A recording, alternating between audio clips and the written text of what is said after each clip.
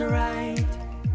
I'm on fire, I'm alive, cause now I fly so high, so high. Light up the skyline, let's do it this time, like it's a whole new colorful world.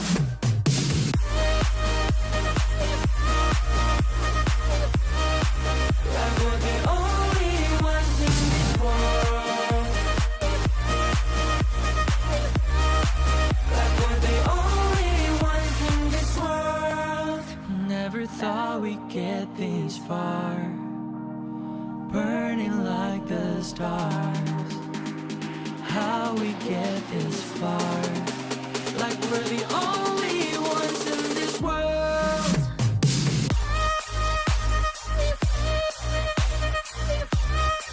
Like we're the only ones in this world. Like we're the only ones in this world.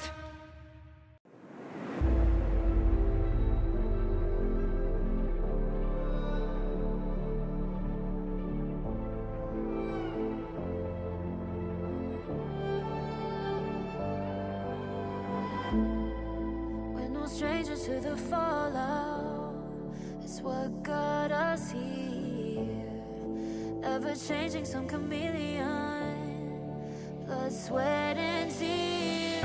We'll never make it if we fall to everything that brings us down. With a comeback is now. Blood, sweat, and tears. Fight for what we want. Doesn't matter the cost. Every day, put in work. Blood, sweat, and tears. Nothing comes overnight. Strength in numbers start to line. We don't bow to fear. Blood, sweat, and tears.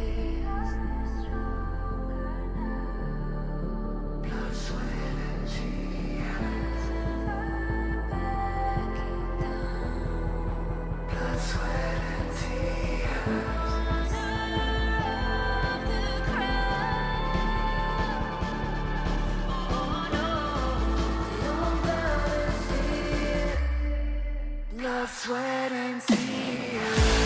Fight for what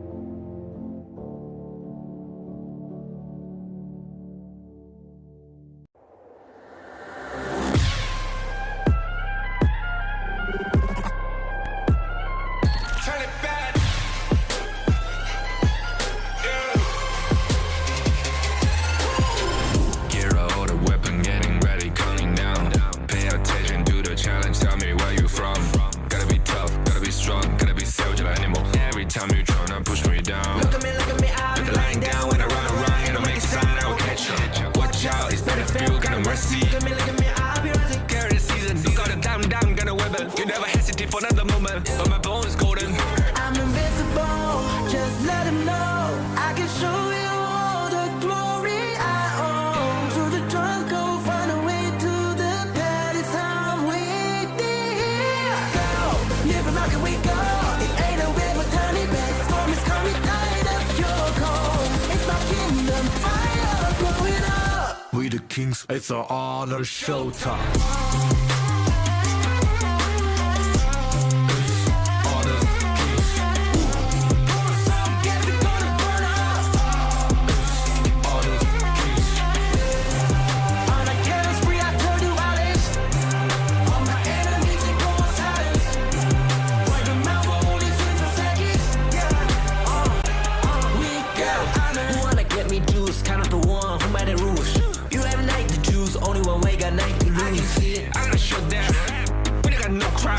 We burn it up as one, crash in pieces, you can cheat. First blood, double trouble, then I take a pen, I kill.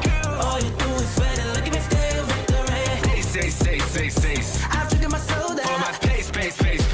We the champions, screaming, I'm invincible. Just let them know I can show you all the glory I own. To the drunk, go find a way to the palace. I'm waiting here. Go, live from how can we go?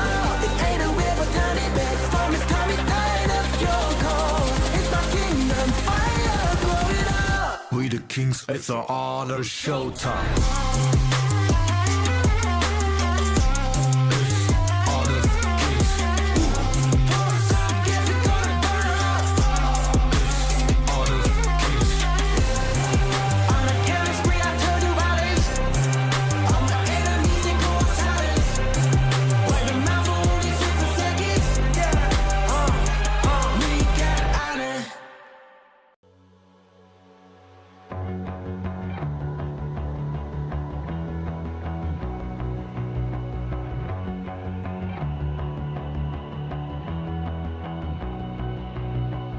You've walked through the darkest nights.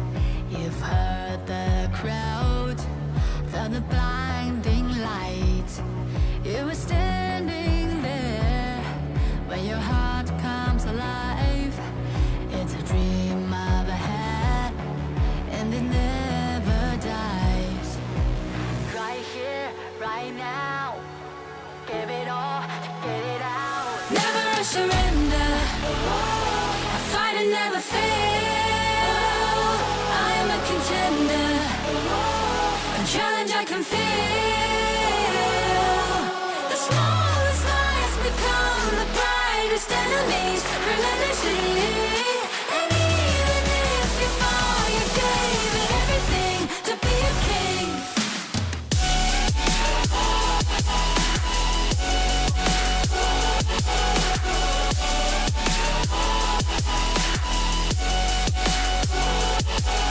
The smallest lies become the brightest enemies, relentlessly.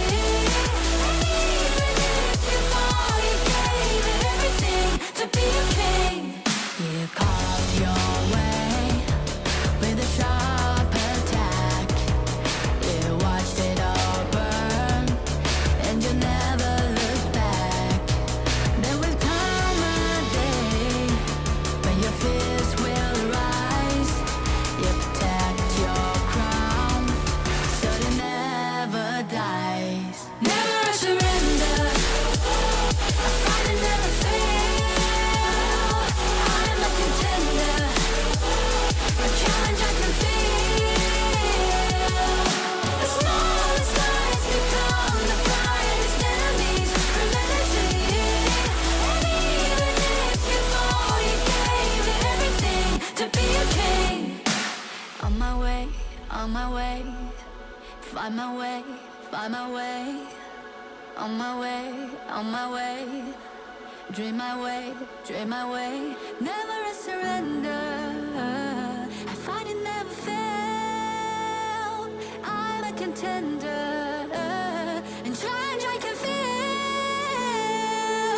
The smallest lies become the brightest enemies, relentlessly. And even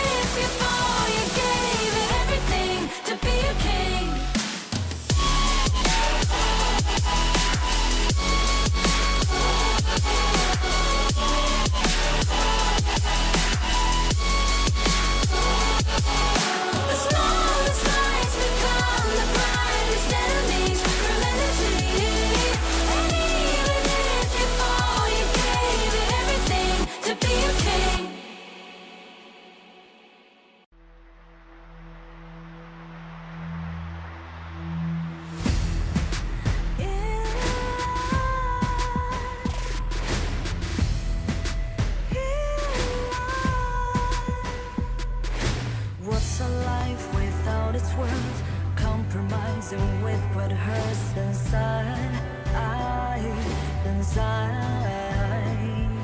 When you let fear decide your fate, you don't choose which path to take in life. In life, I'm finally letting go of everything that still holds me. I'm against all odds, but I won't give up, 'cause it's my time to shine. Standing in the spotlight, can no one back me down. Destiny is calling highlight. I'm not afraid to fight for everything I love. Victory's on my side.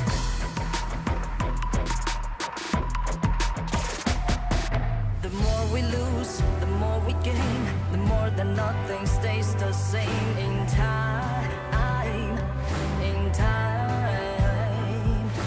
can love ever, can forget. What you see is what you get. Sometimes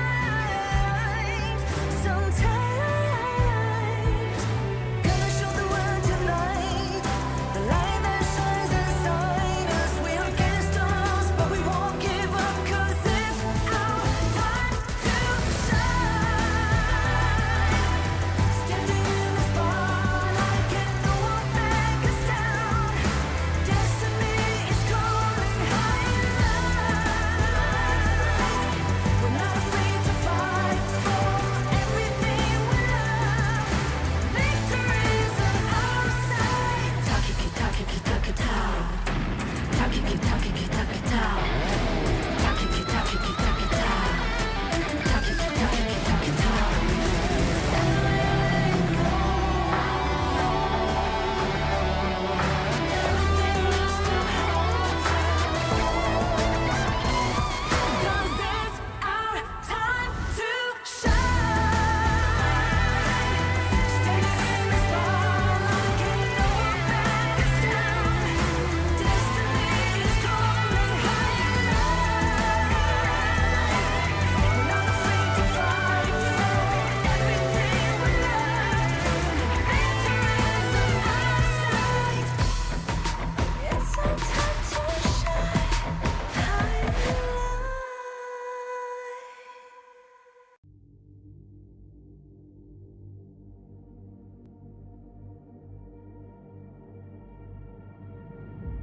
I feel it deep flowing through my blood. Rising up to become someone.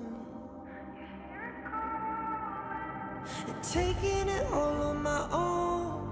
What a sweet victory. And taking all of my control. Awaken something deep in me. Like flames, feel it burning inside. Take a hold and pursuit of the prize. I've been told, ain't no way to survive. Keeping all of this fire that's locked up inside. When this is the time, enter the ring. All those mental chemicals doing their thing. I got flashes of battles inside of my dreams. I was made for this moment. At least now it seems like it's time to come face to face with your fear. Been battling reasons for all of the years, and I learned how to fight them with style and grace no one's ever encountered. You say it's amazing. I'ma come out swinging when they open the gate. Go ahead, call passion, I'm calling it rage. I'm taking what's mine like I already own it. Watch but don't blink, going here to the moment. The sky rained down. Here's to the madness that's all around. Go on, tell 'em who you are, you are, you are. Go on, tell 'em who you are, you are, you are, you are. Here's to the moment, the sky rained down. Here's to the madness that's all around. Go on, tell 'em who you are, you are, you are. Go on, tell 'em who you are, you are, you are, you are. My name is honor, my name is king, my name is champion, my name is strength. Tell 'em who you are. My name is Pentakill, you think it's strange? My name keep ringing inside of your brain. I hear it every night. It's till the moment the sky rain down. Here's to the madness that's all around. So tell 'em who you are, you are, you are. Go on,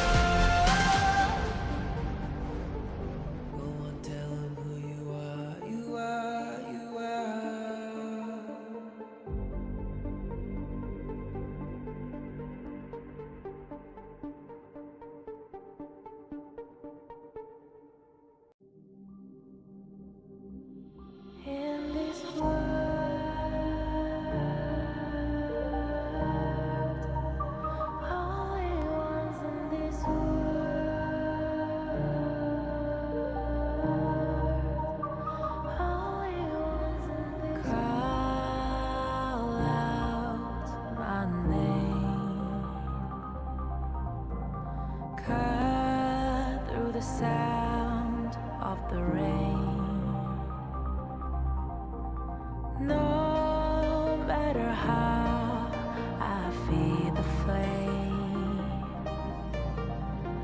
you know I feel the darkness and the pain. All of the ways we tried to break free from the night, you know we made it out, we found the light. I fly so high, light up the skyline. Let's do it this time, like it's a whole new vibrant world.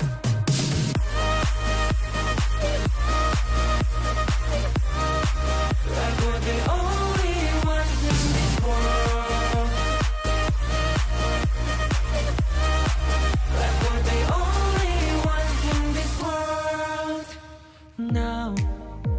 Now I see that I got everything I need. It's alright, I'm on fire, I'm alive, 'cause now I fly so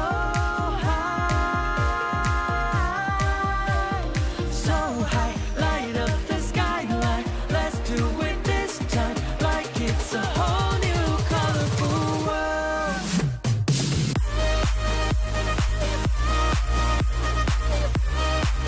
Like we're the only ones in this world. Like we're the only ones in this world. Never thought we'd get this far, burning like the stars. How we get this far, like we're the only ones in this world.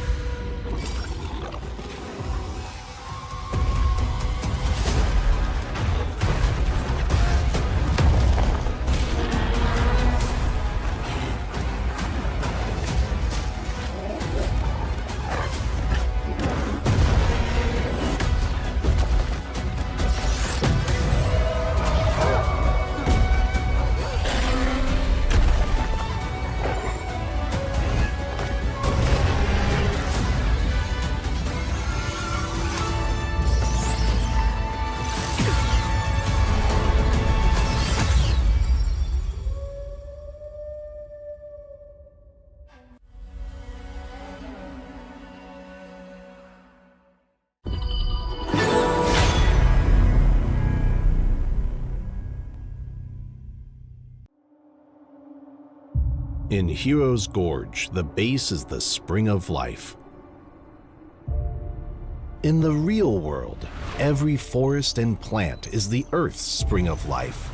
The base nourishes the gorge, just as Earth's ecosystems sustain all life. If the base is exhausted, heroes will lose their home. If ecosystems are destroyed, all life loses their habitat.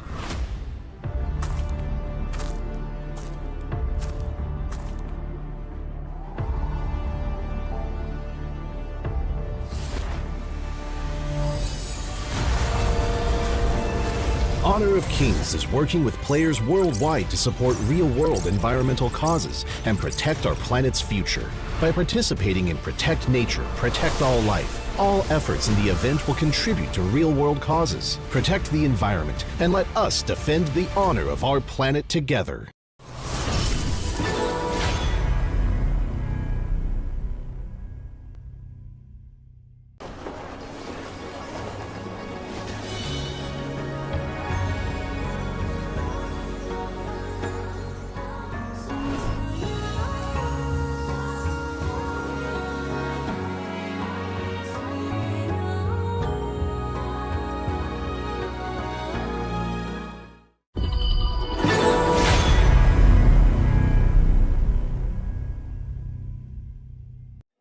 Excuse me.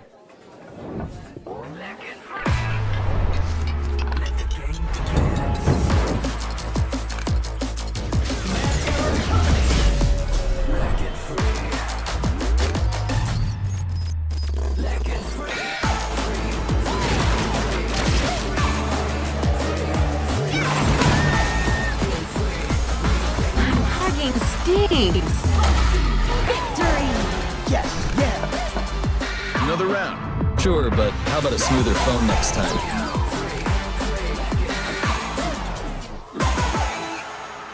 Realme 14, performance beyond limits. It's coming out of your cold. It's my kingdom fire blowing up. We the kings, it's our honor showtime.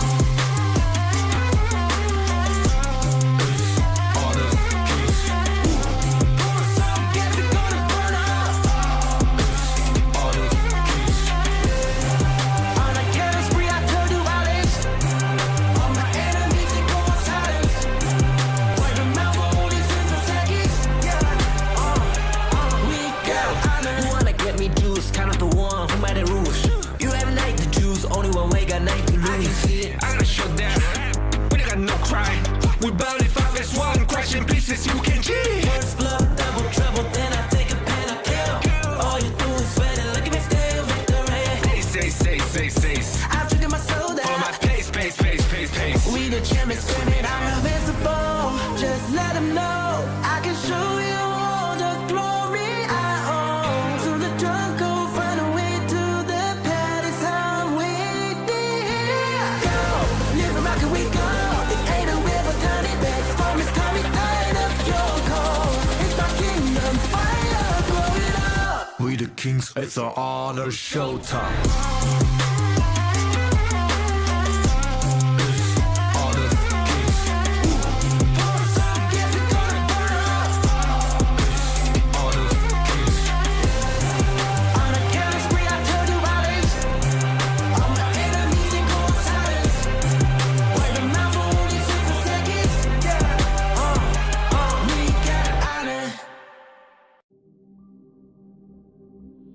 In this world,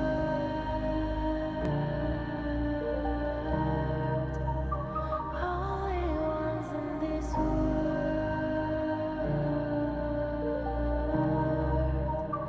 only ones in this call out my name,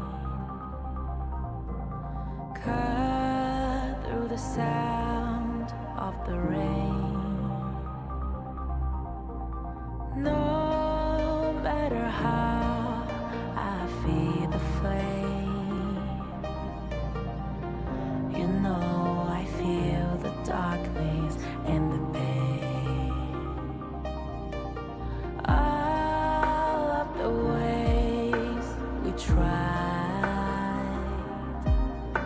to break free from the night.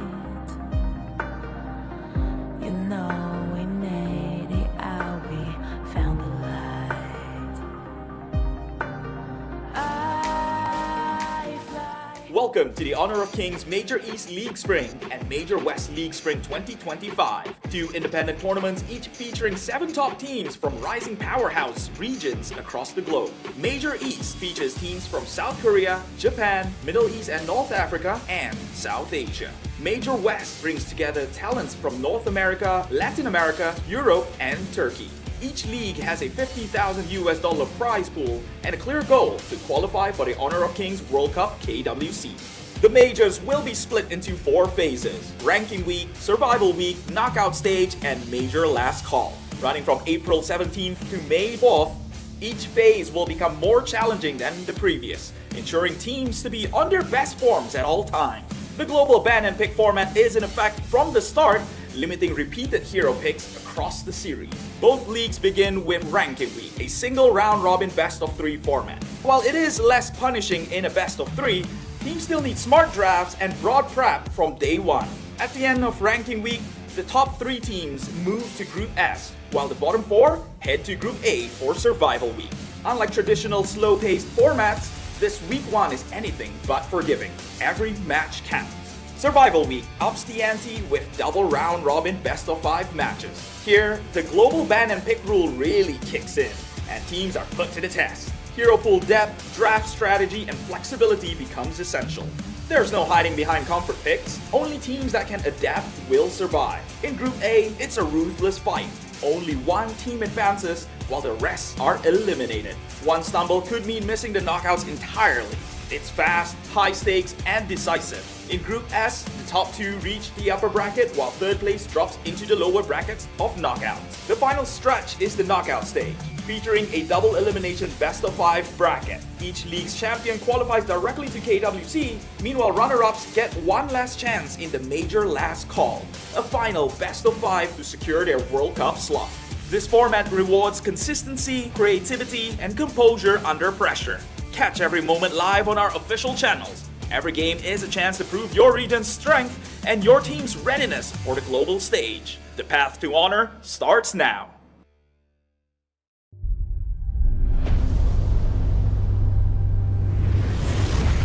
Become a pro player?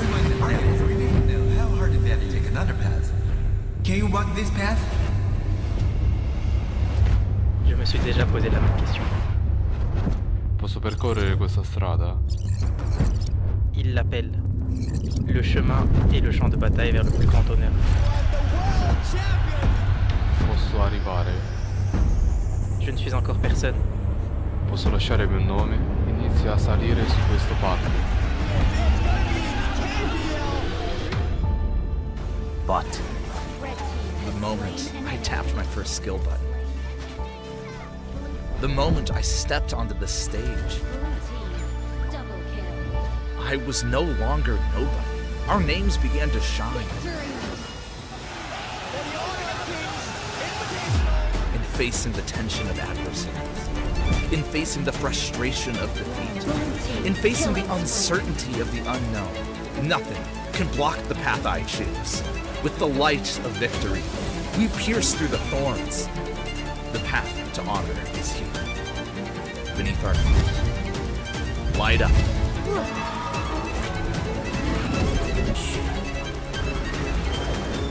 When our footsteps awaken the dawn of the gorge, to walk this path is to walk toward honor.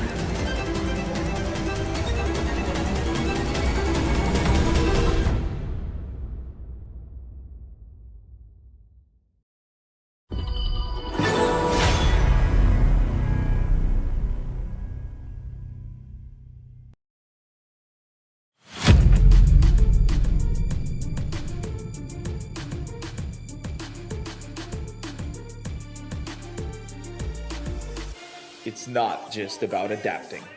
It's about creating your own path. Siamo pronti a sconfiggere chiunque si metta sulla nostra strada. To work down this path, we need to do it together.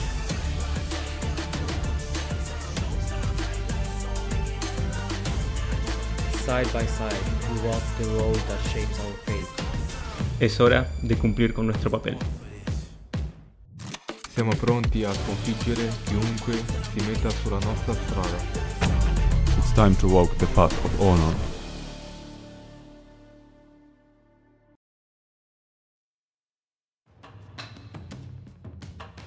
Good morning, good afternoon, good evening, good wherever you are in the world, and welcome to day 3 of the Kings Major West League. The best of the West, baby. That's what we're here to see today. My name is Rafa, making my Honor of Kings debut. I'm joined by the one and only Yumus, the man, the myth, the legend, the guy that is the representative, the king of the Yumus gang, showing up in chat all days of the week. I know day 1, they're like, where's Yumus? Where's Yumus? Where's my boy? But we got him yesterday, we got him here today. So Yumus, take me through what are we looking forward to in day 3 of the Major West? Thank you for such a warm welcome here, Rafa. Day 3 here, just like the first 2 days of rankings week, we got 4 very exciting matches here. Now the rankings are kind of getting solidified here. This is the time where you got to start, locking in if you're on the bottom of the standings, and if you're among the first, start, extending and solidifying that lead. We got 4 action-packed matches here today. We got OG Esports versus 9Z Global, Twisted Minds versus MKOI. We got Next RÜYA versus Virtus.pro, and MKOI versus OG Esports here at the very end. Some action-packed games from teams that have not lost and teams that have not won. A very packed schedule, and the reason why they're all competing is for this insane prize pool at the end of the Path of Honor here, Yumus. $50,000 total to be dispersed among all the winning teams. The champion of the Major West League receiving the big portion of that prize, 10,000 USD. But of course, even competing in the Major West League, you can still receive at least 6,000 USD just because you have able to become a partner team for the league, or you're able to qualify through one of our open series for the Major West League. So already the teams are eating good. But as you were talking about, Yumus, the participating teams in the Major West League, this is the best of the West. We have OG, Twisted Minds, 9Z Globant, Next RÜYA, ALO, Esports, Virtus.pro, and of course Movistar Koi. Very excited for these matches to throw down here on the 3rd day of rankings week. As we go into it here, once again, here's the schedule. We're starting off with OG versus 9ZG. Very excited to see the OG games. They're the only team that plays this aggressively. All the other teams, I feel like, play a very balanced play style, but OG's here to draft for the early game, end the game early, and let's see if they can do that against 9ZG.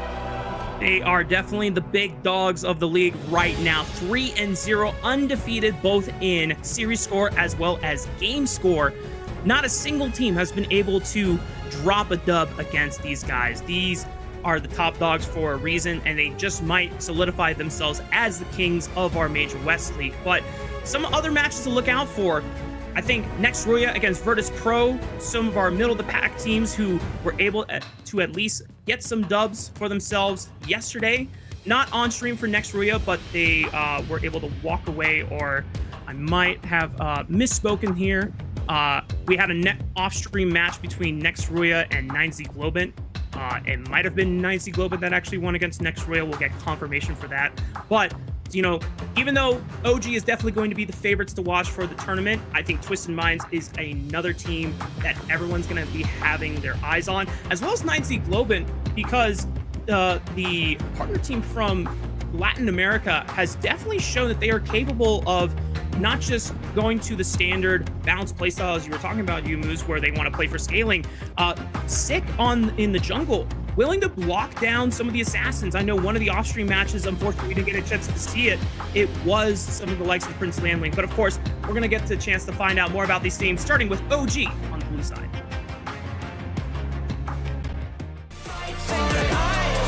Let's go! The battle's calling. You better give it all you got. You gotta fight for it. The time is right for you to raise a bar. Yeah! Cause you could be the greatest of them all. Yeah! Let's go! The battle's calling. You better give it all you got. You gotta fight for it.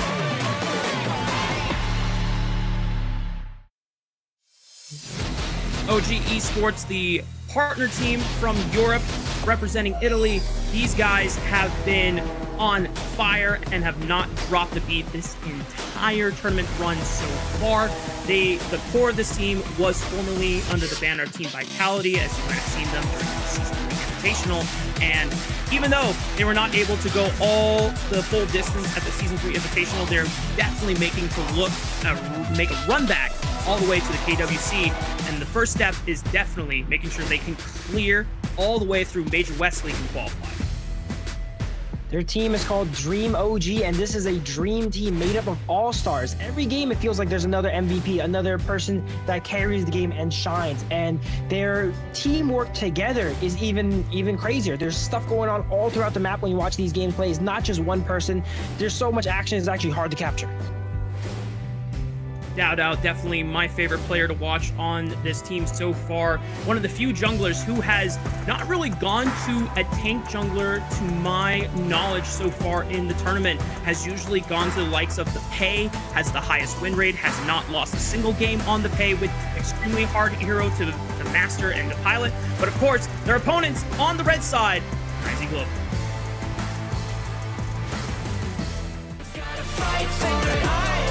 Let's go! The battle's calling. You better give it all you got. You gotta fight for it.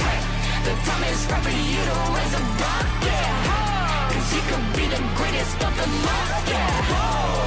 Let's go! The battle's calling. You better give it all you got. You gotta fight for it.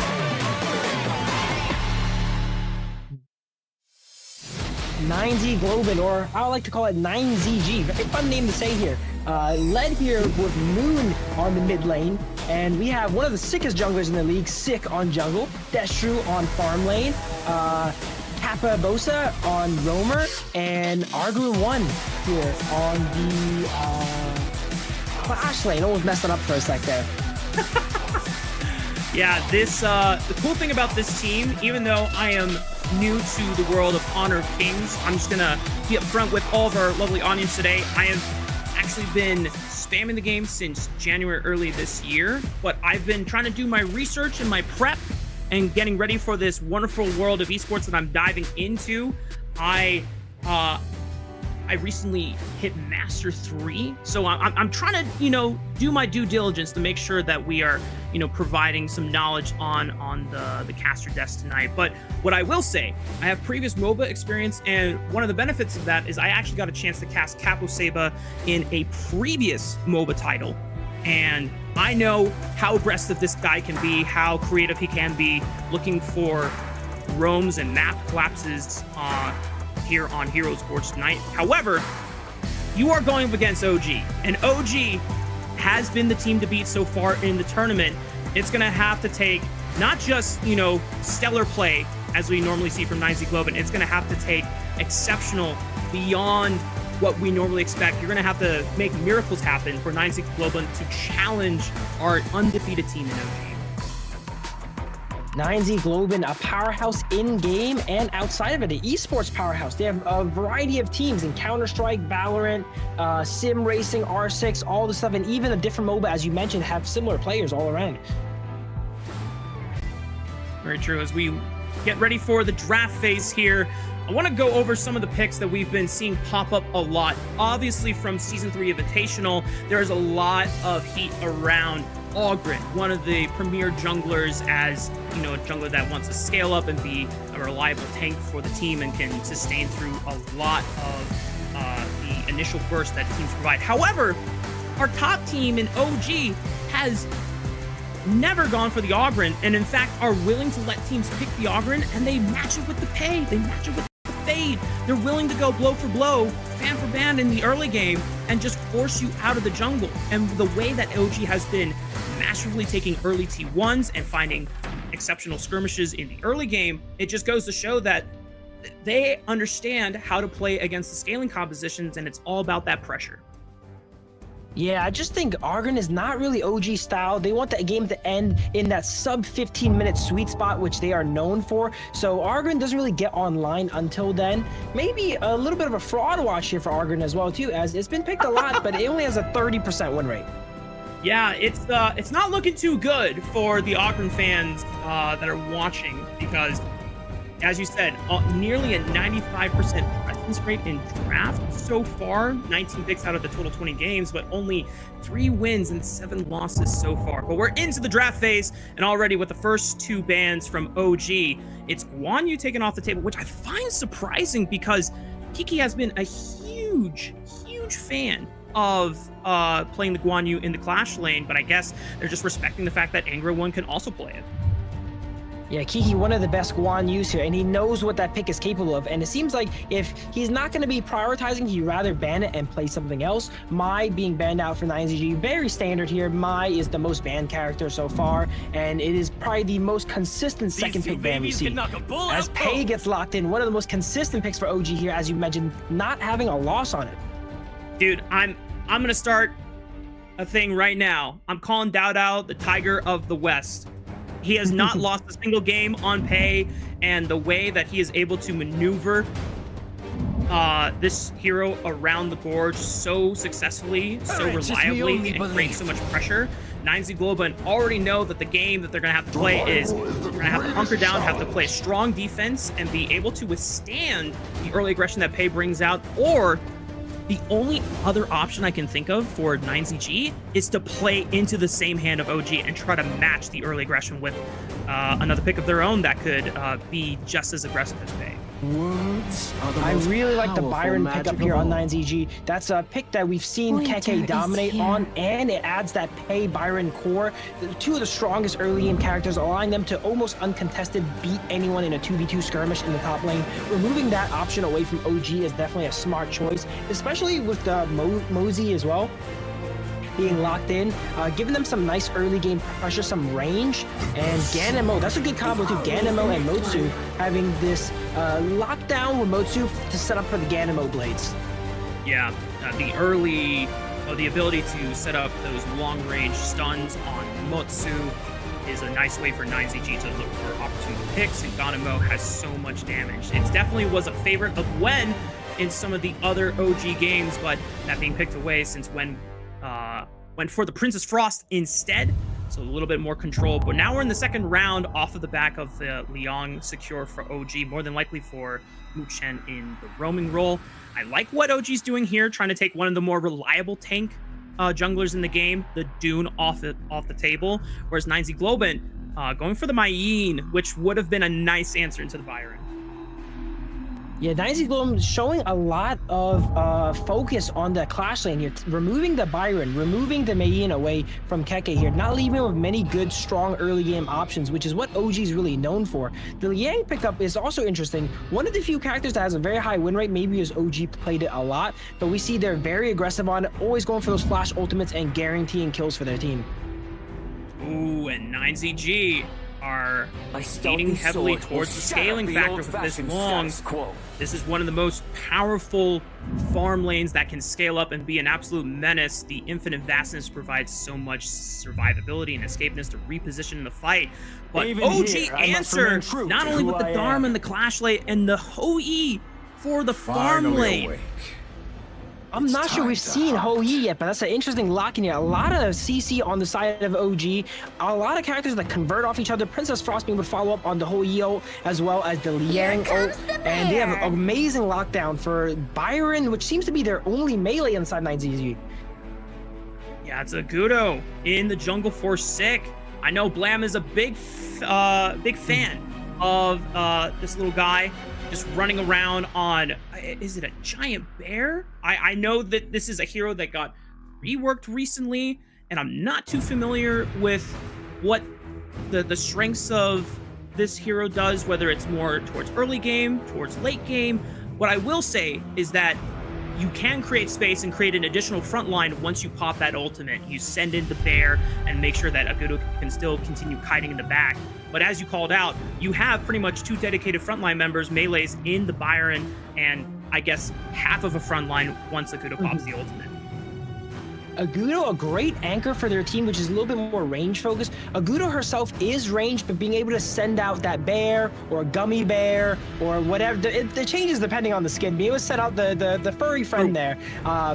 to shore up that front line. Also a little bit of crowd control when it is sent out to maybe disrupt the melees and divers on the side of OG. This is very much a melee versus range composition.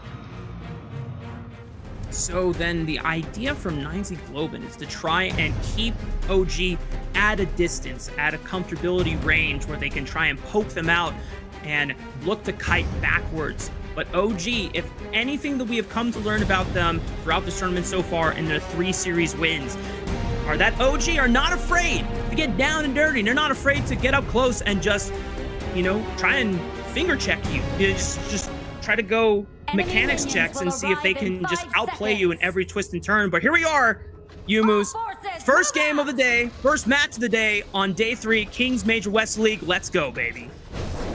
Very excited here. We see Dao Dao in his signature pay as he goes straight into the enemy jungle. No, Sus tries to start by ambush here in the bush.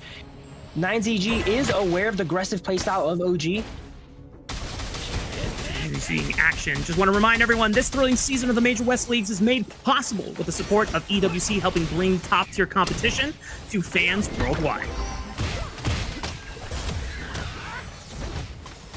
Also, our players are geared up with the Realme 14 5G, built for performance, made for gaming, smooth, cool, reliable, just the way esports demand. Ready to level up? Get yours now and feel the difference. And already we're feeling the difference in this first game, Yumus. A lot of early aggression from both teams, as we saw not only Dao Dao getting some information on that bottom side of the map and checking into where Stick was starting. And they got information that Stick was starting on the top side, and you saw Kiki alongside, I believe it was Wen, rotating that top side, taking one of the early camps away. This is how you want to play against a scaling jungler that, an angry one, might have been a little too far forward, and Dao Dao's going to make him pay for it. First blood going over to OG. There's Dao Dao on his signature pay here. He always seems to find a kill within about a minute of the game. I also want to mention Gan and Mo and Pei, both characters that like stealing from the enemy jungle. So maybe it ends up balancing out and both sides get equal resources. Yeah, you can see that 9ZG are trying to at least answer a lot of the counter jungling that is occurring from OG side and what's been so signature for them. It's an early rotation from Gan and Moon. 3v1 against Muchin in the bottom side of the map, and Muchin's got no more room to go. The infinite vastness to help Destru reposition and get out alive. Liang was bobbing and weaving, but there's only so many abilities you can dodge when you're 3v1 under the tower. He was just left out to dry a little bit too long there. I'm not sure who picked up the kill, maybe Moon, but Moon should be scaling up. Ganemo, one of those picks that as the game goes on, they get stronger and stronger. And that matchup in particular, Ganemo versus Liang, is actually very favorable for Ganemo. When Liang ultimates someone, he's forced to stand still. And there's nothing more Ganemo players like than people standing still on the enemy team. Yep, so much easier to land all that burst and skill shots from a distance away. Muchen was forced to burn the flash in that tower dive from the members of 9ZG. Kaposeba recently burned the flash. I'm not sure if he was getting collapsed upon by the rest of the members of OG. But we're heading into the objective map play in the next minute, where both Tyrant and Overlord will spawn. First items should be coming online in the next couple minutes as well. So this is where OG really want to make the most out of these spikes and make the most out of these heroes that they've got. They have a little bit of late game insurance with the Hou Yi. You know, I wasn't expecting to see this hero come out. I think there was like one other time this tournament so far, if I'm going through my stats, there was a pick and there's a ban for Hou Yi, but definitely not a hero we don't see in pro play that often. Hou Yi being able to impact the map, even from the bot lane here with that ultimate across the map, definitely plays to OG's style. If he can land an arrow across the map while Pei's invading, does not seem to be able to land it there though. He can impact the map and help out in these invades and shore up that early game versus Byron. When with the ultimate sounds sick, but they're not able to push up. Stick is able to get out alive. Got a clutch shield just at the end there on the escape route, but at least it opens up OG to be able to take a majority of the camps on the top side. Meanwhile, 9ZG successfully got the dive on. He knew that he was dead to rights, does not bother burning the flash. And I like that Moon is being super proactive with the roams this game. He is making sure that just because they have a lot of scaling factors on their side, they're not just letting OG roll over them. That was a really early bot tower being taken out as the teams go ahead and fight for this Tyrant here. And Tyrant goes to the way of Agudo with the smite. Wow. Really clutch. That was so clutch. Dao was in the pit, had finished off Destru, but Sick able to secure the smite for themselves, at least maintaining objective control for the Argentinian squad. We're 2-2. We're pretty darn even, and I have to say, Moose, I might have to go back through the games and make sure I'm not, you know, being a revisionist here, but this seems like the most competitive we have seen someone play against OG so far in the tournament. For sure, we're used to seeing OG get thousands of gold lead per minute, but this is a pretty close game. They are kind of walking away now as they build up about 1,000 gold lead for themselves, but 9ZG's been doing a great job of trading. While they were trying to make plays top on OG side, they went ahead and secured that tower bottom. So they're trying to be where they're not and try to scale up that way instead of actually brute force and fighting. Already Kiki forcing some aggression onto 9ZG. Multiple ultimates popped here. Flash expended by Moon. He's going to have to keep his distance now. Dao now arriving, trying to help control the choke point on this river entrance. They were feinting for an Overlord take, but just using the pressure a bit to bait 9ZG in. And for that, they get a lot of resources burned there. I cannot believe Sick actually survived that. He was hit by a across the map foil into a Princess Frost combo, and he was stunned for a total of like 5 seconds. They actually survived all of it. Has destroyed a tower. Blue team has Meanwhile, the pressure does not stop. They used the forcing of 9ZG out of the jungle to easily collapse to that tier 1 on the top side. Another Hoi arrow. Goes by the wayside. It's a field goal, but it's okay. They get vision, and at least you're always fishing for plays for the side of OG. Still not comfortable enough to look for the Overlord. Oh, maybe a pick here, but the suppression from Muchin on the Leon blasts away just in time, and On finishes off the Agudo. Byron better get used to that as the only melee on the side of 9ZG. He's going to be catching a majority of the Lang ultimates here. OG seems to be hitting their stride now as they're building up that gold advantage that we are so used to seeing them have. I misspoke. It was the Byron that fell, not the Agudo, my bad. But you know what? The OG getting the kill. All the same in terms of being able to leverage that pressure right now. As you see, OG, even though that 9ZG are being fairly competitive with them, trying to match a lot of the pressure and look for picks and collapses of their own, they're still starting to falter on these side lanes where tier 1 at least have been exposed on both top side and the bottom side of the map. And when you start losing these early tier 1s, Yumus, that's when a team really is challenged to see how safely they can rotate as a team and not get caught out by the enemy. Yeah, I also think it's important to note here, OG is probably at their peak power in their jungler here. Dao really spikes at 1 to 2 items, so this is the strongest he's probably going to be. We're going to have to see how 9ZG can go ahead and survive this onslaught, and if they could, they should outscale the pay. Yeah, Moon was picked off there. Looked like On had fished for a Blazing Sun arrow, found him, forced him to flash away just in time to save his life. Meanwhile, Dao, he sees all of the members grouped up in the mid lane, says, all right, I'm just going to take a tier 2 for free. As Kiki now finding Destru on the bottom side, not going to be comfortable enough to go for the all-in. Now Dao, you're mobile on this Tiger, but how mobile are you? And a collapse from 4 members from the side of 9ZG. Oh my goodness, are you kidding me? He is so slippery on this Tiger. He is just mobile enough as he gets out there. It's super crazy. That is the power of pay. You can, even if you're not able to get that much done in the early stages of the game, you kind of just rely as a split pusher. As another collapse in the bottom jungle, Capo Stava tries to flash away but still gets caught out. The Blazing Sun arrow falling up on all the CC from Wen's Princess Frost. It's 2 kills more for the side of OG. Muchen picking up the double. Yeah, OG seems to have warmed up now. This is what we're more used to seeing from OG. They go into your jungle, they go ahead and control it, and when you come and try to claim your stuff back, they take you out. Yeah, it just goes to show that when 9ZG collapsed for that 4 multi-man on the top side, it gave OG so much space to occupy, and this is the pressure just doesn't stop. Destru falls immediately in the blink of an eye, and OG, we thought that 9ZG were going to be able to be competitive with these guys the way the early game was rolling out, but somehow, some way, the partner team of Europe, the representatives of Italy, still find a way to make 9ZG bow to their will. Every game we watch from OG feels like, are they going to do another record now here? This game is closing, it's looking at 9 minutes, but it feels like it's a 15-minute game already as they're closing on the high ground towers of 9ZG. They need to somehow survive this and not lose any of those high ground towers. We've seen from yesterday the importance of keeping those alive. Once those are down, even if you win the fights and outscale the enemies, you're not allowed to leave your base. it just feels like it's almost the inevitable here, you lose. Somehow, some way, OG always finds a way to get that grasp on you and strangle you out of the game, bleeding you resources, bleeding you safe space to take up. Just suddenly in the past 2 minutes, we went from having tier 1s and tier 2s in the mid lane, in the top side, and now they're all gone. And you go ahead and look at the gold numbers there. All that gold is on Dao and Keke here, as they are both up an impressive amount on their laners here. Keke up 2,000, Dao up almost 4,000 or 5,000 now. Now making a siege play on the bot side, and Moon just steps too far forward, getting clipped by the Burning Sun arrow once again. On has just been crucial and precise with these arrows.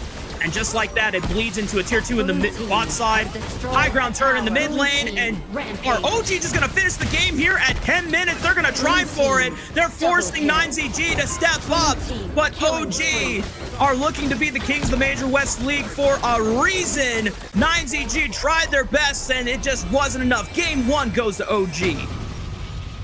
OG in the early game seems like 9ZG was actually matching them really well, but once they turned on once they flipped the switch and turned on, they started taking the lead and they never gave it back.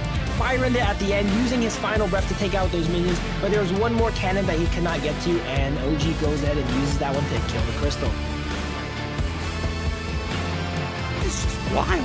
I mean, just watching the past 2 days of this tournament, I understood that OG, were going to always be, a major threat for the rest of the teams, and they were going to be the teams to beat.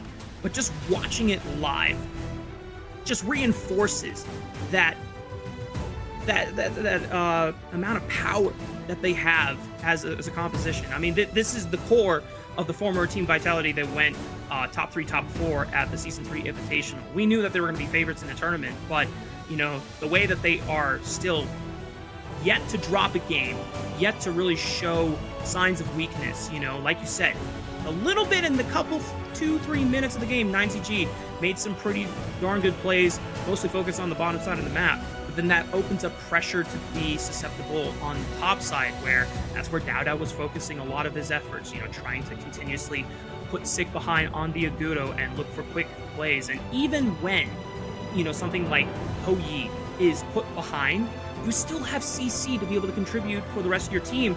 Because if you're behind on gold, it's like, that's cool. I'm going to send an arrow. If it lands and you guys are in range, you guys have the gold, you finish them. Hoyi, one of the most resilient picks. I'm surprised we don't see it a bit more. That ultimate is just so game changer. Whether you're ahead or behind, if you're ahead, you can walk up and not have to worry about getting taken out, having a stun on tap. If you're behind, like you mentioned, just send arrows across the map and help out your team, right? It can kind of work as kind of a support as well, too. Yeah. So now, as we get ready for Game 2 and thinking about how 9ZG might want to change up the strategy, they had, some early answers, but they still wanted to go down the scaling route. They wanted to be able to stall this game long enough so that Long was able to come online, and unfortunately it just seemed like it wasn't enough. So I'm now curious, do 9ZG just say, we have to all in on the early game, we need to make sure that OG still don't roll us by the time they get to the first fight? Or is there a different thing in the cards for 9ZG here? On top of OG traditionally drafting these strong early game compositions, their playstyle is so overwhelming. If you're not used to it, you're used to playing more traditional slow games, OG can just get carried away here. 9ZG tried to play a little bit more of a traditional lineup. They were holding for the first 1 to 2 minutes, which is honestly a record versus OG. It's a crazy concept to say that, holding 2 minutes of a gold evenness against OG is a record, but it is definitely a record. They do expend the Byron pick, which is one of the strongest early game picks here to try and deal with OG, and now it's likely gonna have to be banned away. Yeah. Thanks to the global ban system, they're not gonna have a chance to pick it for themselves again. They're gonna have to rely on something else in their back pockets here. I'm so curious about what 9ZG could do, but also on the flip side for OG, I mean, it just continues to rack up the amount of respect and the amount of awe that I have for this squad. And, we'll see if I do have something, some info from one of our casters, Blam. Apparently he was checking out the Kings Major East League, and one of the casters, Holler, he was talking some smack. He was talking smack about our league. Well, you know what? We'll see what happens if we send OG against the East League and see what he has to say. But I'm actually surprised here. I thought the MVP was going to go to Dao once again on the pay, but it's actually going to Kiki on the Dharma this time. There's just so much happening in the game. We probably didn't even notice half the times, but KK did some amazing truth matches to set up the team here. 2-0-6 KDA. Does not look the best, but it's because the game ended in like under 10 minutes. There's no time for kills. I wonder if it all came down to that first pick on the top side where we saw Angry One just seemingly a little bit overextended here. Yeah, here we go. This is the first setup. Kiki just able to position nicely so that Dao comes in and finishes off Angry One. And puts a stop to a lot of that early power that you were talking about with Byron. As we roll through the highlights, there's just so many crucial moments where 9ZG still looked like they were in it, but eventually OG were able to wrestle control away from the Argentinian squad. Yeah, Sick did a great job going ahead and stealing that Tyrant there, but they never really got an opportunity to do much after that. Every time they were in a fight, they got either suppressed by the Lang ult or zoned out by the Princess Frost and burning arrows. It felt like they couldn't really do much in that game outside of that one play. All right, 9ZG. First game, time to shake it off, you know? OG, they are the top dogs for a reason, but, you know, if you can go back to the drawing board and find a way to kind of lock in that composure and see if there's another strategy in the works, you know, maybe there's a chance. Whereas for OG, looks like they're going to continue, you know, the story as usual, dominating every team that they face. We're going to take a quick break. When we come back, it'll be game 2 between OG and 9ZG.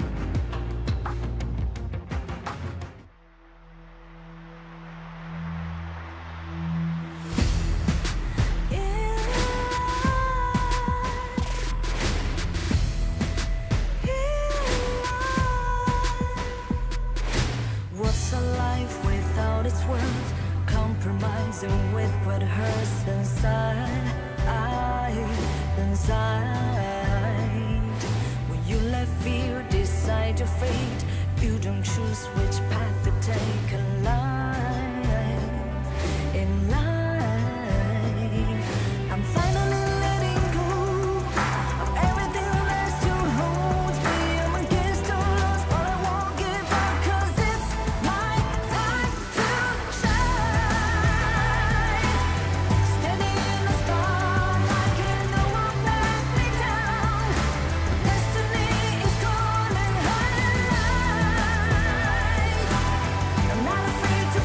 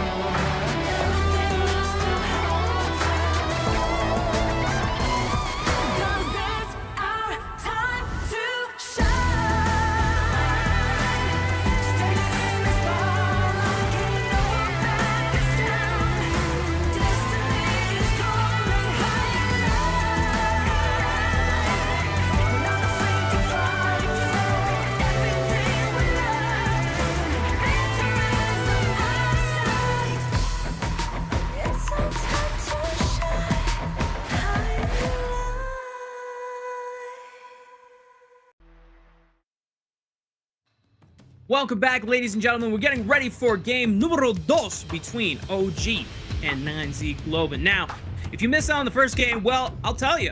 9Z Globant, for the first 2 minutes, we're actually looking pretty darn good against OG. Able to find some decent plays and setups on the tower dives on the bottom side of the map. Able to pick off the Liang and the Ho Yi, once or twice. And then suddenly, suddenly it all just went to OG's favor. It's like just every single game the same way. They find a way to get that window and just tear the enemy team apart. And they close it out in 10 minutes. OG, one of those teams that you cannot give an inch to because they'll take a mile, they'll take 10 miles off you and end the game immediately there. I would like to see what 9ZG can go ahead and switch up with their play. I enjoyed their first draft, actually taking away some of these early power picks that OG is known for. Unfortunately, losing and expending those is going to be very detrimental to their draft. Maybe they build a composition focused on stalling out the game because we've never seen any team take OG the distance, and that might be where their weaknesses lie. Is that possible, Yunus, against the likes of OG? Because it seems like every time I've seen a scaling composition drafted by an enemy team that OG has faced in series, OG still finds a way to pry that window open and deny them the ability to scale and get those resources. They start with the high, the early tier ones. They counter jungle. They find a pick onto a member who makes a rotation that is punishable, and then OG just break your legs and they just take you apart limb by limb afterwards. But you might have more knowledge than me on terms of the hero pool, because for those that are just joining, I am relatively new to the world of Honor of Kings, but I'm just bringing in my previous MOBA experience to the forefray here. Are there any heroes that just have massive amounts of wave clear? Because that to me seems like the safest way to stall out a game. I think Moon on the Ganon mode there is a pretty strong wave clearing character. Not the safest, but usually you want to look at these mid lane mages. The Lady Jen, the Princess Frost, has impressive amounts of wave clear. Sometimes wave clear is not enough though in just the mid. Most mid laners come with wave clear. You might have to get some in the farm lane as well. Marco Polo usually clears waves at a pretty safe distance as well. But the thing about OG's draft is they pick all these characters that it feels like only they can play. So it does not hamper their draft to go ahead and lock in the Faye, lock in the Byron, the Liang. These are not really priority picks, and they always can, at a moment's notice, go ahead and go back to those tier 0 picks that these teams prioritize so much. Yeah, I mean, Kiki was one of the only Clash laner that brings out the Guan Yu, something that we weren't really expecting this tournament after what we saw from the Season 3 Invitational. But it is a Kiki special, and, just going through, what we've been given, a little dossier on both of the teams here. Two other heroes that he has not shown, the Mulan. I don't know if it would be, good in this situation, but it just goes to show that the depth in terms of hero pool for the side of OG is seemingly so different than what everyone else is playing. Yeah, the power of the OG composition being able to churn these, I don't want to say that they are not strong characters, but these middling characters into S tier threats, and knowing the opponent cannot waste a ban on them, they cannot go ahead and take it away from them, gives them a lot of freedom in draft.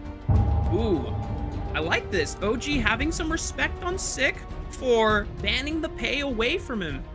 I think they are very cognizant of the fact that Sick is willing to play some assassin junglers. One of the off-stream games was him piloting that Prince of Landling to great success, whereas 9ZG answer with some typical bans that we have seen. My Shiranui, probably one of the most banned heroes in the game so far, as well as the Arlie. Guan Yu being picked up by OG, as you mentioned earlier, one of Keke's favorites here, and not many teams can go ahead and play it, as we see 9ZG hovering the Zhongfei. I would like to see a early, there you go, Yizing or Lady Jen pickup would be great, given that wave that you mentioned prior, and maybe be able to stall out the game. To belong. The world is my board. That's all I see whenever I see a Yixing locked in. So much great crowd control setup, and do my eyes deceive me? Is down out going for the Ogren? I guess they are starting to say, you know what, we're not going to take a chance with the, early game assassin picks or the fighter picks that want to, steamroll the game. We're going to go for the scaling factor in this Ogren. This might be the first time that we're seeing Dao Dao lock it in this tournament. I'm pretty sure it is the first time, as you mentioned prior, Dao Dao is known for these assassin-style early game junglers, and Ogren does not fit that niche, but that is one of the strongest two-piece lock-ins I've ever seen. The Diadea and Ogren, that has to be super scary for the side of 9ZG. Yeah. For what it's worth, it does seem like that this is one of Dao Dao's best picks from prior tournaments and prior games, but because he's been dominating on pay and fades so far in the tournament, I almost forgot that this was in his wheelhouse. But you know, OG gonna go back to a classic for their jungle here. The Diadea, as you already mentioned, locked in for Muchen.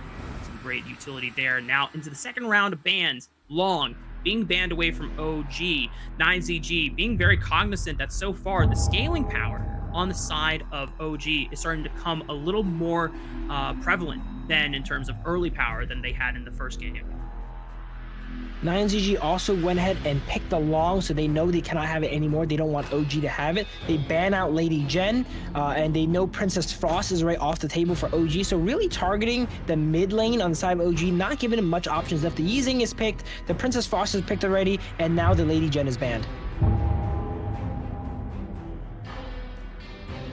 What are options left here for when in the mid lane? Could he go for the gun and Mo this time around?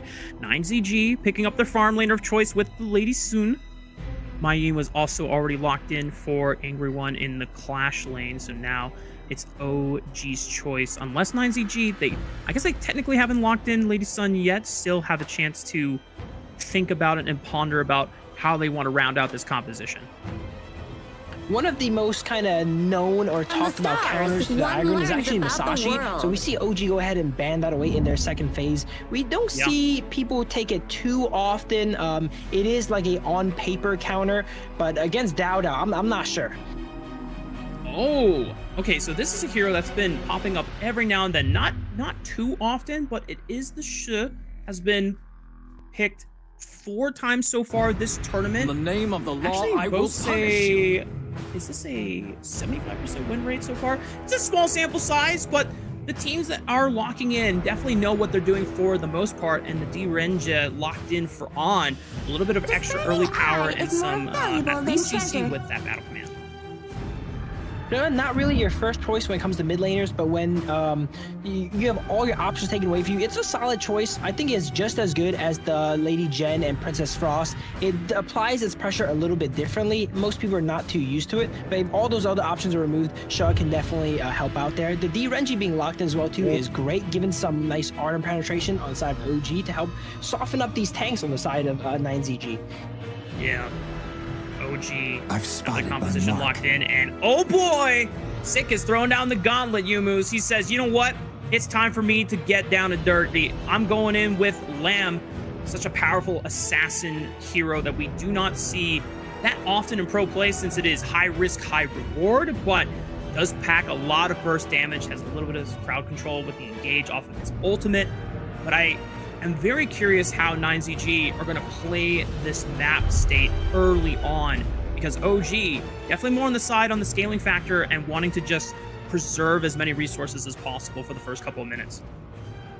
Lamb, historically a character that's pretty hard to get going. It's interesting to note that 9ZG just completely switched up their style. OG now has the scaling jungler and they have the assassin. Maybe this shakeup is what they need to throw OG off.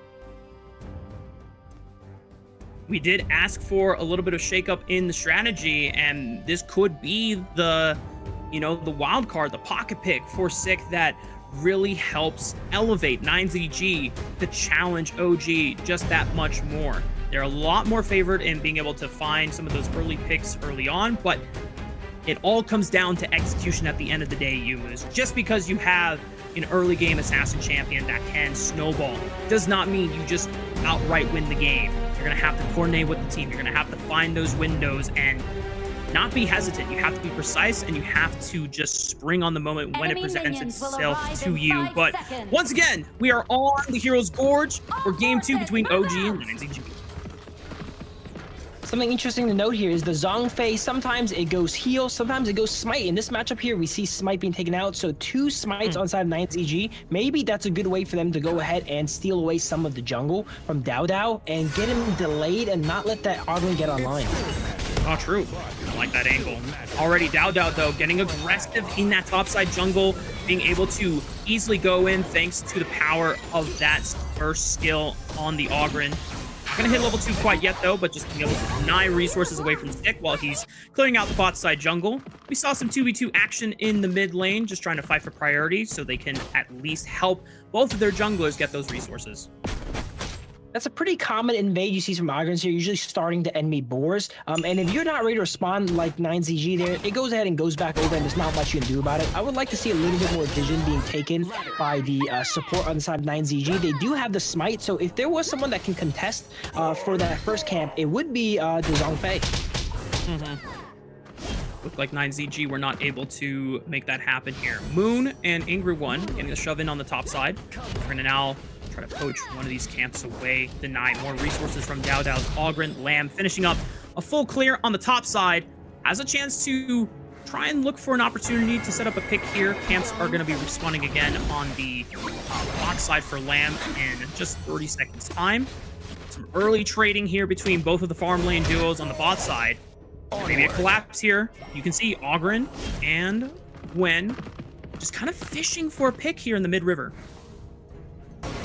Guan Yu, one of the weaker clash laners here, so and then a fight breaks out immediately. Okay, while I'm still talking, Mei goes in. Looks like there was a 2v2 on the bottom side, a flash expended by On. I imagine the Imperial command was used to stun up. I imagine it was Destru that went down in that farm lane duo, and OG finding themselves a little bit of an early window. Not game over yet for 9ZG. Still, the rest of the map has not gotten a chance to play and flex their muscles a bit, and they're doing the best they can right now. A lot of teams against OG try to go ahead and target down the weakness that is the Guan Yu early game, but Keke is ready for that. He's ready to play safe, not try to get taken down, and it seems like that's what 9ZG is trying to do. Yeah, saw in that replay exactly how we predicted it. Flash is expended by both the farm laner and support. Meanwhile, World is my board from Moon will keep OG's duo locked in place and not able to extend the dive. Preserve 9ZG's lives for now. While all this is going on, once again, we got to look at the economy of both teams here. OG is up about 1,000 gold already. Once again, this is in classic OG fashion. It seems like 9ZG is giving them that inch I mentioned, and let's see if they give them the mile. We have not gotten a chance to see Stick make a strong move on the map yet. Maybe looking towards Icky's Guan Yu. But is just going to shove out the wave, help Ingrid1 get some priority back.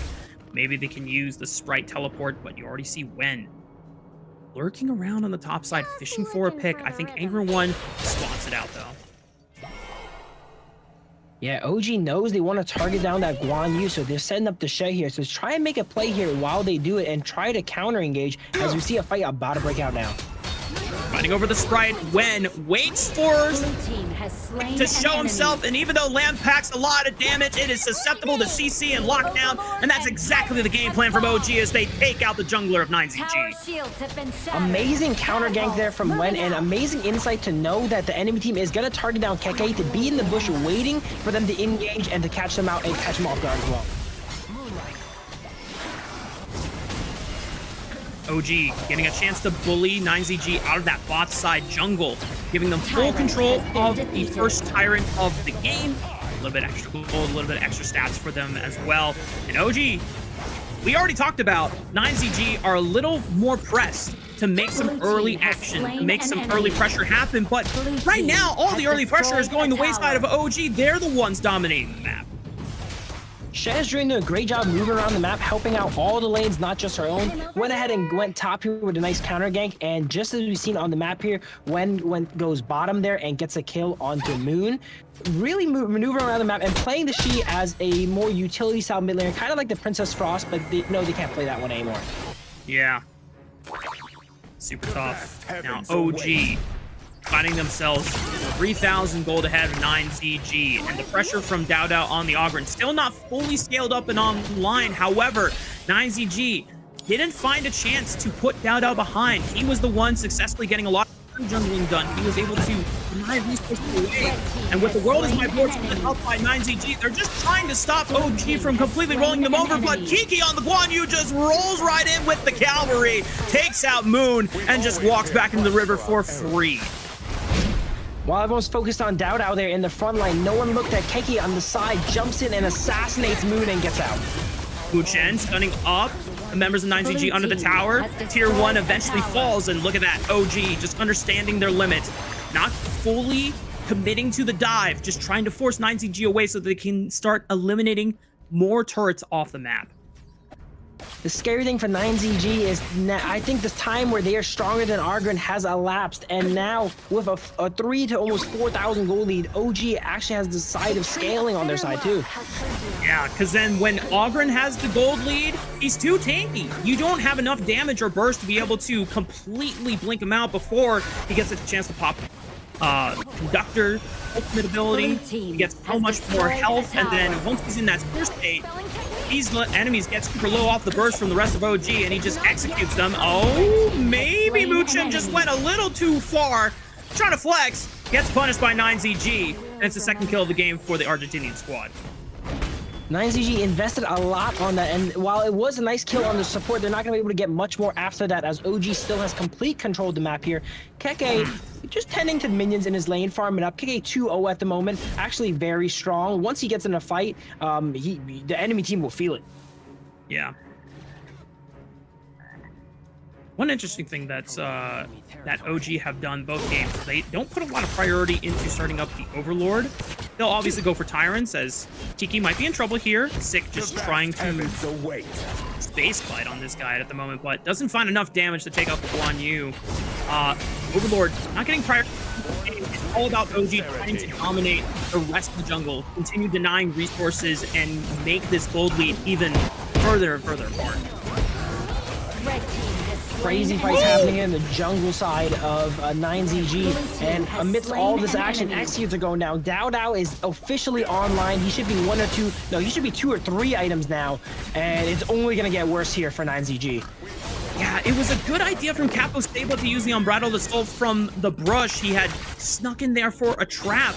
Unfortunately for them, yeah, they get a kill off the back of it, but OG's still being able to equalize. It was a shutdown on a Wen. Meanwhile, Kiki might be in trouble. He's got Dao Dao in his back pocket, but he's got to run away because Lamb really pumping the damage thanks to Sick on this hero.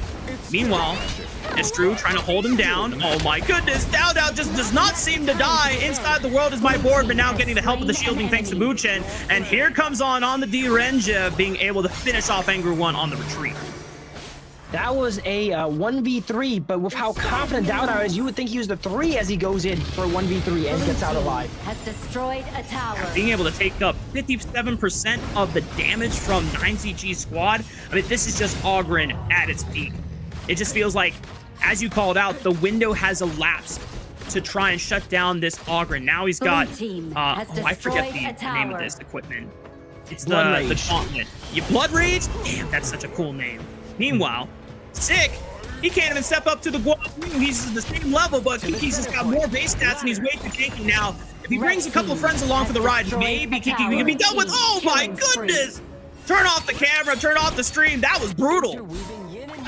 Kiki going full tank on the Guan Yu. You can't take him out, but because of his impressive level advantage, at least he still does amazing damage.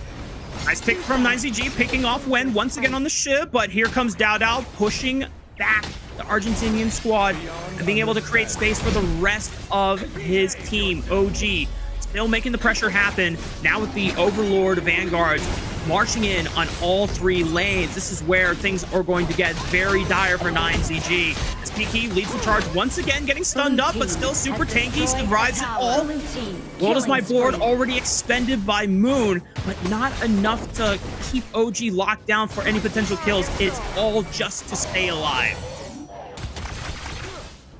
Kiki somehow always finds himself in the situation where it's 1v2 or 1v3 and he gets dropped to 1 HP, but they can't quite finish him off. That has to be extremely frustrating for the side of 9ZG, letting him leave all these times on 1 HP. As we see a fight break out here over the enhanced Tyrant. Board is popped, but Dao Dao doesn't care. He can just pop the first skill and just glide on over to the jungle, finding Moon in the back half of the fight. OG start up the Shadow Tyrant, able to finish it off. 9ZG at least tried to contest, but at this point, 7,000 gold behind. It just feels damn near impossible. Well, 9ZG is doing better than game one. The game is longer than game one already. It seems like the bleeding is not stopping as they're down 7,000 gold, and they should get outscaled here. Maybe if they hold the game long enough, they can go ahead and get some sort of pick action going on. They are staying alive here with the wave clear. They're doing what they can to hold on stall to this game. And I like how you mentioned 9ZG at least have lasted longer in game 2 than game 1, you know? Different compositions, but you know what? 9ZG will take the dubs where they can get them, as Kappa say, but once again, lying in wait, looking for a creative flank. Known for this in previous games before, but unfortunately, the Unbridled Assault is just completely sidestepped, and he's forced to get the hell out of there. Muchen almost brought to lethal, but not enough damage from the remaining members of 9ZG to finish off the support here. OG still maintaining the pressure. All the high ground turrets are still up for 9ZG, so they have that to be at least grateful for. Still a tier 2 on the top side. I take that back. That's not a tier 2. It's a different icon. My bad. Steer State Pop as Dao once again does Ogren things as he occupies all the attention. Meanwhile, Kiki just flies on in, popping the flash and just completely ruining 9ZG's day. Kiki just completely dominates the enemy backline solo. He didn't get any help. He was able to take out Moon and push Destro all the way back to base, in which he killed him inside of his base. Man's gonna try one last time to save 9ZG from the inevitable, but OG are dominant for a reason. They are the team to beat for a reason, and that reason is they are the best. OG will take the series against 9ZG. Very impressive game by OG. We always mention they play a strong early game, but Dao showing with the aggro pick, he can play some of these more meta scaling heroes as well. He's not just a pay one trick. Obviously, some flexibility in this jungler's hero pool. We saw a lot of flashy, aggressive assassin play in the first couple of days, able to dominate and do very similar things on the Ogren, you know, something, a hero that we have seen obviously have a lot of draft presence so far in the tournament, being a strong character in his own right, but not actually a lot of successful games across many teams since, you know, one of the things we talked about at the beginning of the day, Yumus, is that a lot of teams have kind of figured out if you're going to lock in Ogren or you're going to let the Ogren go, then you got to have a game plan to shut it down. And most of the time, teams have been successful in shutting down the Ogren when we have seen it arrive on the Gorge. Not going to be the case here for 9ZG. OG just being able to completely control the early game once again. I cannot imagine 9ZG was ready for it. Any team, you would probably be prepared for an Ogren outside of OG because they have not played it yet. So just like you mentioned here, usually when the Ogren gets let go, they have a plan drafted around controlling it. But there's a good chance 9ZG didn't even think Dao would pick the Ogren here. I mean, we didn't either. We were expecting this guy to go pay and then fade and then call it a day, you know, just to run back the 2 assassins that he and the 2 aggressive junglers that he has been running the entire tournament so far. But now this just adds another layer of depth to the team and another layer of WTF, what are we supposed to do against this guy, against this team? You know, if they can play multiple styles, you know, is there really any style that we can best them in? And I think that just comes down to, you know, some serious conversations with, you know, the teams that have to go up against them and really have to rely on some of their strengths. And if that's not enough, then I think the only team left that might have a chance, if we look at our schedule, Yumus, is probably Twisted Minds. Twisted Minds is an extremely strong team, probably the team that will put the most competition for OG. I still do think OG is favored, but those are looking like the best teams on the West here, for sure. Yeah. 2 teams represent Europe. I mean, these guys have been absolutely dominant in the Major West League so far. We take a look at post-game graph stats right now. I'm always surprised when something like an Ogren who is building full tank is still able to pump out so much damage and also absorb the most damage in the game as well. it really solidifies why so many teams have such high priority on banning this hero away, and why it is seen so much in a lot of the drafts that we're seeing. Sometimes when we see, you know, Auburn lose, we had a conversation before. We're like, is this hero fake? You know, is it overrated? But then, you know, in the hands of someone like Dao, we realize and we all remember, yeah, this hero's pretty busted, you know? Argon, while most people can see it's a very strong pick, it's not a hero you can just pick willy-nilly. You kind of have to build around it here. And I love how OG build around it with the Shi here, giving a lot of the farm and a lot of the waves to Argon, propelling it in the early game. Dao ends up also getting himself some invades off early, which helps him kind of skip that early game shenanigans that could happen and go down to put him behind, allowed him to really be in a good spot. As I mentioned, about 6-7 minutes in the game, that is when Dao went ahead and probably outscaled the Lamb. The Lamb couldn't make enough stuff happen, and then that was all she wrote from there. Yeah, and the MVP, another MVP to Kiki, this time on the Guan Yu. And you know what? I can definitely see this one a lot more as well compared to the first game. There was just so many impressive flanks that Kiki was able to find on the Guan Yu, and of course, being able to chase down a Lamb on the bottom side by himself was one of the funniest things I've seen this tournament so far, but also nonetheless impressive. And it just goes to show that OG, it's not just about Dao, it's not just about Wen, you know, every member on this team is incredibly impressive in their role to their own right, and Kiki really getting a chance to show his stuff today. First blood. Yeah, Kiki, one of the more self-sufficient games. He was stuck in Clash Lane alone a lot. The enemy team spent a lot of resources trying to put him behind. He never ended up getting behind there. And then late game in these fights, solo diving, taking out 1 to 2 members of the side of 9ZG. Very impressive play overall. Just look at this. The entire team of 9ZG occupied with the mid lane skirmish, and then Kiki's like, I see Moon's low. Yeets, gets over the wall, glides on in, glides on out. Easy peasy. Kiki, one of the Guan Yu players that just sees all the perfect angles. Usually with Guan Yu, they either go in too little or too much, but Kiki seems to go in just the right moment, and every time he goes in, he confirms these kills here, even going ahead and taking out Lady Sun in her base there. That inspired me to play some Guan Yu, bro. Like, I'm not a Clash laner, but I might just do it just because, you know, Kiki made it look so fun. But we have definitely more things to look forward to for the rest of the day, as this concludes our first series of day 3. We still have 3 more series on stream coming up right now, I believe. We have Twisted Minds taking on Movistar Koi. This one is going to be super important for Movistar Koi to be able to show some resilience, but more than likely, Twisted Minds, the definitely favored one. We'll see how it all unfolds when we come back after this break.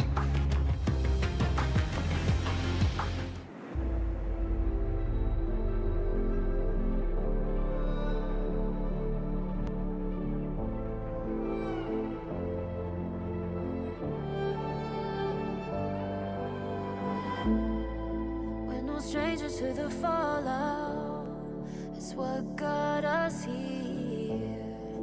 Ever changing, some chameleon, blood, sweat, and tears. We'll never make it if we fall to everything that brings us down. With a comeback is now. Blood, sweat, and tears. Fight for what we want. Doesn't matter the cost. Every day, put in work. Blood, sweat, and tears. Nothing comes overnight.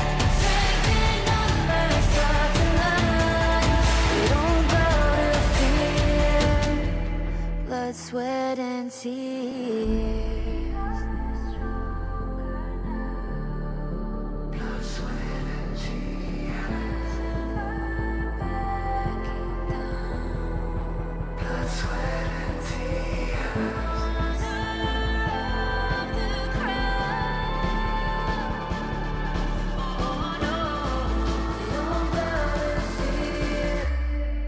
Blood, sweat, and tears.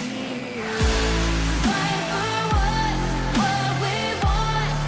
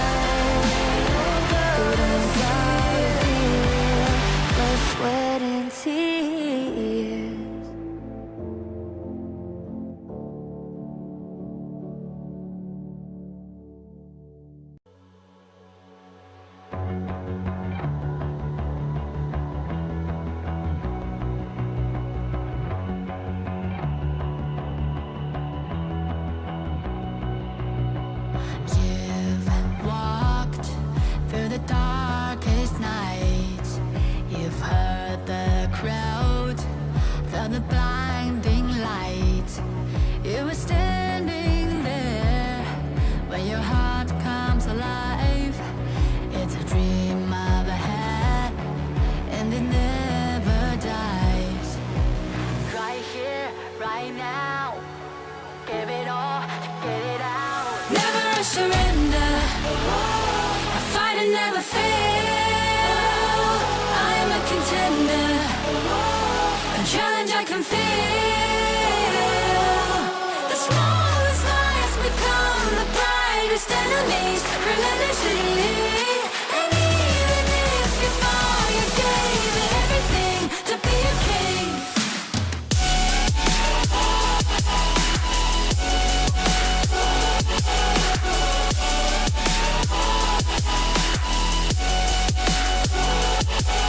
The smallest lies become the brightest enemies, relentlessly. And even if you fall, you gave it everything to be a king. Welcome back, ladies and gentlemen. We're getting ready for our second series of the day between Movistar Koi and Twisted Minds. Now, as the casters, Blam and Yumu's, kind of lamented on yesterday for Movistar Koi, their most winnable series was yesterday, taking on the likes of Virtus.pro and Alo Gaming. And unfortunately for Movistar Koi, they dropped both of those series. So now they are fighting for their lives over these next 2 days, Yumus. They have to go up against some of the best teams remaining in the tournament between Twisted Minds right now and then later today against OG. Movistar Koi, while they have not put a win on the board yet, I do have to give them props. All their losses were really close, and it could honestly have went either way. It feels kind of bad, honestly, to have these really hard-fought games, and all their games are pretty hard-fought, and they unfortunately could not snag a win on any of them, but maybe that changes today. Yeah, well, it's time to meet the teams. The first one on the blue side is Twisted Minds. See the fire in your eyes. You gotta fight for it. Let's go. The battle's calling. You better give it all you got. You gotta fight for it. The time is right for you to raise a rock. Yeah. Cause you can be the greatest of them all. Yeah. Let's go. The battle's calling. You better give it all you got. You gotta fight for it.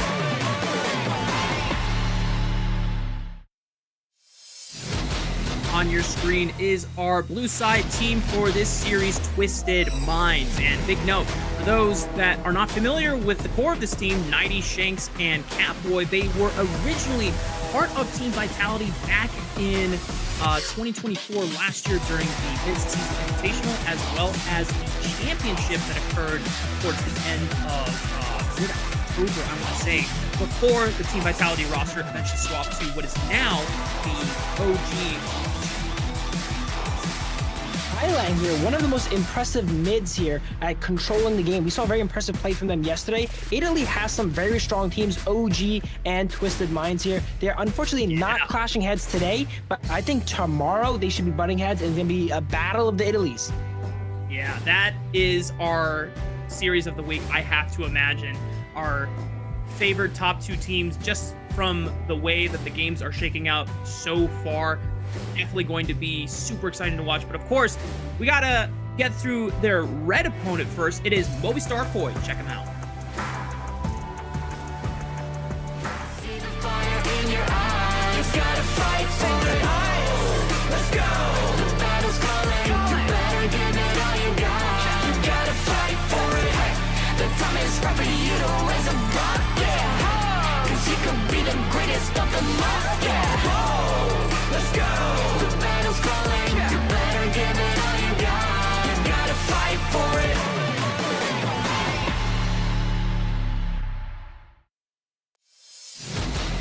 Movistar Koi here, our Canadian representatives, the Rising Phoenix. A bunch of new bloods on this team here. Pretty new to the game, but they're strong players as they have climbed to very high ranks in the ladder. That prior graphic was actually, I don't want to say incorrect, but a little bit dated, as we see Moji here in the Clash lane. Ever since the second day, he has swapped over, and we have a new mid laner here, Kenta. Yeah, there's sub Kentao coming into the mid lane, and it caused a little bit of a roster shovel where Goose, formerly the Clash lane, now in the support role, whereas Muaji, as you called out, mid lane, now in the Clash lane. This is where Movistar Koi best believes their chances are going to remain at their peak for the remainder of the tournament. It's up to them now to execute with this lineup, and for what it's worth, they were at least able to get a game win off of Virtus.pro in the first series we saw on day 2. Unfortunately, as close as it was, Yumus, it was such a back and forth series. And unfortunately for Movistar Koi, they were just not able to close it out. Virtus.pro eventually becoming the victors in that series. And now Movistar Koi, we know that this is a team that is relatively new to esports, and according to what we've gotten some information on this team, they all just were able to qualify through the NA Open circuit, right? The Open series, and these are all players that really high on the ranked ladder, able to make their way in that way. But this is relatively their first foray into esports, and they're getting a taste of how tough it can be. Yeah, Movistar Koi, don't let those 0 set wins here fool you guys. They are very tenacious in game. One of the best team fighting teams we've seen so far yet. Their macro might not be the strongest, but if they can force you guys to take a fight with them, that's how I see them succeeding. On the other side, Twisted Minds, we have just been able to see how successful this team has been. Maybe not as strong as OG in terms of macro, but definitely one of the runner-ups when it comes to total map lockdown and control. And I have to dedicate a lot of that to Clean, who has been one of our other super impressive junglers in this tournament so far. This guy, I think he's a former KGL player, which means I don't think it's the King's Pro League, which is the tier 1 scene in China, but I think KGL might be the developmental scene. So just coming up, being able to train with some of the best players over in that region, and now being able to strut his stuff. A fan of things like Jing, Luna, and Pei. Very assassin-minded and very aggressive, trying to follow in a lot of the early footsteps that Dowda was able to set, at least in the first couple of days. We're going to get a chance to see now what Twisted Minds are going to opt in for as we lock in for the first draft. Twisted Minds, you're going ahead and first banning out Agudo here. Oftentimes you will see the blue side first ban. I don't want to call it a nothing ban, but they usually ban something a little bit lower tier just to open up a lot of those power picks still for them to go ahead and first pick off. Second ban, Dharma, pretty standard here, as we see Movistar Koi likely to ban the Arlie and Mai. No, actually, Mai is open and immediately gets picked away for Twisted Minds. They instantly recognize that. Okay, well, I'm consulting my data chart here, and even though it hasn't been updated yet after the first series we saw today, Mai Shiranui is definitely one of the heroes that has one of the higher draft presence rates, but it's only been played so far 3 times the entire tournament. And so the sample size is small, but it's only won once out of those 3 times. So not the best showing when it actually gets through on the draft phase, but still, people fear it for a reason. I have to assume giving over the Mai here is intentional from the side of MKoi. It's such a known second pick ban here, so MKoi might have a strategy in mind to go ahead and deal with it. But Hailang, seeing that the Mai was open, immediately snaps it up. It almost felt like Mai was picked before the ban even went through. I saw it hovered so quickly. Yeah, and with MKoi going immediately for the Dune, Twisted Minds, I mean, maybe I'm incorrect here saying this, but if you see Dune, more than likely that should be going in the jungle role. I have seen it flex in Clash Lane a couple times, but more than likely that means there's no Musashi coming in, which has been the staple counter pick to Oghren. Dune does pack a decent amount of CC, but I don't think it's quite nearly the same amount of lockdown, and so Twisted Minds feel comfortable enough to lock in those 2 scaling picks in both the Long and the Ogre. From the stars, one learns about the Dune world. recently just got his jungle power nerfed a bit, but teams are still playing it predominantly in the jungle. Twisted Minds composition is, if you take like a fantasy league and pick all the most expensive players here, they have Mai, Long, Oghren. I cannot believe they were able to get away with such an amazing draft. Dang, so if we were like in Ultimate Battle, this is essentially what Twisted Minds would have picked up anyway. Z-Dog, man. Well, MKoy, I hope you know what you're doing, because the way that Yumas is explaining to me right now, it seems like they are goading Twisted Minds into getting the best picks that you can lock for yourself on the Gorge. Now, we're in the second round of bans. You know, so far they finished off their first 3 picks with the Lady Sun, and they have the Dahlia, so that Celestial Melody will at least be able to give yourself 2 casts of any ultimate that she chooses to link herself with or contract herself with. So far, the bans, the Diadea being taken off the board, so is Liang, and Twisted Minds answering with the Princess Frost and Lady Zhen, both mid laners for Kentao. Twisted Minds removing a lot of these AoE mage mid laners that could give a bit of trouble to the Argrin and the Mai in the mid to late game, as they are melees, so they're forced to walk through those high area control ultimates. As we see Yizing locked in for MKoy, that's like probably the 3rd on the totem right there, outside of Princess Frost and Lady Zhen. So MKoy snags up the final one that can give them a bit of trouble here, as we see Motsu potentially being locked in for Twisted Minds. Oh, and do we get the lock-in for Guan Yu for 90? That'd be pretty fire. However, one thing I've learned about draft phases in multiple titles here, Yumus, you can never get too comfortable with what they're hovering, because they might try to be funny before they actually lock in their hero of choice. And no Motsu, it's going to be the Sakir, a hero that we've only seen a couple times so far this tournament.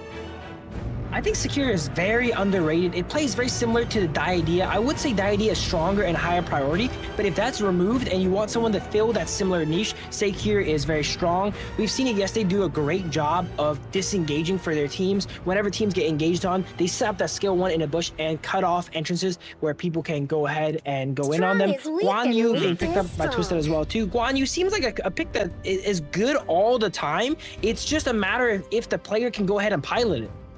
Ah, so execution is the barrier. And for MKoy, their final pick of the draft, waiting to see what Nighty's choice was as a blind, and they're gonna go ahead and lock in the Mayin, a hero that we've seen a few times this tournament. In terms of win rate so far, I'm not gonna lie, not the greatest. Out of 8 games total so far, a 37.50% win rate so far, but that is the choice that MKoy are going to put faith in. As we now look at both of these compositions side by side, Yumus, you know, what are you seeing the patterns for? What are we going to expect about both of these teams, and where at what point do both of these compositions really hit their power strike? I really like the Mayin pick, because that's one of those high damage clash laners that can get a lot of damage out on melees, and Twisted Mind side actually does have a melee as their mid laner, so we're going to see some AoE shred down the Mai here. The damage and the scaling is probably on the side of Twisted here, as they have all these tier 0 picks that all work really well off each other and scaling. It's a matter of if MKoy can go ahead and control the early game and not allow them to get ahead.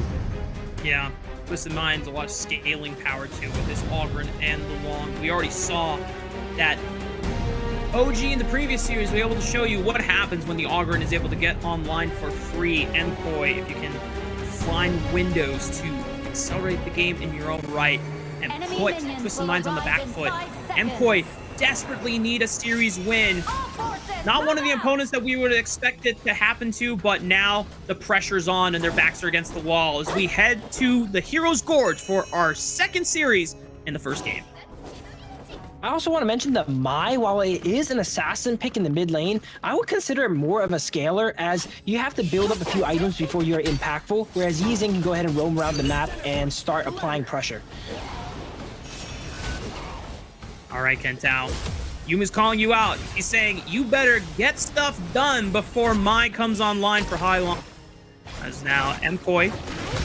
Oh, they found Clean invading onto the bot side. I think he yoinked away the blue buff right in, not necessarily Demon Cat's face since he was on the top side, but being able to steal this buff away. I mean, this is just the slippery and annoying, frustrating thing about Ogre when you're playing against this hero. He comes into your jungle, he's able to just glide over the wall thanks to that first skill, and if you don't have enough bodies, you don't have enough CC to stop him, he just has to do it for free.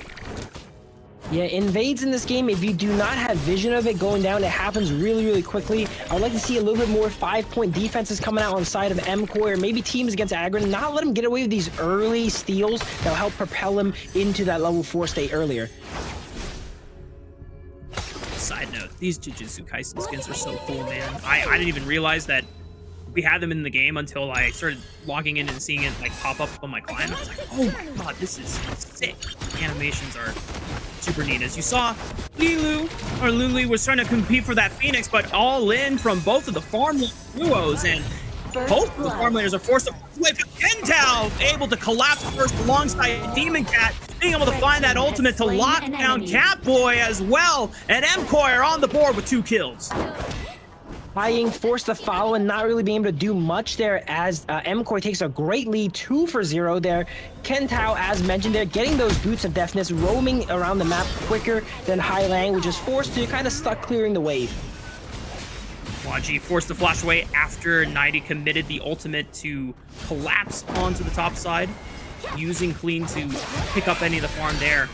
But as you called out, it was just great trading from MKOI's farm lane, engaging and making it super volatile. And because Kentao and Demon Cat were the first ones to collapse there, they're able to benefit off of it. Now, Twisted Minds, still not completely out of the game. It's just the first 2 kills, and the gold lead is just only a few hundred, so nothing to run away with the lead for. However, Mylon getting very aggressive on the Goose. That's the issue of my early. As you see there, Hailang landed all of his abilities, but he just doesn't have enough damage to go ahead and secure a kill, even on Goose, which is the roamer here. Interesting though about Goose, he actually took Purify, not the usual option you would probably see on Dole here, but valuing that cleanse to maybe get away from the skill 1 from Saker to not get cheesed and caught out on a rotation, potentially later on purifying a My Shiro combo. Yeah, it'd be really nice, because if you can remain not crowd controlled in a fight, you'll be able to pop that Celestial Melody and give your team a second cast of whatever ultimate that you really want from this squad. We're about 30 seconds away from Overlord and Tyrant spawning on the Gorge here. We know that so far most teams have not really gone for the Overlord so far super early on into the game. It's usually more the Tyrant, but it's not necessarily like on spawn they go for the objective. It only happens when they have full control of that bottom side jungle. Overlord not too beneficial here, just goes ahead and swaps your minions for a dragon. Early game doesn't really do much. If anything, it gives the enemy team better information of how your waves are moving around. Whereas that Shadow, whereas that Tyrant goes ahead and gives you that wave clear, that electric effect on hit is definitely way better in the early game. Infinite Vastness forced by Shanks just to avoid the danger. Here comes Hailong trying to collapse in, but the world is my board.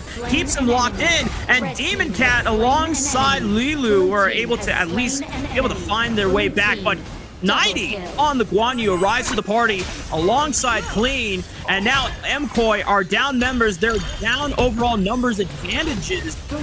They're still trying to fight it out, and Demon Cat does his very best to sustain through it all, but Clean ends up taking the execute. Twisted Mind goes ahead and gets their way back into the game here. And at first, it looked like a 2-for-2, but anything that is a fair trade is actually good for Twisted Mind. They have the scale and composition. They could even take losing trades, and it would probably be good for them because it slows and draws out the game. So if I was MKOI, I'd be a little bit worried now as Twisted gets the gold lead. Yeah, it was such a big fight. Multiple flashes were expended on both sides here. Now, Clean trying to sneak this Tyrant before any members from MKOI can get in, but because most of the flashes are gone from MKOI as well, they don't feel confident to be able to step up. So that first objective going over to the hands of Twisted Mind.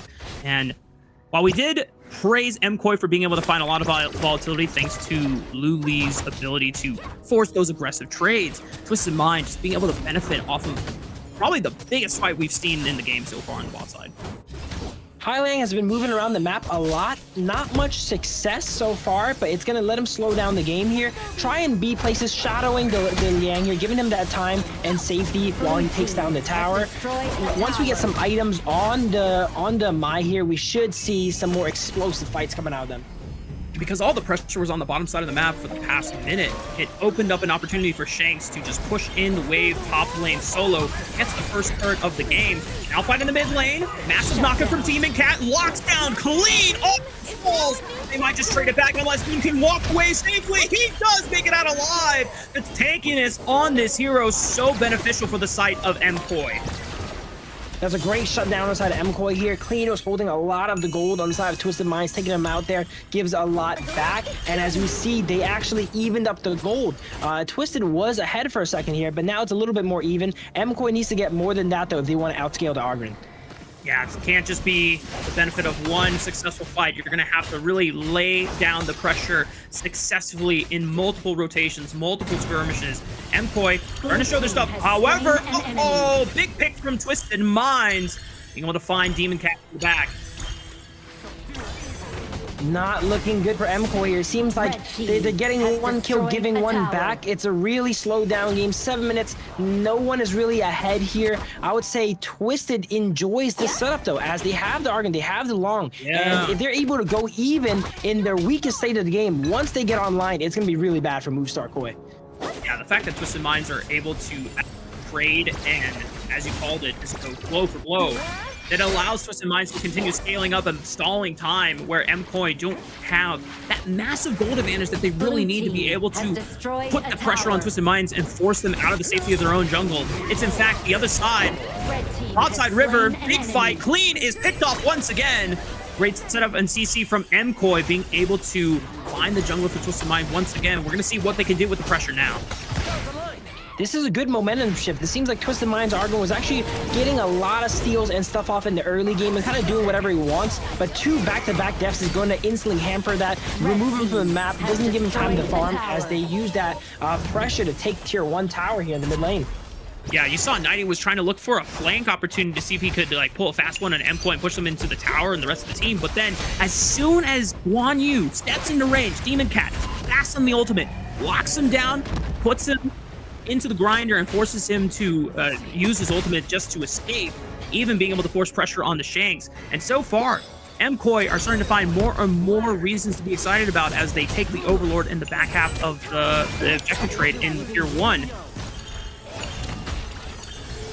If I was Clean, I would have to be real careful because it seems like every single time MKOI goes in and spots him, they all is all foots on the gas as they charge him down, sets up boards on him, everything. Yeah, Demon Cat so reliably tanky on the Dune here.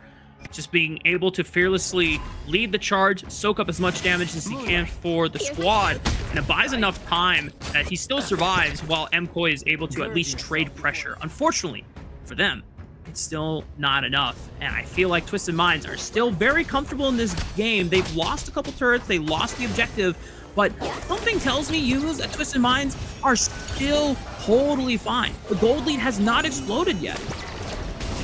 I think they are fine. While I do think Twisted Minds outscales them here, I think Kentao's pick of the Yizing here is going to be really important going into the late game. He's one of the highest range characters, and there's not much range on the side of Twisted Minds. So if they do a good job of protecting him and he's able to lay out these abilities, which late game should apply anti-heal and burn and do a ton of damage, it could churn fights even though their competition is relatively lower ceiling compared to Twisted Minds.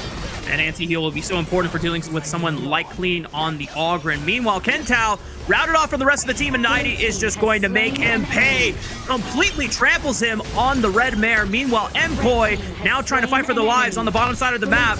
Catboy falls to Demon Cat, but Muaji is traded thanks to Shanks on the long. Finds the double kill onto Luli, and now Twisted Minds able to take an aggressive and advantageous fight in their own right. Twisted Minds suddenly jump ahead. Muaji, usually known for getting ahead in these 1v1s and such, seems like he cannot get a foothold this game in the Mayin. Not much is happening. He was even behind the Guan Yu, which is a character that's historically a little bit weaker than Mayin early. So he can't really get anything done this game, it feels like, unfortunately.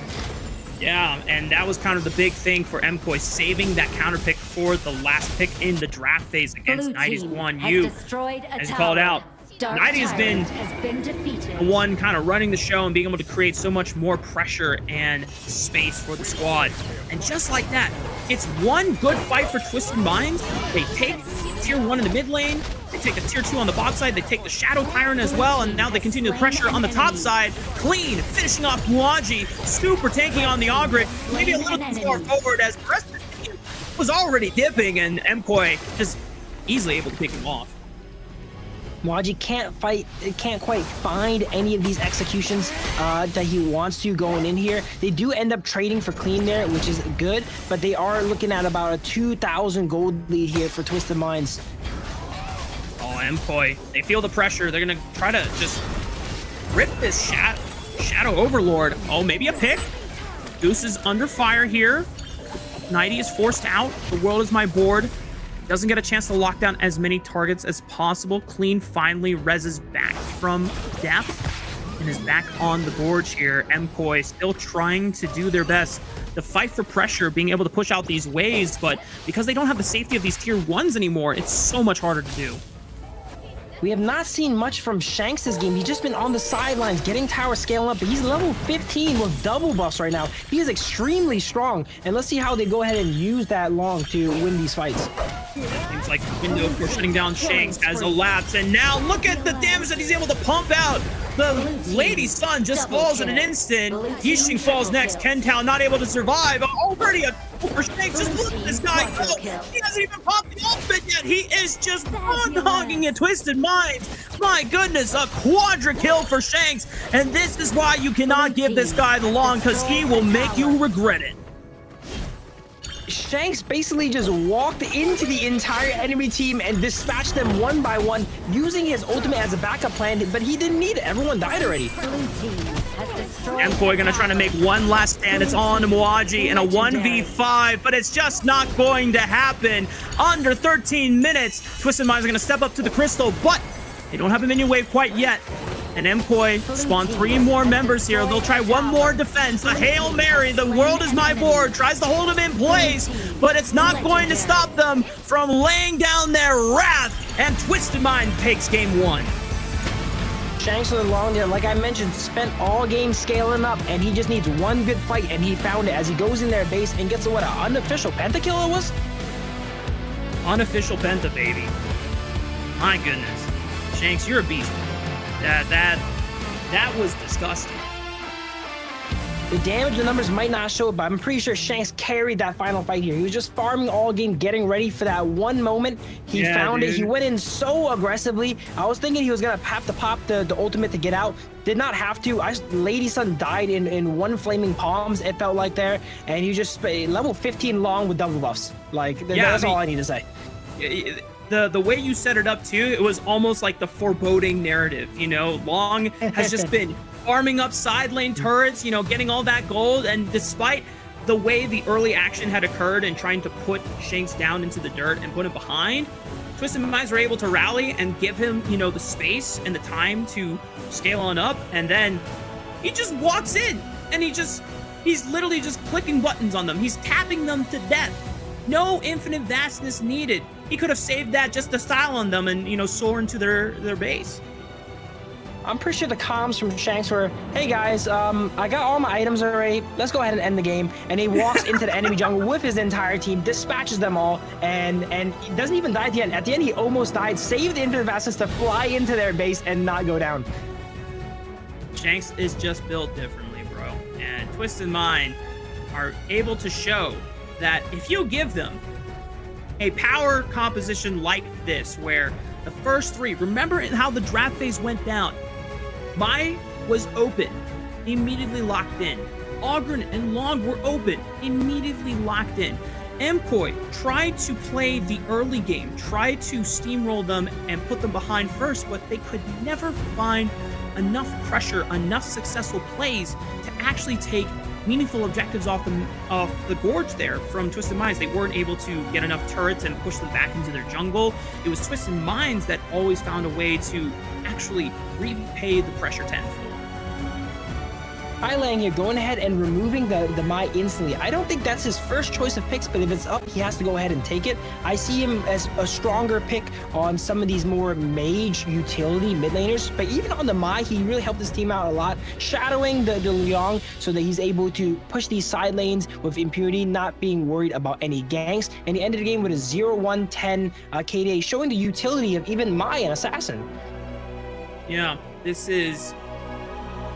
Yeah, I can see why this hero gets banned a lot now.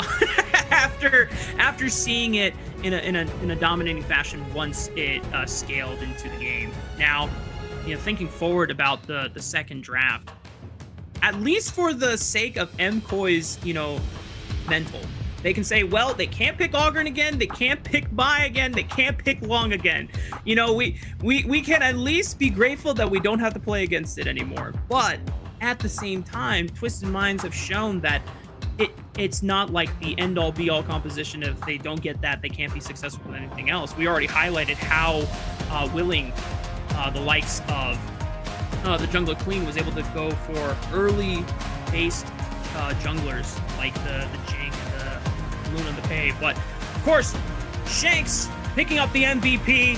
Pretty hard not to give it to him after he just finished the game off by himself, literally walking in and just tapping the enemies to death.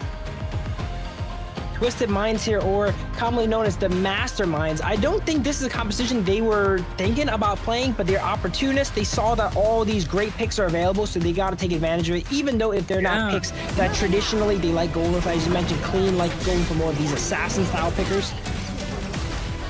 And like we said before, the way the early game rolled out, it was MKOI getting the jump on Shanks and Catboy early on. It was them using Demon Cat and Kentao's pressure to rotate early, collapse fast, and put Shanks and Catboy behind. But still, Twisted Minds able to find a way to stall the game out long enough and find windows where Shanks is able to farm on the side lane safely away from all the action and only contributing when it was safe for him to do so. In the mid game, we see MKOI actually doing a great job of catching out Clean, taking him out multiple times over and over, maybe showing a little bit of an inexperience on the Agron for Clean as well here too. But this is a team game though. While they were busy catching out Clean, Shanks on Long was sizing up his goal, taking these towers, and Mai was scaling up, and ultimately comes down to this finish here. Look at the rate. Long's in melee range of the enemy team here, it looks like. Bro. That is crazy. Poor Demon Cat. Tanky on the Dune, but if you got no more damage dealers behind you, then, what's the point of being a big bulky tank? You can't absorb damage if you're not getting a chance to deal damage back at that point. And I can at least see that MKOI has the means of being a strong team fighting team, the way they were able to coordinate fast picks onto, certain members, mostly Clean, as you called out. Unfortunately for them, it did come down to a lot of the map play that they were not able to stop Twisted Minds from scaling. But of course, that is the end of game one. We're going to take a short break. When we come back, it'll be time for game number 2 on your screen.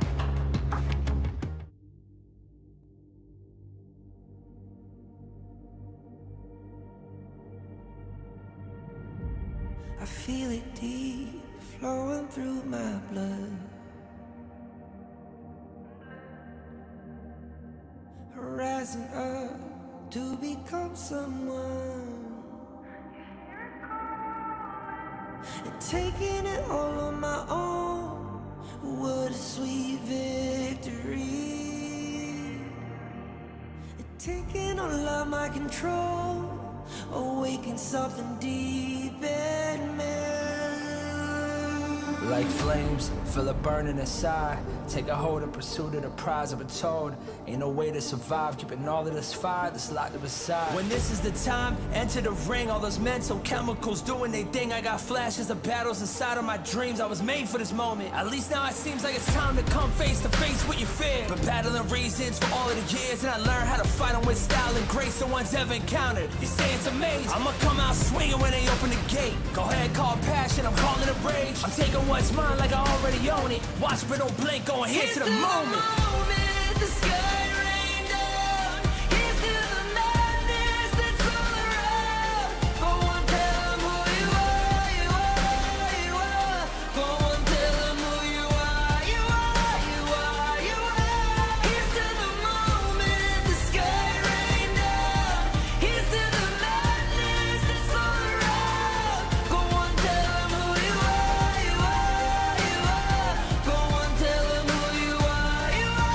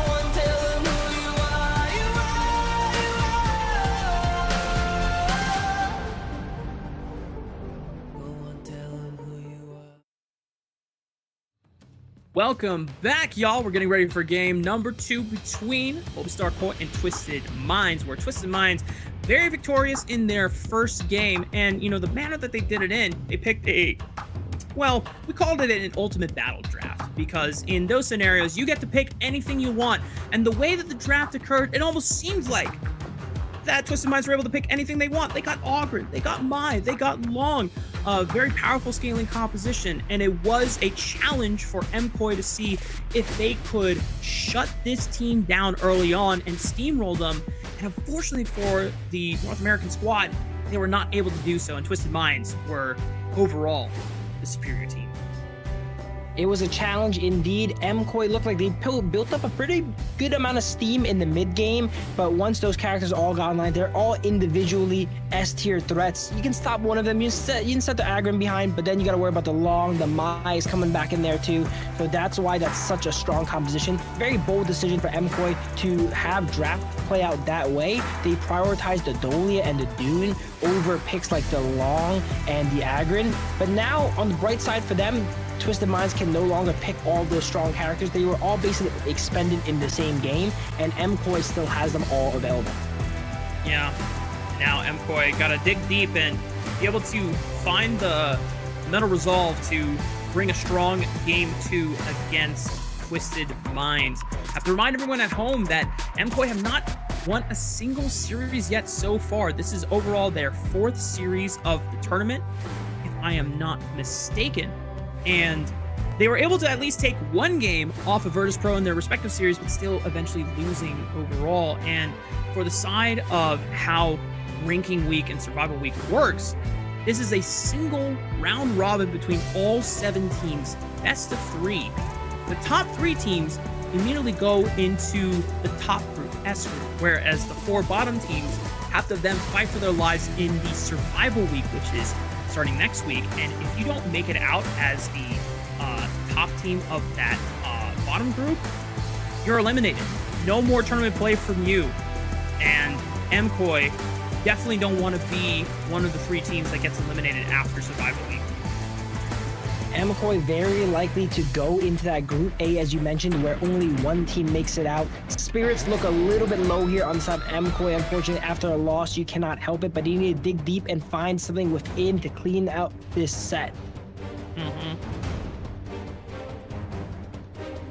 Deep breaths for the side of MKOI, whereas for Twisted Minds, business as usual.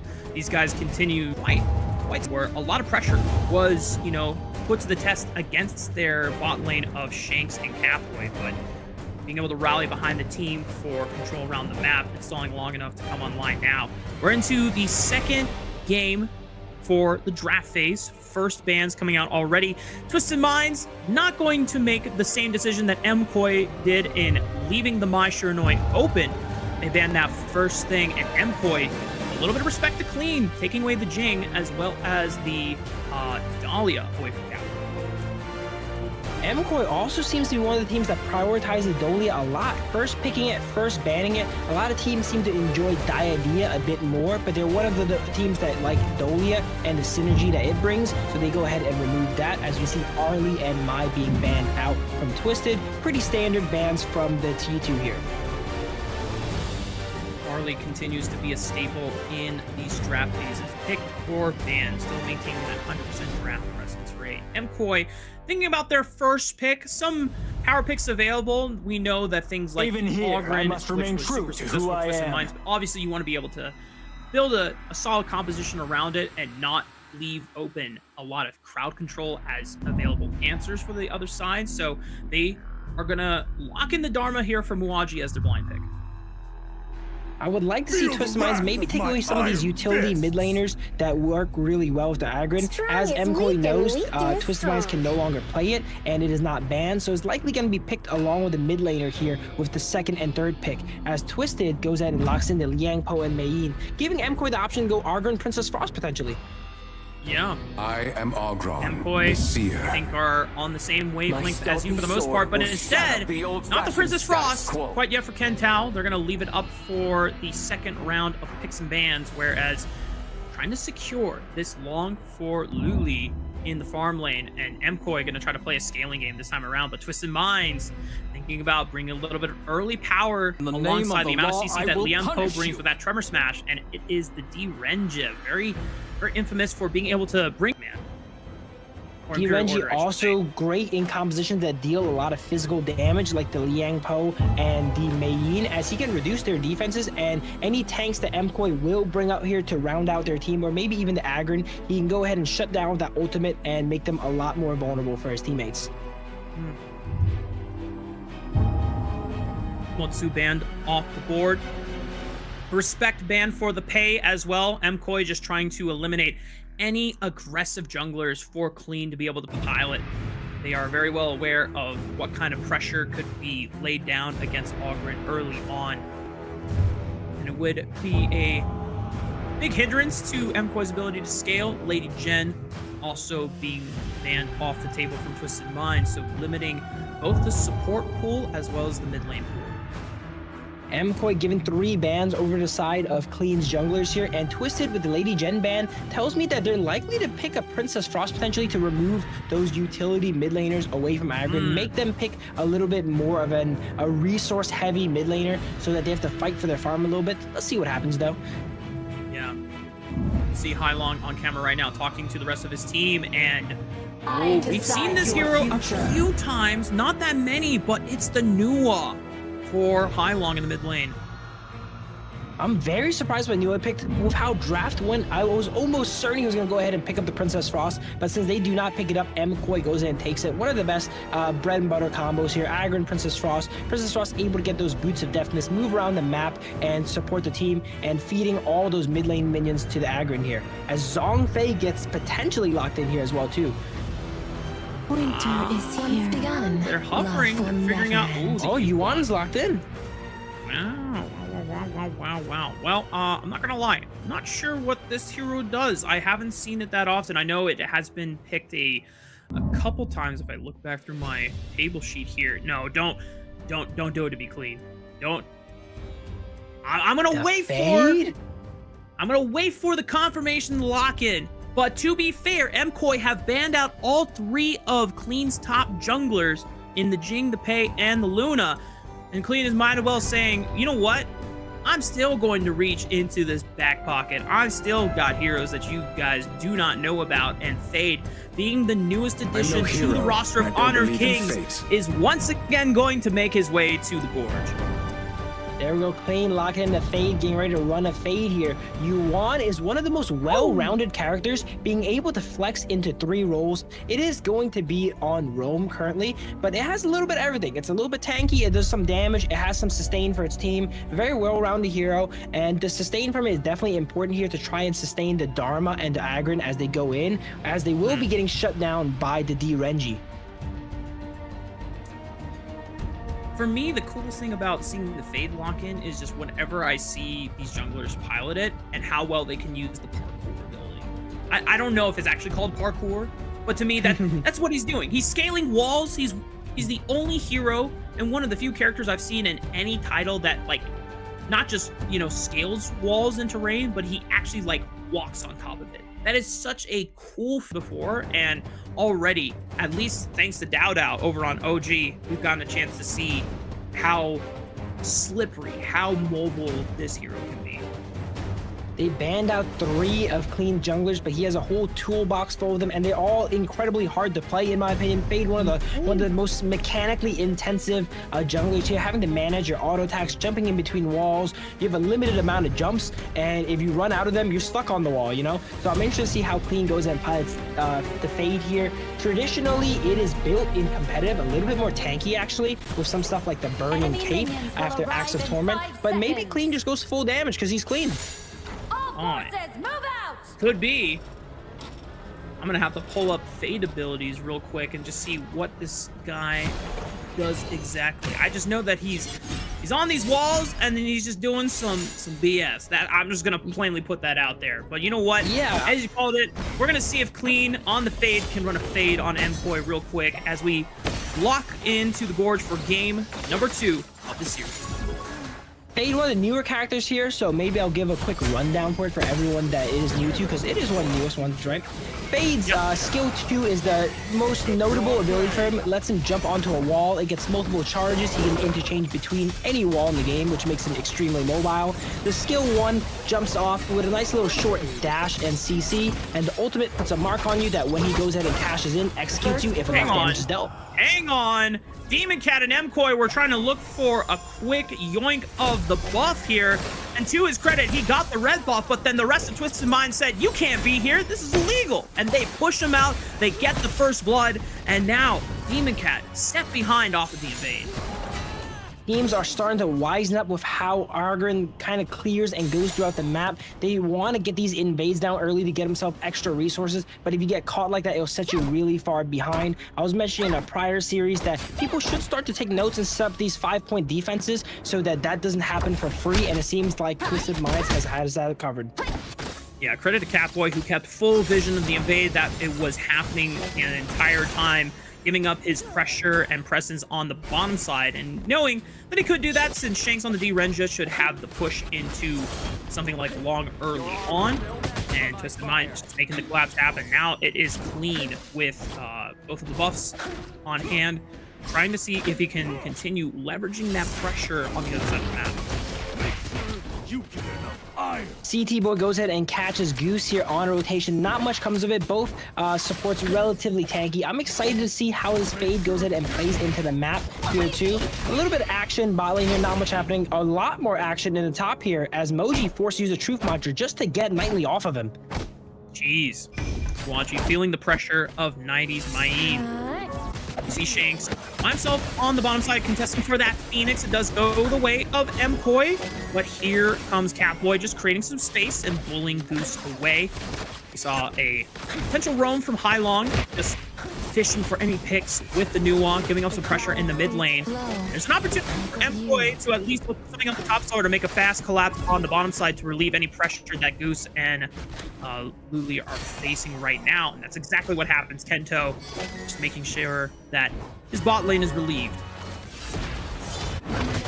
Nyangpo kind of caught by 3 people. Does he have the skills to go over the wall? He does, so it takes a lot of damage, but goes in and gets out. But if you remember last game, Miyagi actually played the Mayin, and it didn't really work out. So Nightly might be saying, here, let me go ahead and pick the Mayin and show you how to play it. Oh, ooh. A little bit of, you know, subtle trash talk in that way. I know we definitely saw some when we saw the Pei Ogren swap-a-roo between one of the series yesterday. Meanwhile, Shanks under fire. Super low to falling, but thankfully Catboy is able to create enough space thanks to the CC in Liam Poe's kit. Gives Shanks a chance to both these supports are a little bit more level 4 focused, as their level 1s, 3 are not as strong. So once these ultimates come out, we're going to see a lot more action going on. Yeah.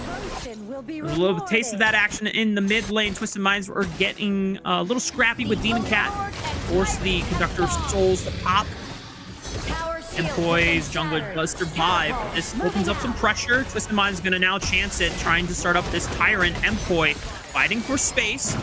Catboy creates some pressure, forced to flash away immediately as he had overextended himself a little too far, and now it's Mkoi trying to burn down this Tyrant, and they will secure it for themselves. Twisted seems like they were baiting the Tyrant there, but they may have bit off more than they can chew as Mkoi comes in with full force and goes in and secures it right in front of them. Yeah, you saw Muaji ready to commit that full roam on the bottom side. And because 90 was committed to the tower, they give the Tyrant as a response. Does not open up the tier 1 quite yet, but it's super low. You saw in the picture-in-picture camera there. Looked like 90 was almost super close. Meanwhile, bot side, yeah, Luli's going to force the pop. The flash, as well as the infinite vastness, does escape danger and denies another kill over to Twisted Minds. It seems like the longer Nightly's left with Maji here, the Mayin is going to be bullying the Dharma as we see some fights go on in the top lane. That tower is on 1 HP. It might go down here any second now. Mayin actually ends up taking a tower and getting a teleport into the mid lane. Oh, shoot. Mkoi trying to at least equalize the pressure on all sides of the map, but at some point, Twisted Mind find a window where they can break it, and what a cool hero, man. Clean just being able to pole vault from one wall to another, put some pressure down, throw down some jade daggers, and then just parkour right on back to the safety of his own tower. Meanwhile, coming in here, Truth Mantra comes out and catches Nightly and gives over the kill to Demon Cat there. Fade is an extremely strong character when it comes to these compositions that don't have much targeted abilities. Only really Luli on the Liang can get him later, on the Long can get him later on. In the mid game, while he's not joining fights, is really hard to catch him. Right.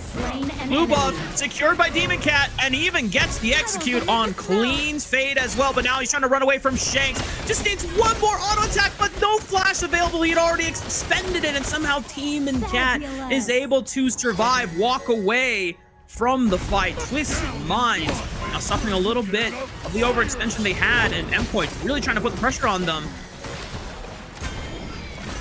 Yeah, Fade's super hard to catch, but as you can see here, Long actually joined that fight. All these auto attacks cannot be dodged. Doesn't matter what wall you're on, the Flaming Palms will hunt you down, and he did get hunted down there. And Demon Cat also happened to have the passive on him and got him executed.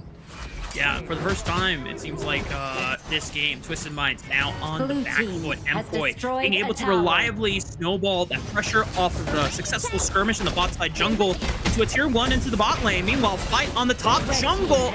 Oh, Demon Cat was just trying to farm some wolves, man, but he can't even get a piece of that pie as the rest of Twisted Minds make him eat a knuckle sandwich for lunch there, as the rest of Mpoy now trying to continue the pressure and fighting back for control of this topside quadrant in the jungle. But Twisted Minds still pushing the line here.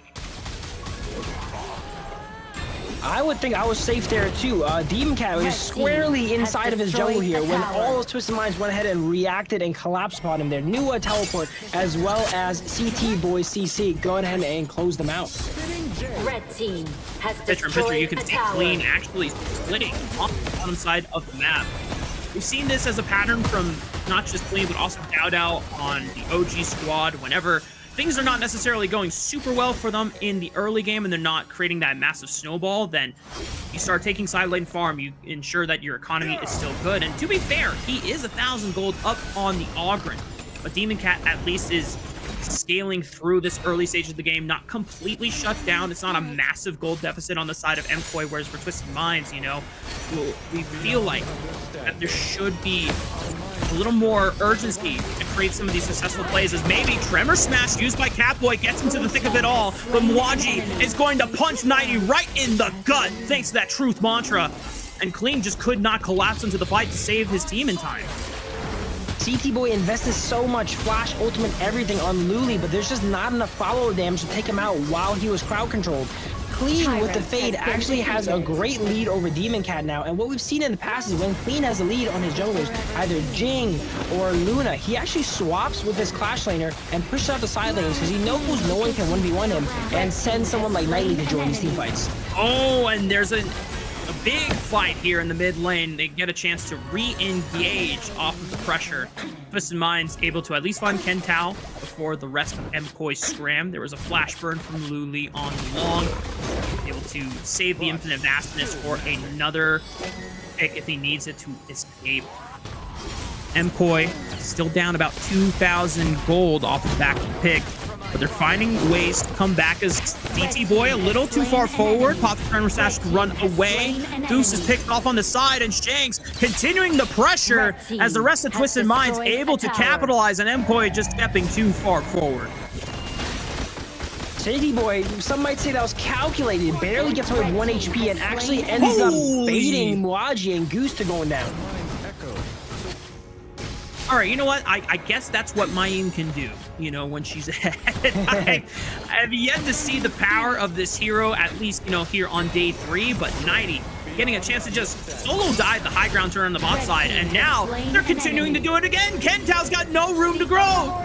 He was between 2 towers, Yumus, and yet he was still not safe. It looks like Luli also was not aware of what Nightly could do in the Mayin, as he couldn't even get out of there with a flash or ultimate. Potentially his ultimate was down, I'm not sure. He just died so quickly there when Mayin's combination latched on him. As both teams are going for an objective trade here. They're doing both objectives. They have half of their squad doing the Overlord, and at least Twisted Minds were trying to finish off the Tyrant at the same time. but it didn't look like they had enough damage nor enough confidence to solo it with smaller numbers compared on the bottom side. So they're just gonna be content with the fact that they got the Shadow Overlord picked up here. They're gonna have the Vanguards pouring in for extra map pressure, and maybe the next successful fight Twisted Minds can look for the Shadow Tyrant.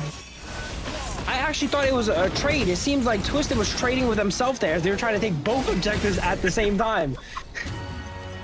I mean, that's just the kind of map state we're in. It's only 3,000 gold, and yet off of that one big fight in the dive in between the two towers in the mid lane, Twisted Minds were ready to ball and see how much they could push their limits there. A lot of space being created by Hanlong on the Nuwa, just creating space for Twisted Minds and ensuring that MKOI do not feel safe to walk up past just the outer ring of their base. Mwaji has not had the best series so far, but he's on Dharma, one of those picks that can make or break the game in an instant. Even though they're down 4,000 gold, all it takes is one good game-changing truth launcher to turn that on its head. Yeah, good by Twisted Minds, putting pressure in the mid and bot lane with the Shadow Vanguard spawning on the top side to maintain equal pressure on every side of the map. This high ground turret is just about to fall in the Clash lane. Meanwhile, MKOI just doing the best they can to soak up any resources that is given to them, but they don't have access to the jungle camps anymore. Twisted Minds are pretty much setting up camps for themselves in there. They have full control of the outer reaches of the base, and now the Shadow Vanguard is just punching through the health bar of Demon Cat as they pretty much give most of their health bars just to stave it off from being able to take the high ground tower. The map is basically being completely controlled by Twisted here, as if 6 towers to the 1 on the side of MKOI. We've seen MKOI in this situation before. They're still able to win fights in this situation, as long as they can maintain these high ground towers. Once they lose them, though, we have seen MKOI usually struggle to fight outside of their base. So they need to do whatever's possible to maintain these high ground towers so they have a chance to win. Yeah.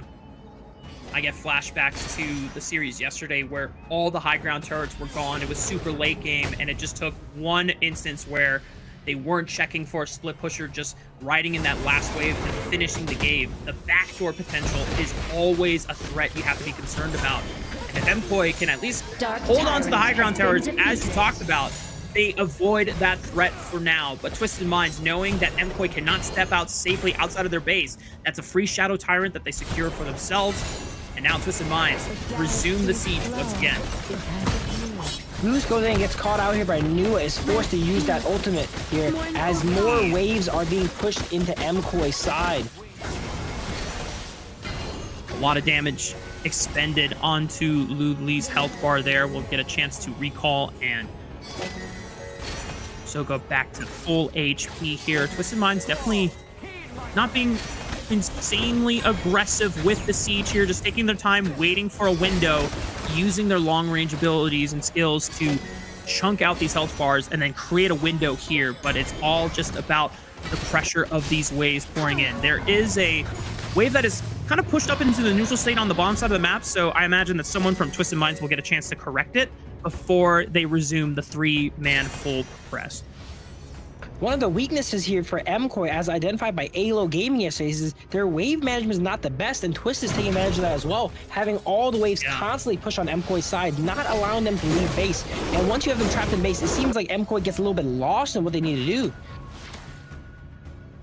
Yeah, you see all 5 of them committed to just making sure that they're all safe in correcting and catching the wave on the bottom side of the map, but this opens up the top side completely free for Twisted Minds to just take the next spawn of this Overlord. And once again, they're going to get access to Vanguards pushing into all 3 lanes. They'll have a Shadow Vanguard as well to create even more pressure. And MKOI, they are just praying. They are holding on for dear life, just trying to continue to soak up resources whenever they can get them and hope that the fight that they take is as advantageous for them as possible. This next fight is likely to decide the game here, as no matter what happens, MKOI is likely to lose some high ground towers. If they don't clean wipe Twisted here and trade back some objectives for those towers here, they are permanent and they will slowly get choked out even more, as they're now down almost 7,000 gold. MKOI, last stand, backs against the wall. Can they pull it off? already. They found one pick on the high long. It's looking good for MKOI. 5 versus 4 on the board right now. They're going to continue the pressure as the front line goes in, tries to occupy space, but immediately Demon Cat is neck, and just like that, the first high ground tower falls. Boy jumped on by Muaji, but cannot find a killing blow. The rest of Twisted Minds, yes, they lost their mid laner, but they're able to trade back too, and now they're the ones with the numbers advantage, and they still have the Vanguards pushing in on all 3 lanes. They continue the siege, they continue the pressure, and just like that, as you foreboded, Yumus, their high ground towers are gone. The crystal is exposed. That should be all she wrote here, MKOI. Now they're in the same situation that they're in yesterday, where they've lost all their high ground towers. Twisted is actually playing for the end here, it looks like. They're not giving them a chance to draw out a 23-man game like Halo Gaming. They're ending it right now. 2-0 sweep for Twisted Minds. The flash tremor smash from Liempo on the last push by CT Boy just creates the space, as you called it out. They were not concerned with buffing up their KDAs. They were just ready to clean the series out and finish the game. And just like that, Twisted Mind add another dub to their overall series score, and MKOI continue to fall down the ladder. Unfortunately for MKOI, they cannot secure a win here. What I've noticed between the games I've seen of them, they over-invest a little bit too much on the defense. And while that's a good job of making sure everyone stays alive for these wave clears, it also makes it you're not getting on the map, you're not pushing the waves out. You're constantly stuck in this cycle of clearing out your base and letting the enemy team take free reign over your jungle, over these objectives, and these hammers that are shadow overlords constantly flying into your base, and one hammer too late and then you lose.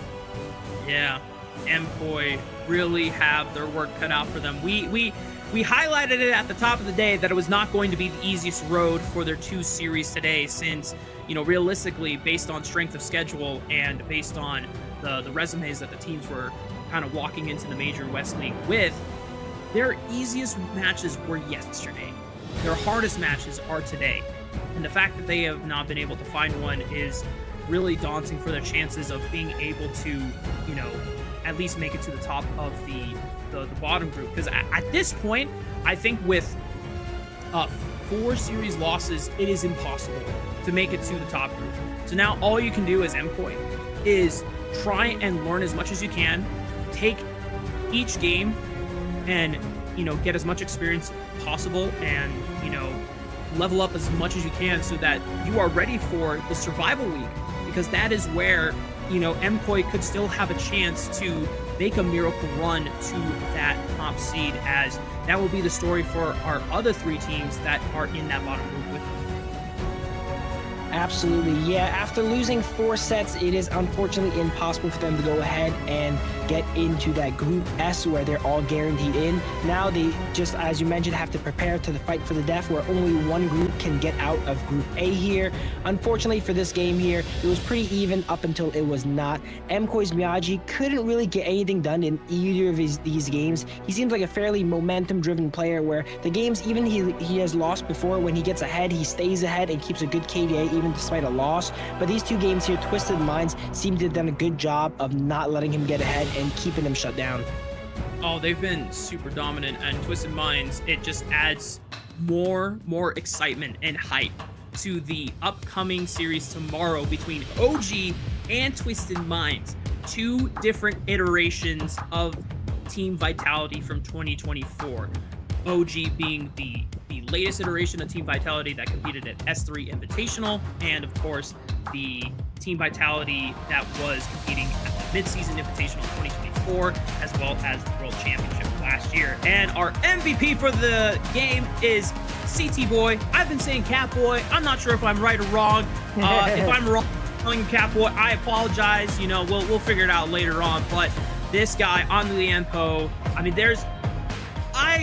I don't play roam, but if I would play support, I would lock in Liempo, because it looks like this guy is just so damn reliable at being able to find engages, find windows and picks, and even if your team is in a bad spot, you can at least create space with the amount of CC and knockups this guy has in his kit. City Boy with a beautiful 007 KDA coming out, and that's probably the highest damage taken number I've seen yet. 40% damage taken of him, doing his job as the tank and not going down either. And it all started in the early game, just being able to get so much value on this Lampo. I'm surprised he actually never had a death this entire game. I swear I saw CT Boy in danger of dying multiple times in fight. Like right here! The fact that he's able to make it out alive, he knows his limits, he knows how far he can push a fight on this hero before he has to bail. But every health that he is able to expend without dying is so valuable because it is just more time for the rest of your team to execute their game plan, the way that they're fighting out their sides of the skirmish as well. So CT Boy, that is a support that you want to look up to. If you're climbing in solo queue and you're trying to figure out how can I get better as a roamer, look at this guy's VODs. Look at CT Boy, man, the way he's able to pilot this Lampo. Yeah, no deaths, and he's going headfirst into the action every single time, taking 40% of team damage. As I've mentioned, probably a record here on the broadcast in the West League, and using all of his health effectively, burning all the enemy cooldowns, so when his team goes in, they have nothing left for them, and they clean it up and makes it an easy game. Yeah, stellar performance from CT Boy on Lampo. And shout out to Twisted Mind once again for knocking out another 2-0 for their overall series score. We're going to take a short break. When we come back, it is time for our third series of the day. Stay tuned.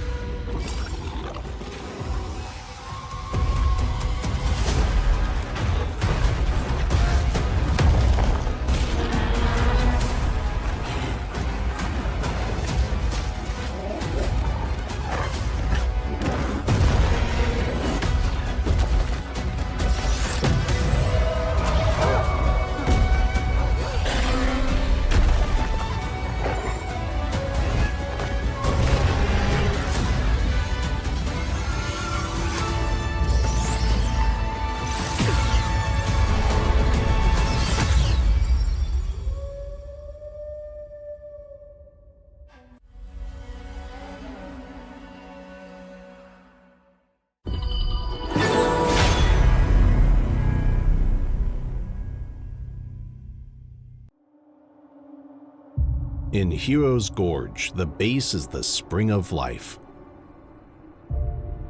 In the real world, every forest and plant is the Earth's spring of life. The base nourishes the gorge, just as Earth's ecosystems sustain all life. If the base is exhausted, heroes will lose their home. If ecosystems are destroyed, all life loses their habitat.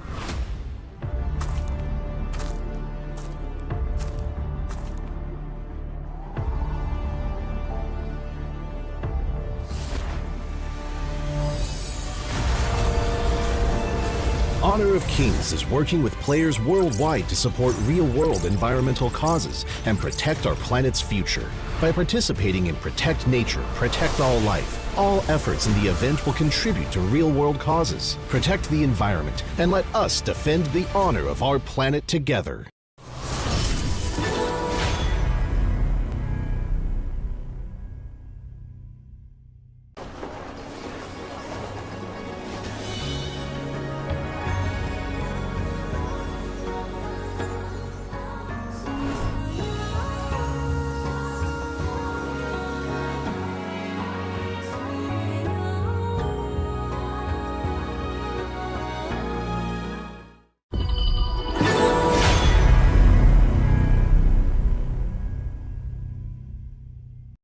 Excuse me.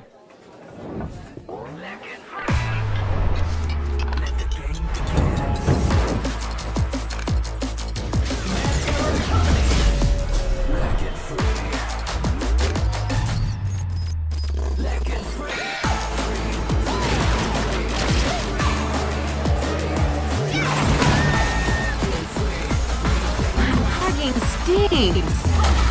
Victory! Yes, yeah. Another round. Sure, but how about a smoother phone next time?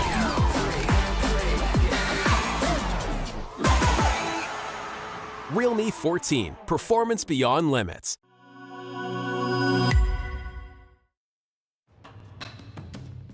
Welcome back, y'all. We're getting ready for our third series of the day between Next RÜYA, the representatives of Turkey, and Virtus.pro, the representatives of Kazakhstan. Now, both of these teams, Yumus, this might just be our most competitive series of the day. For sure, our first two matches were fairly one-sided, but now we see teams are a little bit closer here in the seeding. Next RÜYA and Virtus.pro.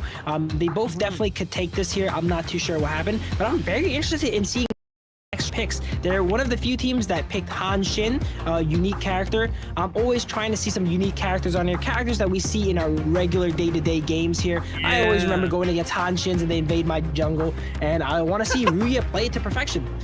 I sense a little bit of saltiness there. You know, you're not experiencing the fun part of the Han Shin matchup there, Yumus? What's going on? Not as much. Basically, he just invades my jungle and my team does not help me and flames me from it. Hopefully that does not happen to Virtus.pro. Hopefully it doesn't happen to anyone, actually. I do not wish that upon anyone, but I would like to see it happen today, though. Does the Yumus gang get on your case about that if you ever died at jungle invades? Jungle invades? I never died at jungle invades 1v1. But when the entire enemy team swings everyone into my red buff and hides in my bush, I get a little bit heated here, as most people should, okay? If you do not get heated about that, something is up with you. You know, I feel the same way. If, like, I see 3 people invading me when I'm just doing my blue buff, I quick pan over the entire map. It's like, where's my team? Where's my team? And if they're at least pushing lanes and getting damage on turrets, I'm like, okay, fine, whatever. You know, they gave up lane pressure and my laners might benefit. But I see this a lot. If I see my laners like backing off a minion wave and not pushing when their enemy lane is missing, I'm just like, what are we doing? Come on, guys. I'm getting invaded. I'm getting completely yoinked out of my jungle and we're not putting pressure on the map. You see that? Like, please. I can understand the frustration, but of course we gotta get ready for our third series. Our first team on the blue side, Next RÜYA. Check them out. See the fire in your eyes. You gotta fight for it. Let's go. The battle's calling. You better give it all you got. You gotta fight for it.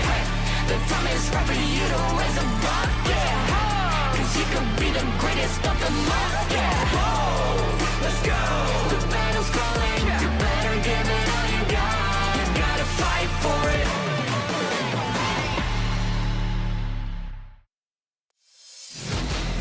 Now, the cool thing about this roster, the representatives of Turkey in Next RÜYA, is that they were actually in a qualifier that was the same qualifier to the Season 3 that was as Team Vitality, and eventually lost the spot to Team Vitality, and being able to overperform everyone else's expectations during that qualifier, which is what is kind of, you know, giving everyone a little bit of excitement about this roster, that these guys can be a potential dark horse and do some damage.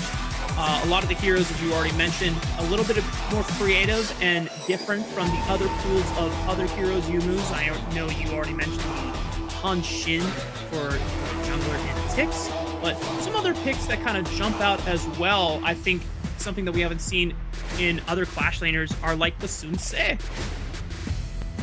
Yeah, next RÜYA, one of the teams that we've seen the least on broadcast here, so they're a bit of a wild card. We're not too sure of their playstyles yet, and I'm very interested to find out. We've seen them play one game yesterday versus one match versus OG, and in typical OG fashion, they did end that game very rapidly. But now we have a little bit more of an even set here, so I'm interested to see how a drawn-out game plays with them. Yeah, and I think they had another off-stream series against 9Z Globant where I think they did eventually drop the series, but it was 2-1. They made it at least somewhat competitive against the Argentinian squad, so they still have plenty of series to play out in the next couple of days. We'll definitely have to see how they're able to perform against their opponents on the red side in Virtus.pro. Get a chance to see their intro video when it is available. We're taking a look down on all the cameras here, checking out all the team members from the Turkey squad. Yeah, next RÜYA seems to be in great spirits here. All of them equipped with the real me's here and having a bit of banter before the game goes down. Looks like the staff is helping them finish up some technical difficulties potentially here as they get ready for the next game. Coach is there with the team sheet. Oh, that would be really helpful. I should print out one of those so I don't accidentally tell teams to pick something that's already banned or picked prior. For best of sevens, we're gonna need those. Oh yeah, I mean, you have to keep track of so many heroes, especially in a global pick ban system that we're in for this season. There's just so many heroes that can be taken off the board after a long grueling series that by the time you get to game 5 or game 6, there's like at least 30 heroes that you can no longer play. But for now, we're gonna take a look over at the other team on the red side in Virtus.pro.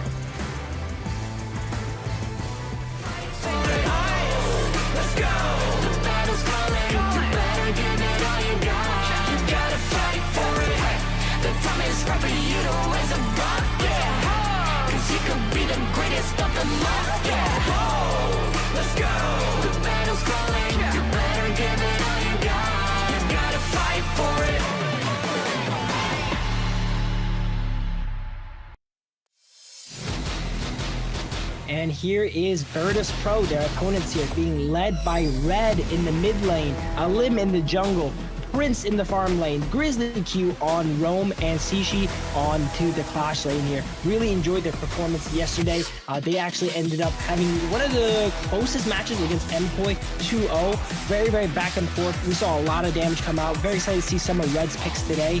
He played some Ganon Mo, he played some Shi, so very interested to see what he picks up for the Bears. Yeah, and some of the other heroes that this guy has not gotten a chance to lock in, but are some of his favorites.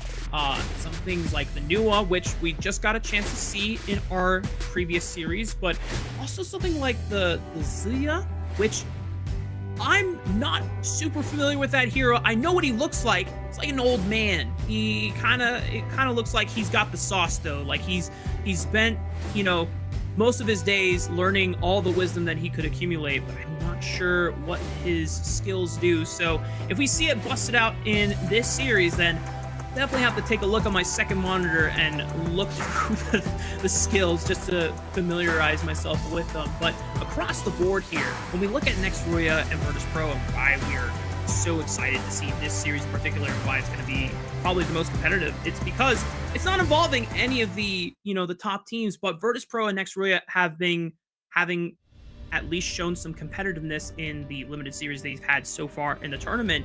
Either one of these teams could be trying to make a break point for that 4th slot, or not necessarily 4th slot, but maybe make a break for the 3rd slot in that top group against 9Z Globant.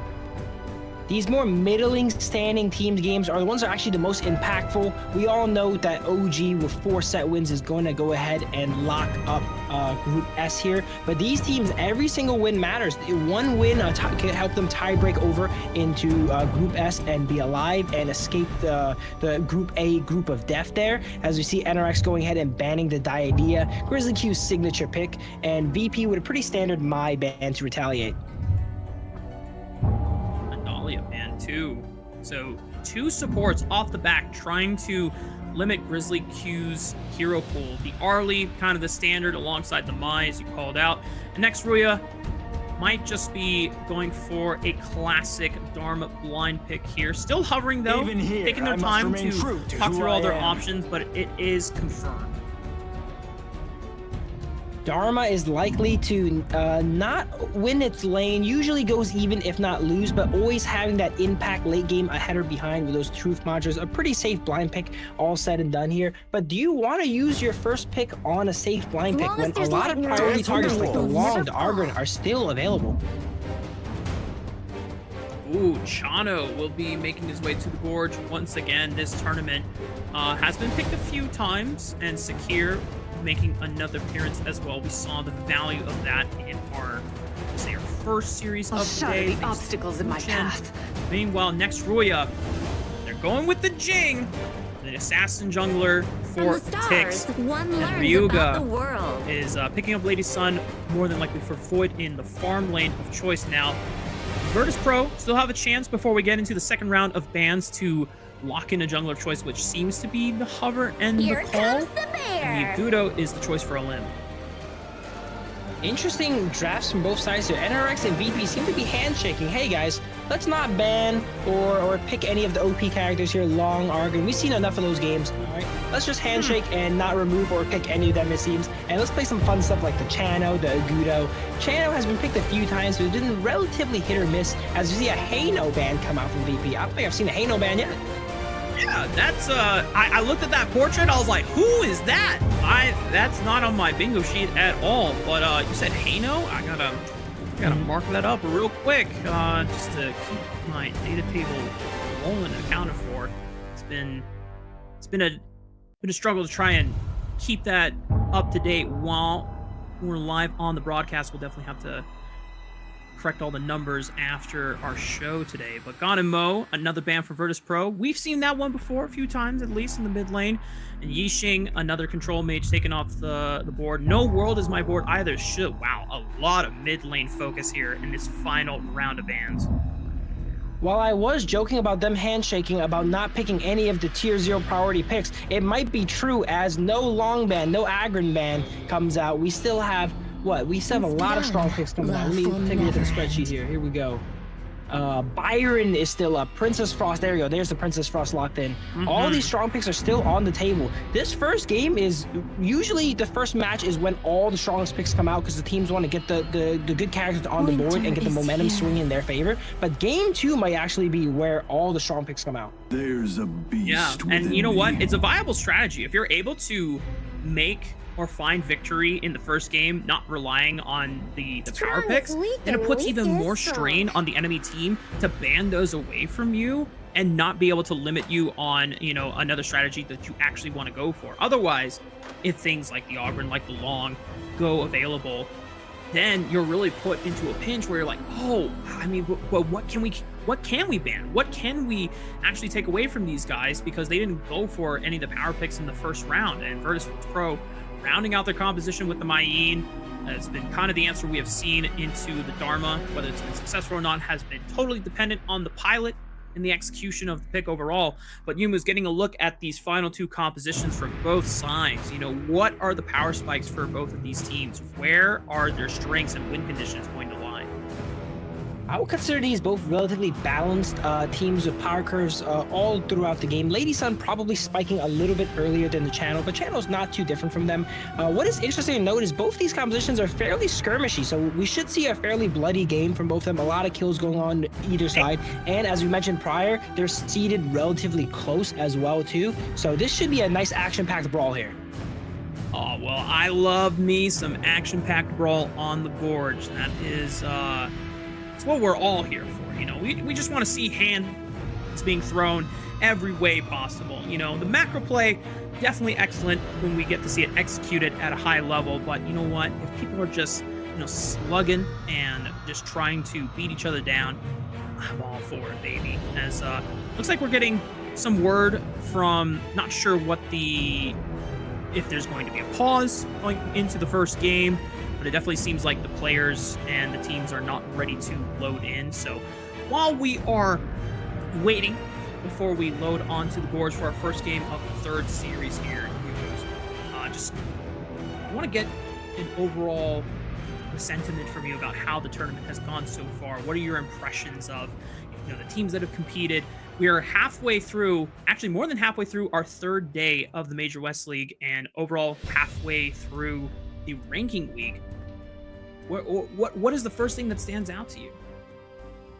What stands out is we're still really early in the competition, so we see teams starting to adapt throughout the tournament. We've seen Agron really focused on day one, and teams are slowly trying to figure out ways on how to deal with it. So just in the rankings week, we see teams adapting. So the competition is definitely going to close up and get a lot less one-sided, I think, in the survival week. Once these teams start to get a good feeling for where they're at, who they're against, they have a lot of intel to go ahead and do research on, like what characters are actually winning more, what characters do certain teams play. It seems like the first week everyone's still kind of just testing their footing, dipping their toes in the water here, picking what they want, seeing what the enemy teams can do. So I can only see the competition heat up from here. Yeah, and I think as teams are getting more comfortable and figuring out answers to some of the power picks, as you've mentioned before, that's where a lot of the hero pool creativity is starting to reveal itself more. Things like, as you already mentioned, next RÜYA being one of the few teams that pulled out the Hanshin. I don't remember if it necessarily won them the game, but just being able to see different answers, you know, being flexed. This is a very, this game and the pool that it has, it's quite a huge depth. And, you know, the fact that even though someone like myself who's relatively new, been trying to do my due diligence and catching up on a lot of the major picks, every now and then, you know, we're going to be surprised to see a hero that we're not very familiar with. You know, I'm not sure what the common knowledge level for, you know, our audience is, you know, if they are diehard pro esports fans and know like every single hero in the game, or if they're, you know, like me, who's coming in and watching some of the Honor of Kings esports for relatively the first time, or seeing it all unfold and, you know, getting into the entire world of it and diving into the action. You see heroes like Kano, I think you called it, being banned for the first time. You're just like, oh, who is he? what does he do? You know, and thankfully we don't have to answer that question right now since it was just a ban, but, you know, if that opportunity arises, then it's a learning moment for all like-minded people like that. Hano is the most frustrating hero in the game. I hope you never get the chance to play against him and know what he does. He is a bruisery, like, mage that throws spears at you, and the spears cannot miss. And then if you think you kill him, he presses his ultimate, goes back in time, and you didn't even do anything to him. Oh, I think I have played against him before. Because he splits on a side lane, and then you get close to finishing him off, and then suddenly he just blinks, and he's like somewhere back. Oh my god, I know exactly who you're talking about. Hano. Oh! I lost the first time I was climbing to Diamond. I lost my promo match from, like, I think it was Plat 1 into Diamond 5, back when I was just first starting, like, my first month of Honor of Kings. I'm just trying to split on Ho Yi, and I'm like, oh, what does this guy do? I got this. He just disappeared. What is this? And I never saw him again. So he was just kind of like a fever dream. But now I know he's real, and that's terrifying. He's also able to revive towers. So now every time in a video where I mention taking towers is forever, someone will comment, actually, if they have Hano in the game, it is not forever. So thank you, Hano, for that, because I got to reply to all those comments. Oh my goodness. Well, just to remind everyone at home, this early season of the Major West League is made possible with the support of EWC, helping bring top-tier competition to fans worldwide. Our players are also geared up with the Realme 14 5G, built for performance, made for gaming, smooth, cool, reliable, just the way esports demands. Ready to level up, get yours now and feel the difference. Right now, we're leveling up on the Gorge here. First game of our third series of the day between Next RÜYA and Virtus.pro. So far, not much scrapping, not much early action here. Both of the farm laners solo left to their own devices, trying to see if they can maintain control of the Phoenix camp. That is always a big one for farm laners early on, to just get that extra bit of gold injected into their pockets. And a little bit of an advantage there to see if they can play off of item spikes or experience leads, but so far nothing to really be concerned about for either side, as it's a lot of fast rotations between mid laners and roamers, just making sure that no early action really breaks out. And for our listeners at home that listen and watch while they play, every now and then look up to the screen. We have some codes going all throughout the series here to give you guys some more currency in the game to get yourself some more loot boxes. Yeah. In fact, if you're not watching through the client and you're watching on one of the platforms, you can always open up the client and get some extra rewards just by watching in the client. I think it's at least 1 minute, just a quick, easy pop-up on the screen, and you get to accumulate rewards. That happens every day of the week. Super cool. I love how the esports side of Honor of Kings is integrated neatly into the client. Great thing that other titles should always do, and appreciate that Honor of Kings does it, as we're now 2.5 minutes into this game. Once again, it's been a very calm one so far. If we are in the client, Rafa, does that mean we're officially canon in Honor of Kings? Oh, I mean, if we're canon, do we get to choose like which heroes we're canon as? I guess so. They let you pick a few characters as your signature, right? All right, well, Yumu's, if you could be a hero in Honor of Kings, who would you be? Ooh, if I could be one? Okay. Yeah, the one I would be and the one that's my favorite is not the same. I would probably be maybe Z-Long. He's a nice, young, good-looking chap. You know, everyone likes Z-Long. Yeah, I've definitely played against him a couple times. Not a fan of playing against him, but I can see the appeal. Personally, even though I'm not a good Pei player, I just love Pei. Because if I get to turn into a tiger, oh, dude, that is sick. I like just having that kind of like swagger about him too.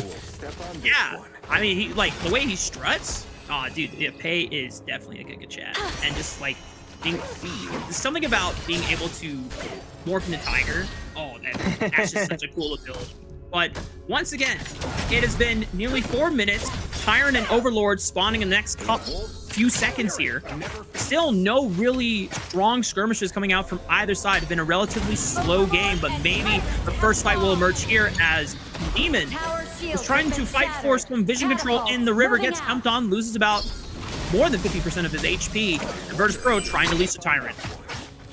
This is the most passive game we've seen yet, and it's in large part probably due to the roam picks here. Usually when you see these melee, bruisery roam picks, they don't really provide too much action until they get their ultimates, especially Zhang Fei here, which is very ultimate side here. He usually only joins fights with his ultimate. They have Smite as well too, so they're just going around cleaning up some jungle monsters. Probably the most passive and chill game we had today. Yeah.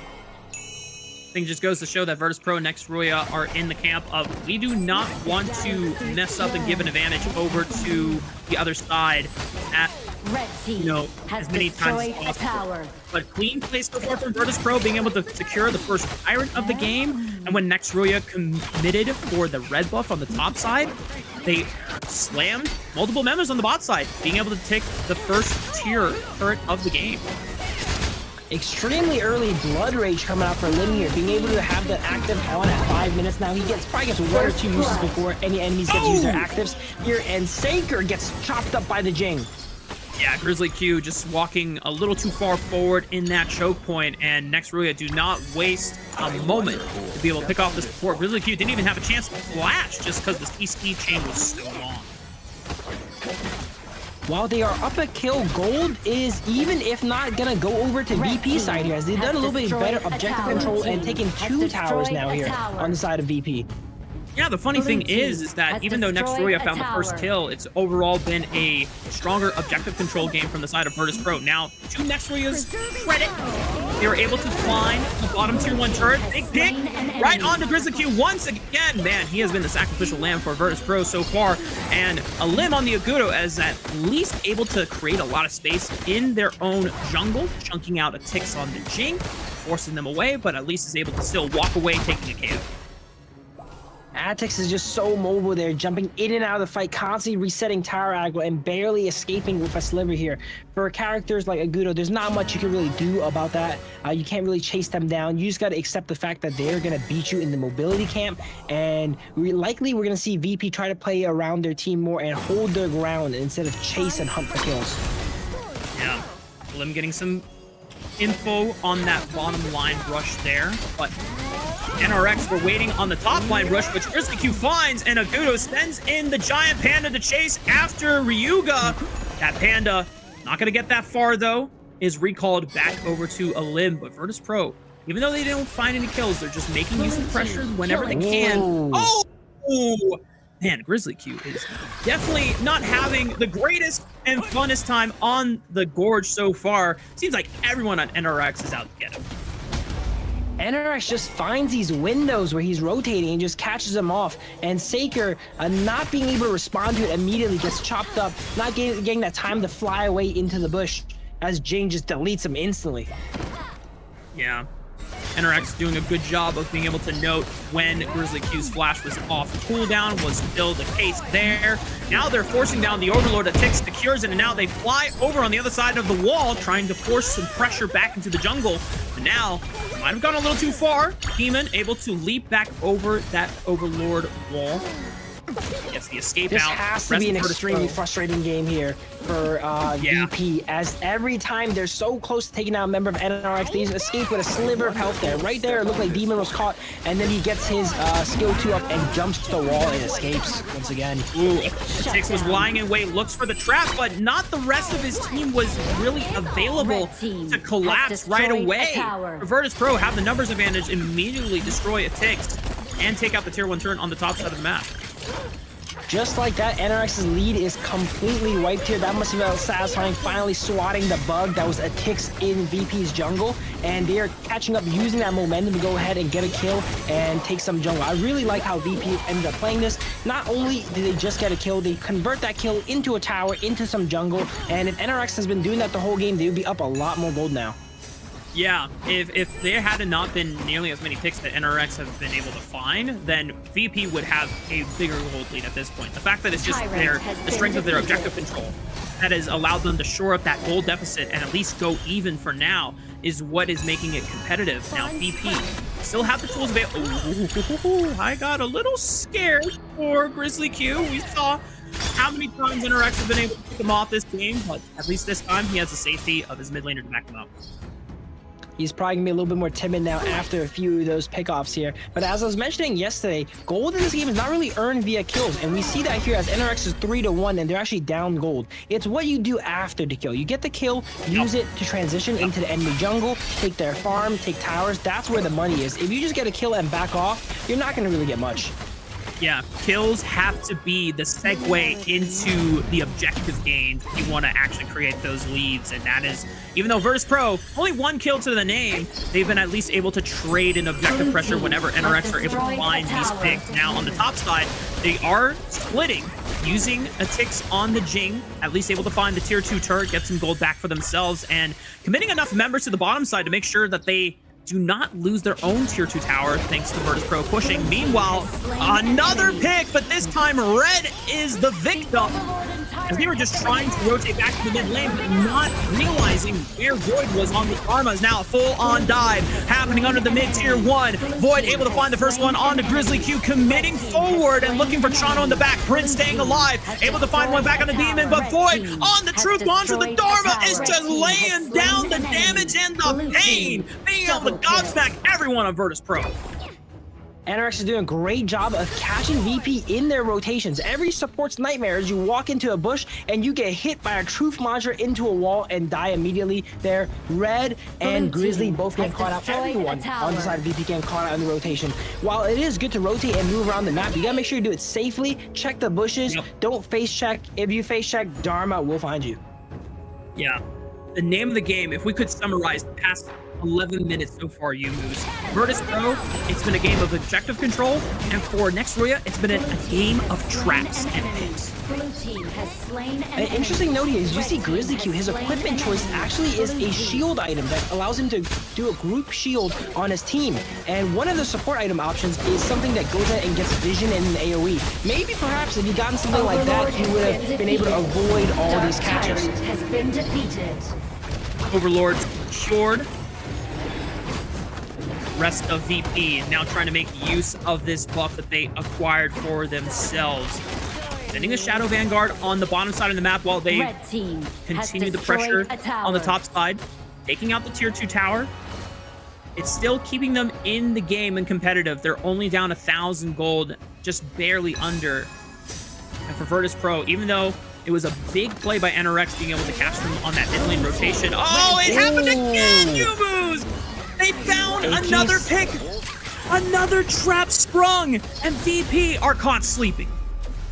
They keep face checking NRX, and it's because they don't have great vision control there. When you go ahead and choose for the more combat stats that those shields give you, it ends up sometimes you go ahead and face check the wrong bush. Whereas Demon with the Zhongfei on the side of NRX is opting to use that equipment to scout and get vision so that his team does not go ahead and meet their demise like Grizzly Q.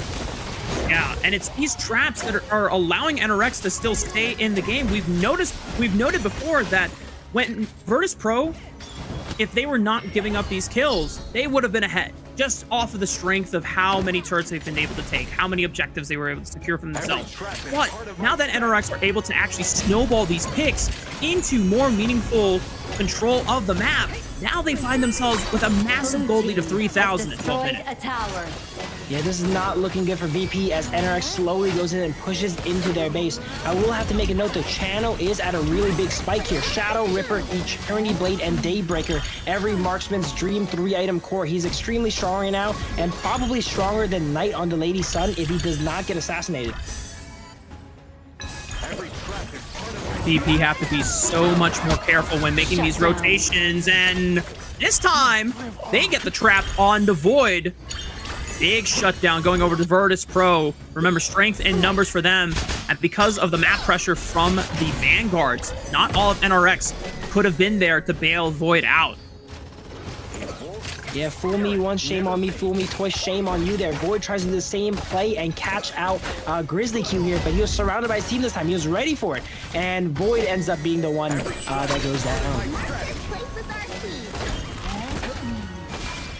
Continuing the siege in the mid lane, the tier 2 has destroyed a shall fall. Virtus.pro continuing the pressure, not letting the early gold deficit cause them any harm to their morale. Maintaining the pressure, maybe a little far overextended here. They're trying to escape. Oh, what a great truth mantra by Void! Jumps into the backline and slams them into the open arms of NRX, and now they're going to continue the chase. Shisu able to at least equalize some of the kills back, but now is forced to retreat. It was actually Demon's amazing ultimate there, actually breaking the formation of VP. They weren't sure to go left or to go right, and he ends up hitting 2 or 3 of them there, which juggled them long enough for Void to get in position and hit that beautiful truth mantra. That was, if I had to describe a word for it, Yumas, it was sexy. Sexy. That was nice stuff. Juicy. Yeah, juicy, tasty. Oh, and this is what you were talking about. Jing just flying all over in that circle with the ultimate. That is bonkers. Dude, some of these hero ultimates are just so wild, but it's so cool to watch. Meanwhile, right on the top side, Shisu tried to tangle with Void's Dharma and did not win that one. This is such a back and forth game. 1 second NRX is ahead, 1 second VP is ahead. They're pushing their base. Tempo is very important in this game. And gold aside, if you can get the tempo advantage and go ahead and push into enemy base, VP actually almost ended up getting the bottom high ground tower for NRX. They were a bit conservative. I saw Prince on the channel with a skill 1 auto almost take down the tower to half, but they were very conservative about it. They didn't want to overextend, and maybe they should have gave it a little bit more gas, because having that lane spawning elite minions would alleviate all these minions going into their own bot lane. Yeah, at least Virtus.pro can just focus all their efforts on the top side of the map, which is where the objective control really needs to be in terms of focus, since now we're in the later stages of the game where securing these overlords really do matter so much more in creating those windows of taking out high ground turrets and just constantly putting your opponent on the back foot. But because they lost the high ground turret in the mid lane, they're always going to have someone needing to be on wave clear duty to catch these waves. And if we've learned anything about next RÜYA, that is where they can spring the traps. They wait for members to be isolated, and they just immediately pounce. They're doing a great job of setting up these ambushes here as we're getting late in the game. 16 minutes. We see Sanctuary here on Addix here, so that means he's full build. Red, unfortunately, could not escape the ambush fast enough. Next RÜYA creating that numbers advantage so easily. Now 5-4. VP backs against the wall as they have to deal with the super in the mid lane.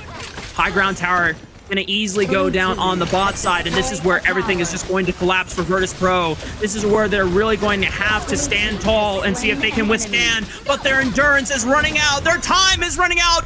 NRX, through 16 minutes of back and forth gameplay, will take the first match. NRX in that game did such a great job of picking off the supportive characters on the side of VP there. The Saker going down a bunch of times in the rotation, the Yuan. So every time there was a fight that broke out, they didn't have that sustain, that utility to help them out, because the supports were the first ones dying.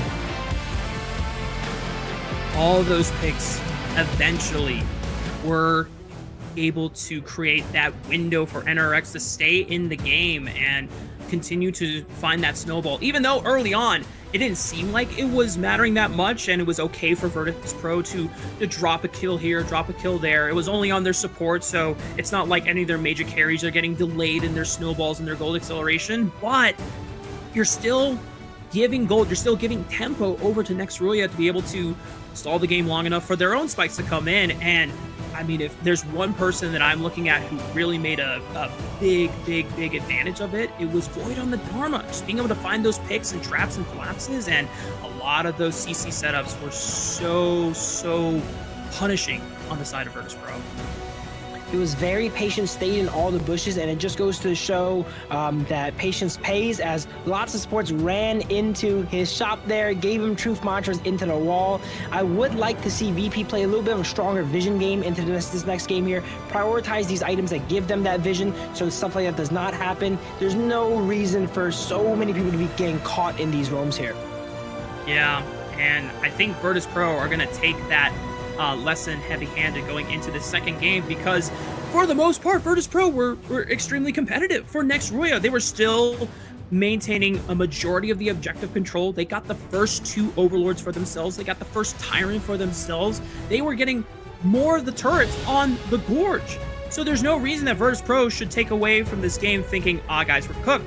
They should even be more pumped up and saying, like, this is where we're, falling behind. This is where we can optimize and improve our gameplay if we're just a little bit more careful about where these picks could be happening, and using maybe skills or finding ways to safely check these bushes for these traps. We can avoid the deficit and the ways that NRX were able to stay in the game. Yeah, Grizzly Q, one of the most impactful supports usually, but now this game, it seems like they spend a lot of focus on, maybe a little bit tilted as they caught him multiple times here. Couldn't really do much on the Saker, unfortunately going down 6 times here. NRX's first few kills didn't really amount to much. I was making a note of in the games, as kills are not worth that much, and VP taking 1 kill actually ended up getting a lead on NRX, but after that NRX started getting more of these kills deeper into VP's base. The death timers were getting longer and longer, and therefore was able to convert into towers and jungle.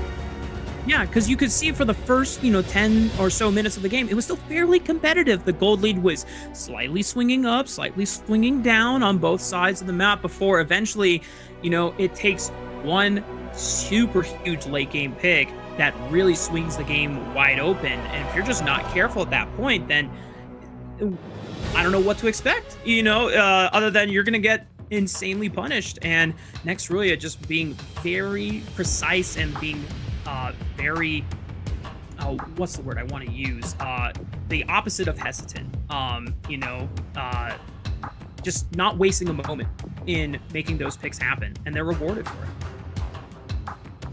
For sure, yeah. VP giving up some of these random deaths early game. It's all right, you know, you're on cooldown for 6 seconds, but if you get picked off at 15-minute mark, you're gonna go ahead and be out for 40 seconds of the game.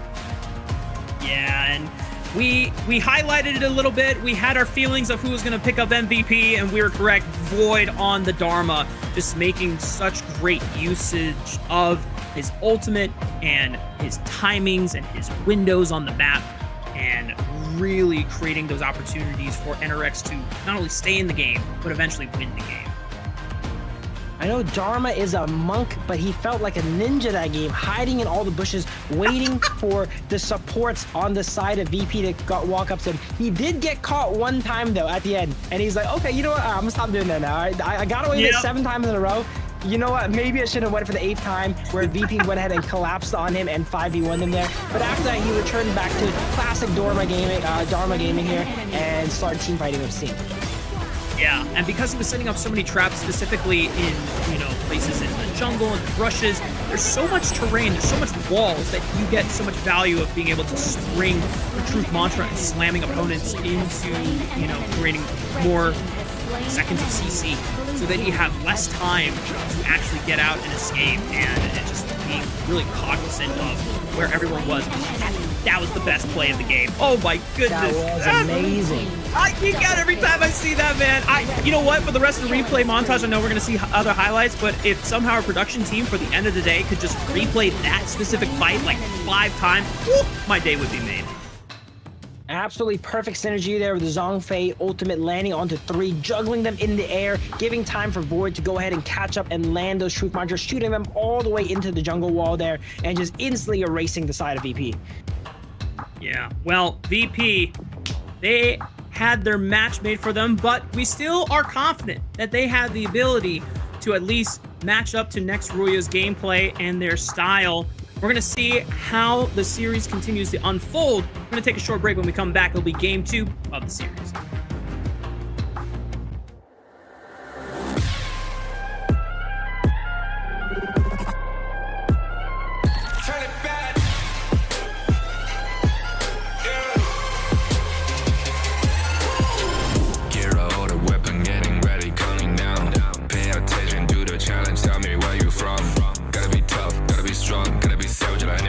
Time you tryna push me down. Look at me, I'll be lying down when I run around. You don't make a sign, I will catch up. Watch out, it's better feel, got no mercy. Look at me, I'll be rising. Carry the season, you got a down, gonna webber. You never hesitate for another moment, but my bone is golden.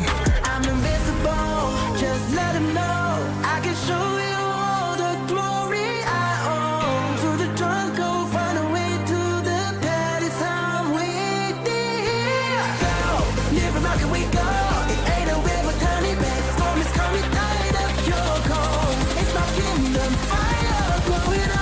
We the kings, it's our honor showtime.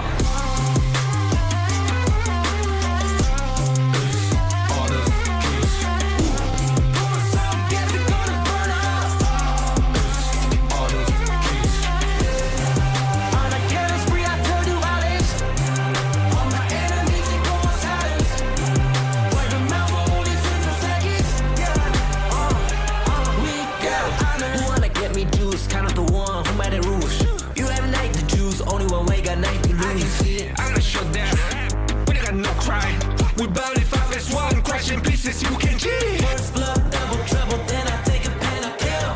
All you do is sweat and look at me still with the red. Say.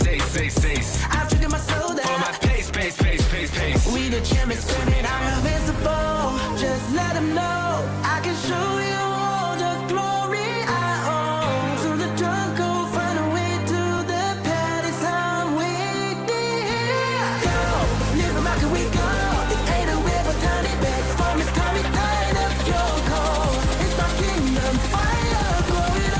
We the kings, it's our honor showtime.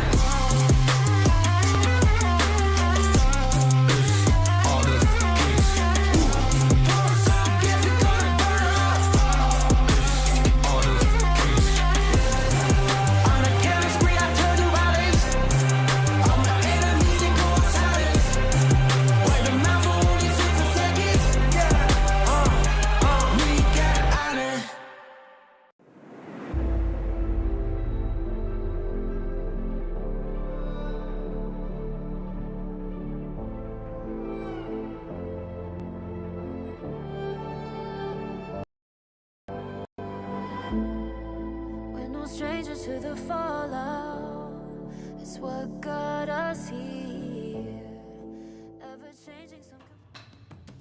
Welcome back, y'all. We're getting ready for game number 2 of our third series of the day between Next RÜYA and Virtus.pro. Now, the first game, the way it evolved out, it was honestly our most competitive game of the day so far, and one that we expected to be a little bit more back and forth in our prior 2 series and our last series of the day, Yumus, and it was really cool. I just have to say, it was really cool to see how different the play styles were and what the executions and the win conditions for both Next RÜYA's comp and the side of Virtus.pro's composition, because Virtus.pro playing a stronger objective game, NRX so decisive, so precise with their picks and their traps, it kept them competitive and eventually gave them the win. Probably the best picks we've seen all tournament. It felt like NRX played that composition really well. All these picks, they got multiple picks in a row. I was mentioning earlier, he got like 8 picks in a row against VP here. VP definitely gonna have to step up their vision game, not let that happen anymore. But thanks to the global pick ban format, they're not able to get the Dharma again. So I doubt they will go for the same style of lineup now. Can you transfer the execution play style of what we saw from Next RÜYA onto another lineup of heroes? I would not be able to answer that question. Maybe we'll get a chance to see it pulled out. Oh, look at that. The coach is hyping up Next RÜYA right now. It's like, hey guys, come on. Firing them up. We're 1 up on the series. Let's just get another solid, I'll help you get another solid draft here, and then let's just get another solid game plan, and we'll just call it an early 2-0 dub here. Yeah, 1-0, send them home here. A little bit of back and forth between the coaches and the staff. It looks like maybe a little bit more time is going to be taken here. There's the Realme 14 here being used by one of the players here. Wow, those are some big cameras. Those are some big cameras. Those are some nice phones, too. You think we could maybe swing like a request to get some of those Realme phones ourselves, too? Then I feel like casters should get a few, you know what I'm saying, just so that we know what we're shouting out, right? Yeah, we can shout out the specific specs and give, you know, testimonials and be like, oh yeah, like the cool thing about Realme is that the graphics driver is so darn good that I can play Honor of Kings on like full resolution, full high specs, 120 FPS. You know, just saying. I know production is listening, you know, and we probably won't get a chance to use those phones, but you know, if you know, I'm putting my 2 fingers together. I'm throwing out the pleading face emoji. You know, it's like, hey, you know, it would be nice. Be nice. We totally live it up for you. But heading into the draft for game 2 of the series between Virtus.pro and NRX, already some typical bans here. On the red side, the Dharma being thrown out. And I think it's the Mayin that was banned by Virtus.pro. Yes, it is. All right. Keeping my hero knowledge up to date. Guan Yu, I recognize that face. Sometimes when the colors go away, it can be hard to discern, but no one's got Guan Yu's majestic, you know, head dress and beard combo, or what is that called? It's not a helmet. It looks like a helmet, but is it a turban? I'm not sure. It might be a helmet. Okay, well, okay. It's a sick helmet and a sick beard, and that's what makes me think of Guan Yu, especially when it's the green colors. Anyway, NRX finishing off their ban phase with the Diadea, as we now head into Virtus.pro's first hero selection. A lot of, as you called out before, Yumus, in the first game, not a lot of power picks were actually taken off the board in terms of draft between the 2 teams. So things like the Augur, things like, I think the Arlie actually made it through the draft phase for once. I think it did too, yeah. Common. But let's see if the teams break the handshake to go ahead and pick. And yeah, handshake is broken as Arlie gets locked in here on the side of VP. I have to imagine it's locked in. It is locked in here. I just want to make a note of the Dharma ban for NRX. They just gave VP a masterclass on how to Dharma, and they don't want them to use that information as they go ahead and ban it out as their first ban. And we forgot about Mai. The handshakes are off. They're like, okay, you guys pick Arlie. Okay, fine. We'll get the Mai now. All right, deal's off. No more pan punches. Yep. Chano locked in for Void. Gonna see what he can do on the Wolf Rider here. and the power picks continue to roll on in. We have to wait and see if that was confirmed for a limb, but more than likely, at this rate, an Oghren paired with a strong control mage like the Yixing, and now the very mobile and very slippery farm laner for Prince in the Arlie. That is the core for this Virtus.pro composition. The deal is so off as we see all these tier 0 picks go ahead and getting locked in here from the side of VP. Is it too little, too late? We don't know. They're down 0-1, but they could easily use these picks to transition into victory. Luna secured for NRX. That will be Atix's jungler of choice. Second round of bans. Here we go. Wanting NRX looking at some support heroes to take off the board. Liang, the first one of the trade. Virtus.pro also recognizing that NRX don't have any supports of their own, so they're going to take away the Liang Po. Couple more bans available for both teams. NRX potentially being afraid of the Liang after the lesson that OG taught him with it yesterday. So they're removing that. We don't see many other teams play the Liang, but just in case they're taking it out, they don't want anyone to be able to lock down their Luna and Mai. All these melee assassin style characters really hate being shut down by the Liang's no play button, I like to call it, in that ultimate. Yeah, and a good call out from NRX. No Dahlia for the side of VP.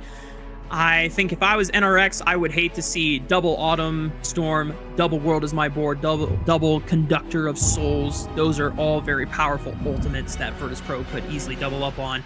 Motsu, the last hero banned by Virtus.pro, and NRX have actually yet to lock in a Clash laner, and a familiar face is going to show up here in the draft. We haven't seen this guy in a while since he has been seemingly locked in almost every chance possible in a majority of situations for blind, but Byron getting picked up here for Knight.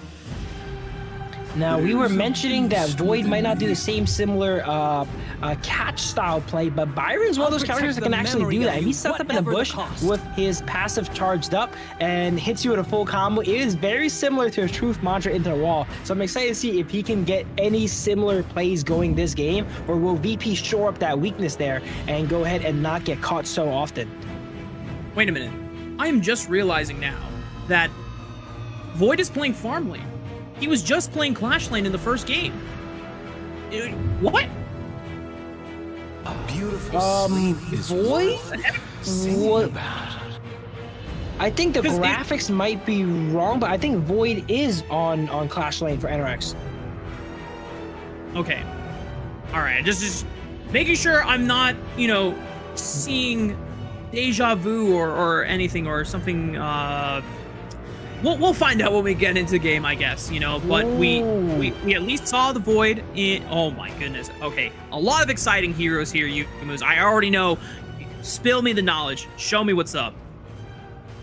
Oh, it is Knight on Byron here. Okay, that's confusing me now too here. But they pick up, I cannot say his name, but I like to call him Whale Guy there. One of my favorite supports, actually.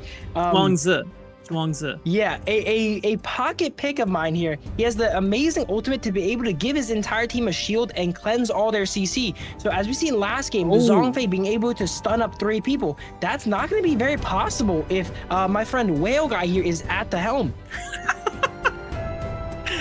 We're just going to call him Whale Guy for the rest of the cats here on the game. You know what? I respect it. Yuma's gang, is Yuma's correct in just calling him Whale Guy? Press 1 if you agree, press 2 if you don't agree. I think he would be okay with it, because that's one of the most chill characters. His personality is so chill. He's just riding around on a whale, supporting his team.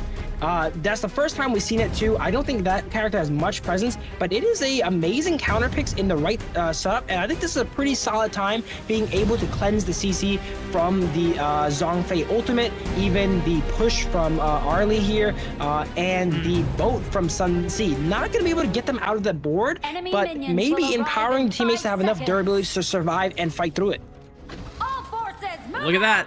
Void is confirmed in the farm lane this time around. Man, I don't even remember who was in the farm lane for NRX in the first game. Like, I don't know if it was Knight or if they had one of their subs. I'm looking. Like, technically on their roster sheet, their sub Bobnet is listed, but as a roamer. So are NRX just flexing rolls just like that? They're nice with it just like that? I guess so. Rafa, one of my biggest nightmares has occurred. He is not on the skin where it is a whale, and he's on like a flying mountain. So he might now be the mountain guy.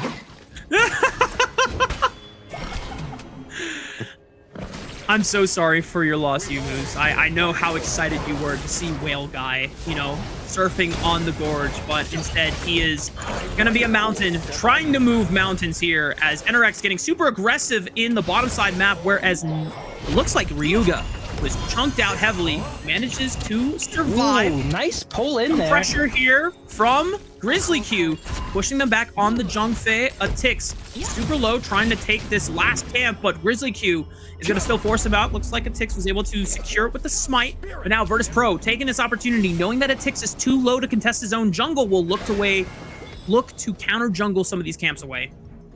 It seems like Grizzly Q has got his mental refreshed and ready. This is more of the Grizzly Q I know, one of the most aggressive support players going into the enemy jungle, fighting them for their farm. This time, going the heal. So as you see, different Zhongfei players prefer different stuff. Here, Grizzly Q opting to take the heal for a bit more utility in a fight, being able to heal up their allies, whereas some choose to go the smite for the objective control and early game invades.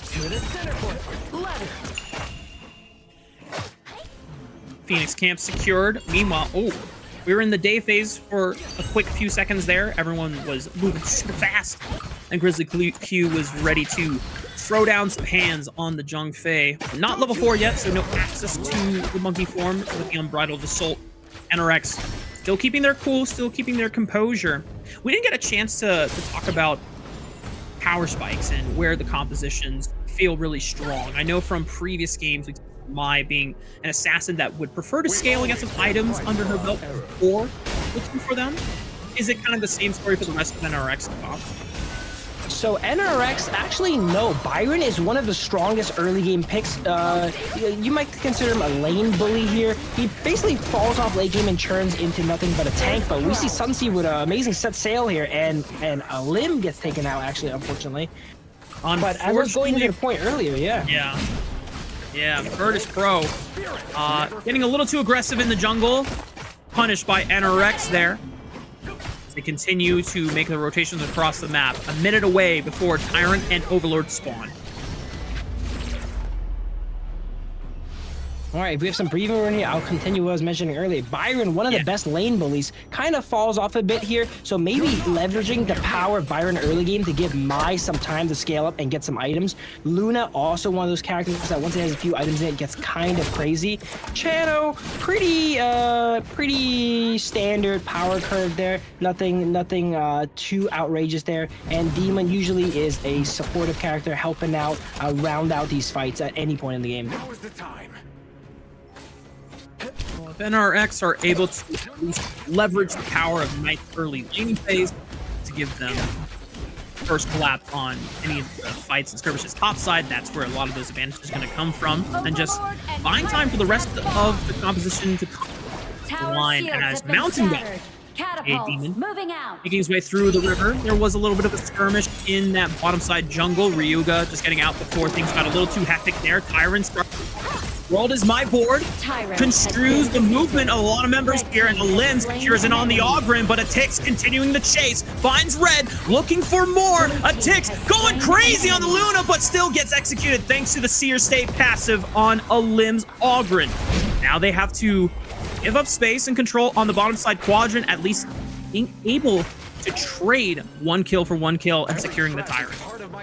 You can really feel Atix's bloodthirsty nature there, diving in 1v3, unfortunately going down, but he wanted to keep going, getting more there as we see VP side getting lower and lower. Gold-wise, pretty even this game here, as NRX seemed to have a pretty similar early game to VP where they controlled the map and got more objectives.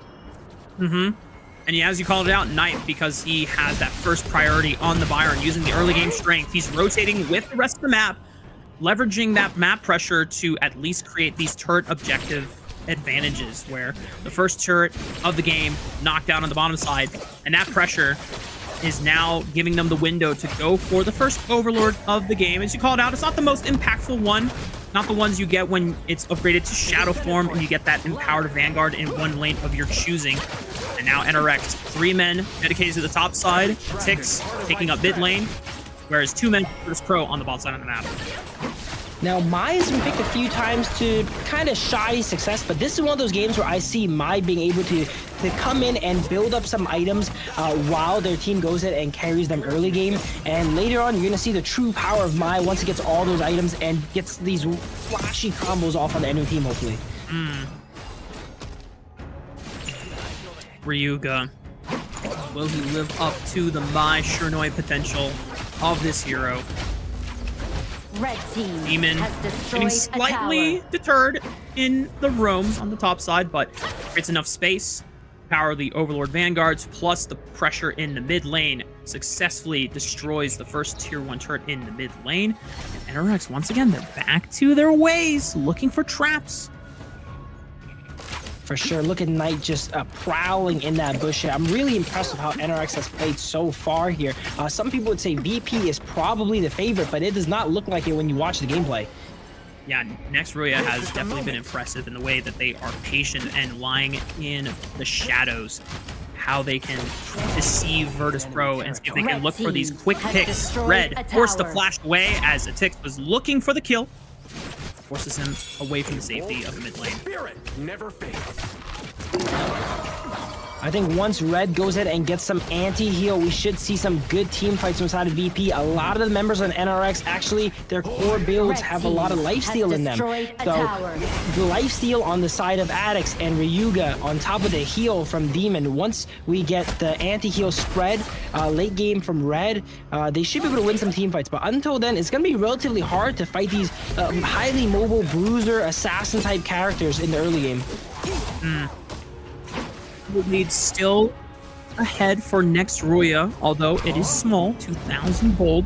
Still playable for the side of Virtus.pro as they are just clinging on to whatever resources they can safely accrue for themselves. Remember, a lot of scaling power on the side of Oghren, the Harley, and the Yixing.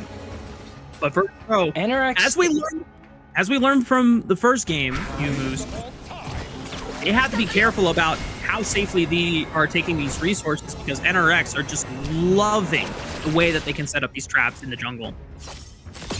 Yeah, while NRX is up 2,000 gold, I would rather say what's more important is they're up 4 towers. Being able to open up the map, get good vision, and able to extend that gold lead even more now as you see they easily go ahead and safely take VP's jungle with all this vision. Luna just absolutely dancing around the fight there, resetting all her abilities. One of the most mechanical characters there.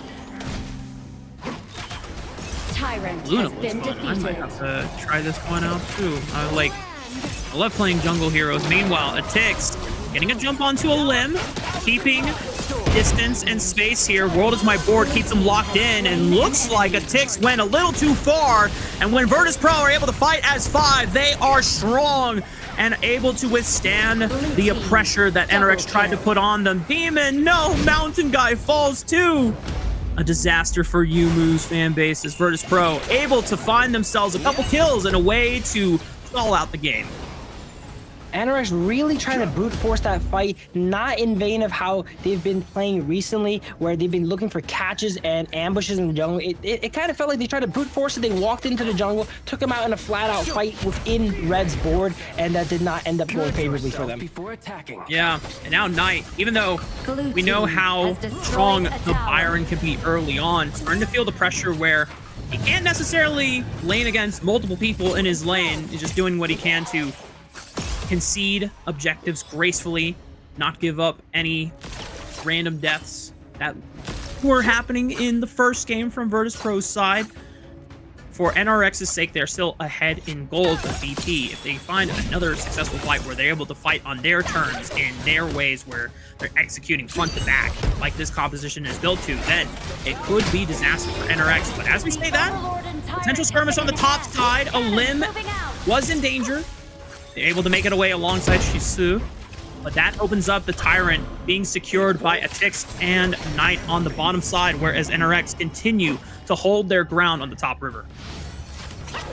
Interesting itemization here coming out from the Sunset here with a Frigid Charge. I don't know if that's my first option if I know the enemy team has Demon, able to cleanse any CC available here and itemizing into an item that only CCs. Oh, Prince looks forward. I know the Parasol game can be slippery, but still, NRX have enough damage to back it up, and Shisu gets a little too far forward as well. Sunsei following. That's one of the frontline members gone, and look how deep Knight is into the base. He doesn't care. He's creating space for the rest of NRX to just brute force their way through the high ground turret, take another 4 members, and it's just over. Just like that, NRX sweep the series against Virtus.pro. Wow, just to convert one pick into a full-out fight there, as you can see, is amazing. They actually clean up the game from that. I was not expecting it to go down that quickly. Using the ultimate there to shield everyone up, getting 2 rotations of it, making sure that they are all 5-man death ball. I would consider that more of a death ball composition near the end there, where they push that tower down and winning that fight. It is just baffling how fast that game ended. It seemed like Virtus.pro had a stronger foothold in the game, that they had some ways to stall it out even further, especially off of the advantageous 5-on-5 they found in their bot side jungle. But then the skirmish goes horribly wrong for them. They are not able to actually withstand all of the burst damage that occurred from the side of NRX. And then it seems like it was a case of one by one, people overestimating how far they can stay in the fight, and then it just goes from what could have been, oh okay, we lost one member, we can all back off, and then suddenly the sunken cost fallacy is like, well, I'm already in this fight, I'm trying to buy time for everyone else to get out, but then everyone seems like they have the same mentality and they just cannot escape. And NRX, they say, well, this is our window, guys, it's time to finish the game. And yeah, that's the sweep. It was looking really good for VP actually when they gone ahead and caught him in their jungle when NRX overextended and lost a few members. But then it seems like it was a fluke as NRX did the same play again, but this time wiped them and got into their base. Yeah, just stunned. I'm stun locked, Yumus.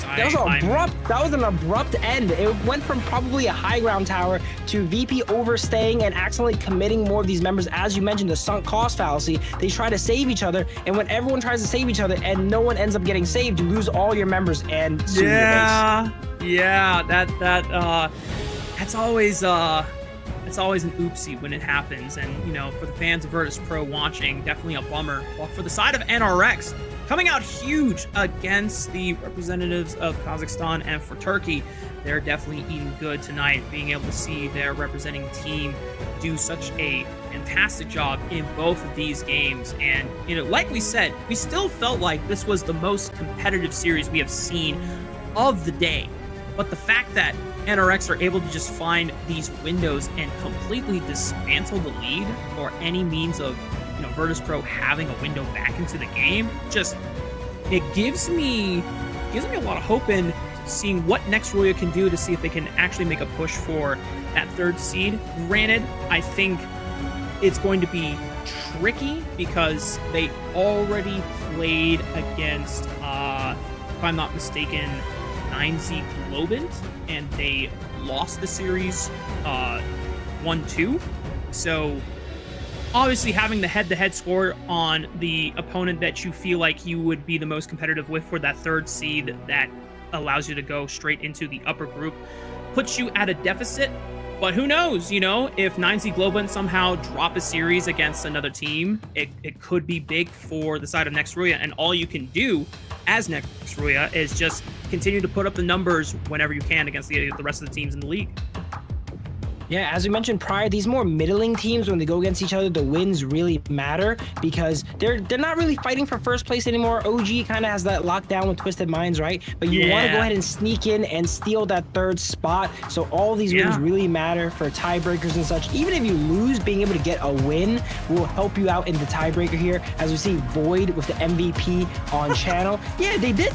Did they switch roles? Because I remember he was on, so he's just like stealing MVPs no matter what role he plays. He's getting MVPs crazy. On all of them. 30% damage dealt.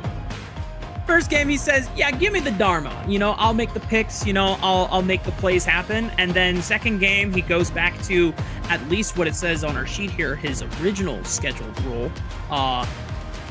in farm lane and says, yeah, it's time for me to beast mode on the channel. And you know what? I respect it.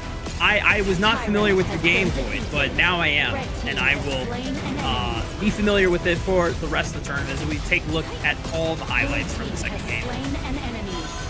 Boy just going for side quests at this point, trying to get MVP on all roles while playing in the West League here. I love to see it. Here's the fight that VP gone ahead and looked like they were turning the game back here as they catch Addicts going too deep. This looked really good for the side of VP here, closing back up that gold lead. But somehow, when the same fight happened again, they ended up getting wiped. Yeah, it all started with a pick on the Prince here, and it seemed like at that point, VP were just trying to find ways to get back in. You saw that Shisu was at least looking for a trade on the Demon, but then right here, they're trying to protect this high ground turf from going down and just overestimating how much they could actually endure in the safety of their own base. At that point in the game, it's no longer the safe haven you might think it is, especially when you're down numbers like that. And unfortunately for Virtus.pro, they got punked by the side of next RÜYA, but you know, props to them for being able to close the game out in an unexpected fashion. I think the problem there was they ended up going ahead and fighting without their ultimate. Zhongfei didn't have his ultimate, Red didn't have his board to trap the enemies to either aggress or disengage. But alright, that's the time for now. We're gonna have to go ahead and go into break as we get into our last series.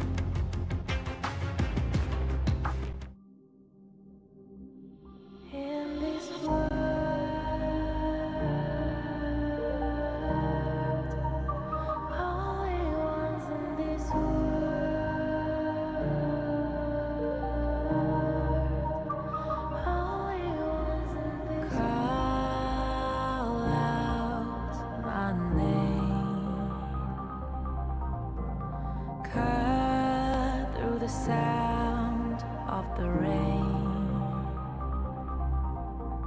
No matter how I feed the flame, you know I feel the darkness and the pain. All of the ways we tried to break free from the night, you know we made it out, we found the light. I fly so high, light up the skyline. Let's do it this time, like it's a whole new vibrant world.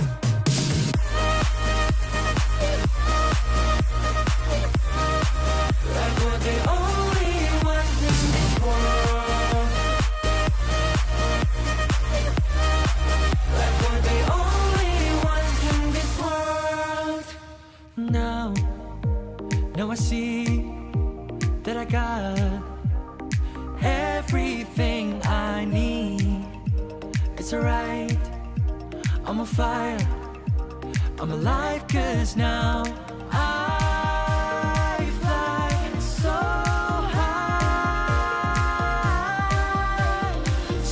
high, light up the skyline. Let's do it this time, like it's a whole new colorful world.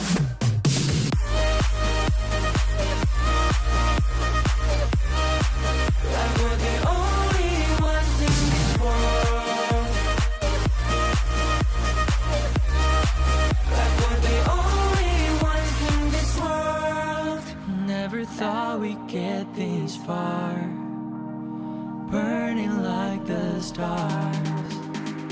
How we get this far, like we're the only ones in this world.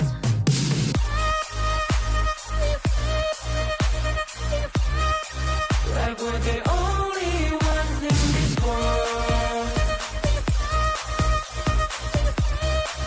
Like we're the only ones in this world.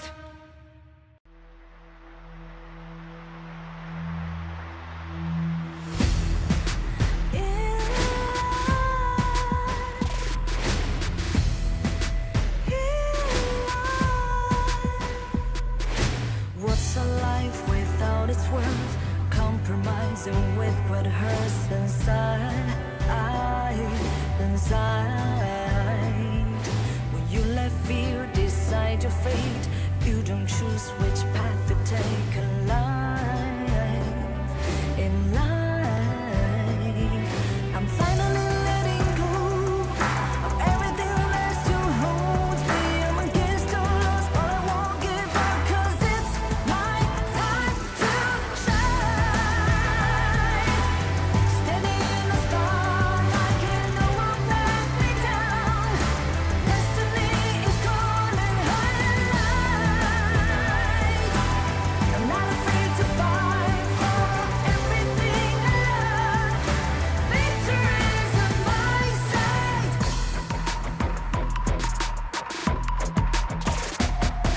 The more we lose, the more we gain. The more that nothing stays the same in time. In time. Can't love ever, can't forget. What you see is what you get sometimes. Sometimes. Gonna show the world tonight. The light that shines inside us. We're against the odds, but we won't give up, 'cause it's our time to shine. Standing in the spotlight, can't no one make us. Welcome back, y'all. We're getting ready for our final series of the day between Movistar Koi and OG. And before y'all tune on and go, oh man, this is going to be a slaughter, you know what? You're probably right. You know, I'm sorry for any of the MKoi fans that their boys are not looking too hot right now. They have lost 4 series so far. They got 1 game dub overall in game score against Virtus.pro, but still, Movistar Koi at this point, they no longer have a chance to get into the S group that will escape Survival Week. They are more than likely at this point, I think, guaranteed to have to play through Survival Week next week. So playing against some of the big tournament favorites like OG, this is just a chance to get as much experience as you can and try to, you know, see what it's like to play against, you know, really strong macro teams. Because it's not just the mechanics that OG are beast mode at. They're just so good at making rotations and understanding where to pressure at the map at all points in the game. While I'm sure their mechanics are great from OG's side, it's that overwhelming macro that they hit you with. You just can't breathe, it feels like, when you're playing games. They're everywhere at the same time. You don't even know how they can even get there. No bias, this is the strongest team versus the weakest team ranking and statistic-wise. So like Rafa mentioned, we're probably going to see a stomp, but it's a matter of, let's see how well they fare compared to some of the other teams OG has stomped, because so far OG has stomped every single team. Yeah, and for OG, more so the pressure is on them to continue performing to expectations. You know, it's not just enough for OG Esports to win the series. If we want to continue, you know, praising their play, they have to, you know, they have to destroy MKoi. They have to completely leave them with nothing. No turrets taken, no kills. If they manage something like that, that's when me and Yumus just go, damn, OG are the truth, you know? But if MKoi are at least able to challenge them a little bit, we'll still say, yeah, OG are still, you know, the better team, but at least MKoi, you know, were able to at least get through the games without being completely rolled over, you know? So, and for MKoi, the odds are stacked against them. This is a true David versus Goliath matchup. And, you know, we might set that up and not trying to bait you guys and thinking, oh, maybe there's a chance, you know? If MKoi take a single game and they still lose the series, that's something worth celebrating for the side of MKoi, because then you will be the only team responsible for handing a loss to our top dogs in the Major West League right now. That would be a monumentous victory. As you mentioned, OG has a reputation to uphold. Every set, every series they play, they seem to do something even better. They extend the gold leads, they end the game even faster. So if OG cannot perform a record-breaking performance here, they're actually upsetting the status quo here. So I think they now need to win these 2 games in under 16 minutes now to beat their prior records or something like that in 16 minutes. Let's see how they can do. Yeah, it's crazy with the reputation to uphold common, because now it gives me like OG are like mafia boss vibes, where you know, they can't just let these series, you know, kind of go willy-nilly, you know, just because they're ahead and more than likely securing their spot in the S group. They want to maintain that status as the best team in the league. They want to maintain that status as, you know, the undefeated team, the only team to not drop a single game, let alone a series.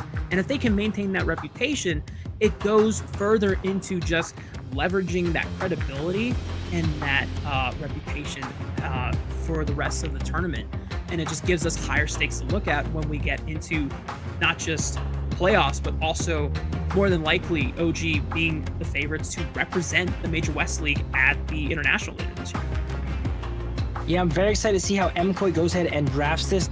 During the break, I did think about some things they could potentially do in the drafts. Not many teams actually went ahead and targeted the more comfort or pocket picks on the side of OG. I think it would be a good strategy to maybe ban away the pay, ban away the Guan Yu, make OG play these OP meta picks, and then you take some as well too. Maybe go ahead and give them first pick. They take one, you pick two. And while they are probably seasoned on these meta picks as well too, they're probably not as comfortable as it is like Dao on the pay, which feels like muscle memory to him at this point. So what you're saying is, instead of banning the OP picks, you ban the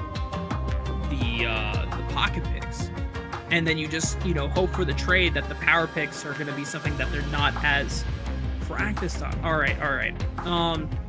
I feel like I'm following. Yeah, leave all the cards on the board, you know, that might be a good strategy to help him out. Like I said, Dao's muscle memory is to be up like 5,000 gold at 5 minutes, so you do not want him to get into that zone there. And give him the Argon.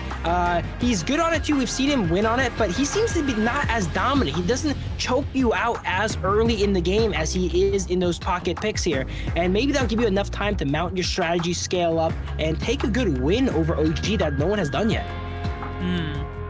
Chat, press 1 if you agree with Yumu's coach analysis here. Press 2 if you think he's capping. And just let us know. Let us know. You know, I think Yumu's game will maybe support you, or they might just, you know, press 2 to spite you. You know, I don't know how your fan base is, if they like to clown on you or if they are loyal supporters and they always, you know, ride or die for you. They do a little bit of both, but it's always questionable to allow Dao on something like an Agron. All right, I'm not fully advising that. I'm saying maybe, guys, we trade some powerful picks. We leave everything on the board. We remove these pocket picks like the Pei and the Guan Yu, which realistically we're not going to be doing anyway. We're not going to be playing anyway. But let's go ahead and go over into these teams here. Yep. Starting with the blue side, check out the teams.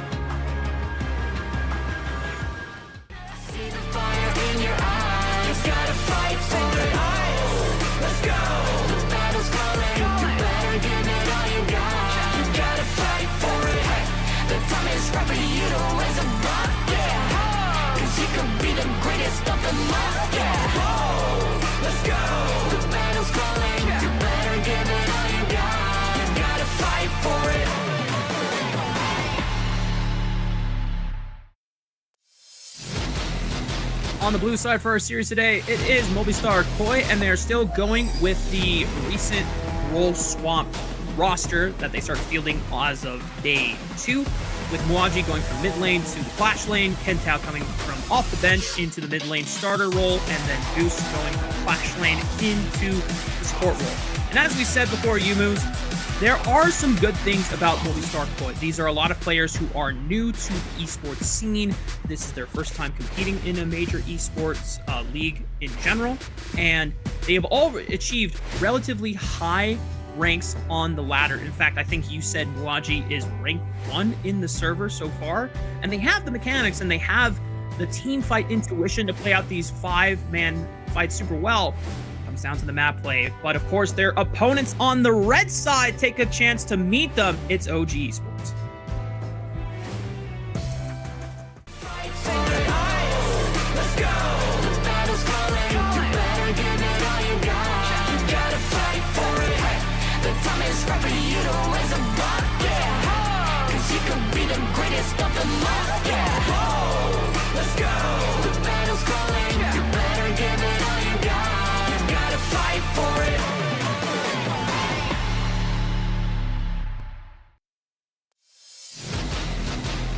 Here we have Team OG Esports, Dream OG, Boogeyman of the West League here with Wei in the mid lane, Dao in the jungle, and on the farm lane, Muchin on support, and Keke in the clash lane here. Amazing team. We talk about them a lot. We hang on them a lot, but for good reason. They have not lost yet. Former roster for Team Vitality here, participating in the S3 Invitationals here. And I'm looking at some of these notes here. Apparently, the audience also nicknamed them the Italian Mafia for all of the hard time they hit Nongshim during the lower bracket. So you were right earlier about the Mafia vibes about them. You know, that was just like a for funny off the top, but I didn't realize that was already something kind of well known. But you know what?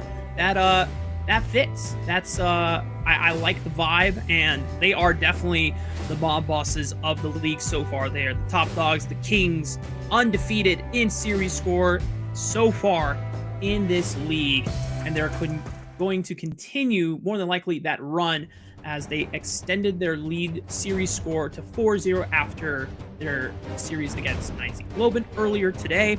We're into the draft phase for game 1. As you called out, Yumus, your coach strategy is let them have the power picks, ban away the niche picks, the pocket picks, and you know what? So far, there we go. It's coming They're out. going down your philosophy. They're banning away the pay. Yeah, leave all the strong picks on the board, but remove those picks that you probably cannot pilot to the same level as OG, right? We probably cannot take away the pay and do a similar performance to Dao. So let's go ahead and remove it. No one gets to play. We will not see the Tiger of the West emerge on the Gorge in this first game of the series. Dharma banned by OG Esports away from Muaji. Jing, another assassin pick taken out of the hands of Dao. And the bans will round out with a Liang ban from M. Mai and Arlie is up. Which one will MKoi go ahead and go for? I actually prefer the Arlie. I think Mai will require a little bit too much finesse for MKoi here to go ahead and pull off against an opponent like OG. So I really like the pick they end up doing here with the Arlie. Will OG take the Mai though? Of course. A trade of the power pick. So everybody is going to eat from that elite class of heroes. The idea also secured here from Muchen. And now OG still have a chance to lock in their jungler of choice on the next round before we go into the final rounds of bans. But MKoi taking their choice of a solid tank jungler for Demon Cat in the Dune, at least provides some front line and some durability and some CC. The Dahlia also locked in for Goose. I am Ogron, the Seer. Yeah, that is a bit dangerous taking the Dune-Dolia combo. I've noticed that MKoi really values the Dolia and Dune combo. We see him pick it a lot. We see him really prioritize banning and picking the Dolia here. But the problem is they're going to be able to give away the aggro in there now. And OG has 2 bans on them to remove some of these picks that could threaten the aggro too. Yeah, this was a similar combo that MKoi used against their opponents earlier today in Twisted Minds, where they let Clean have the Ogren, and they try to just use the CC combo from Dune to lock him down as much as possible. And to their credit, in some of those early 5v5s in those skirmishes, MKoi did look pretty strong, pretty competent. It just came down to the snowball of the later game and the map play as we finish out the second round of bans. Chano and Lady Soon taken away from the hands of An, whereas both Mayin and I believe that's Elaine, a Clash hero for one. Rafa, I'm looking at these drafts here, and unfortunately it's looking like another ultimate battle draft here for OG, as they have Mai, Diadea, Argrid, and now D Renji here.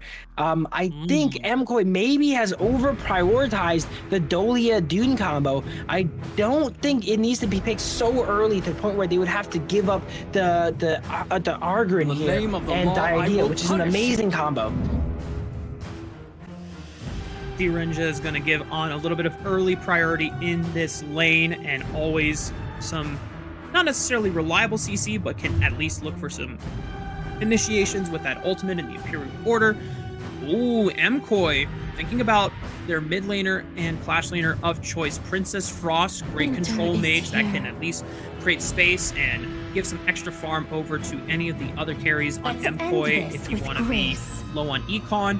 And Charlotte is the line pick of choice for Muaji, but that just opens up Guan Yu for Kiki. Oh boy, Yumus, we've already seen this guy do some unspeakable things on the Guan Yu earlier today throughout the tournament, and MKoi, they're about to get a first-hand experience at how terrorizing this Guan Yu can be.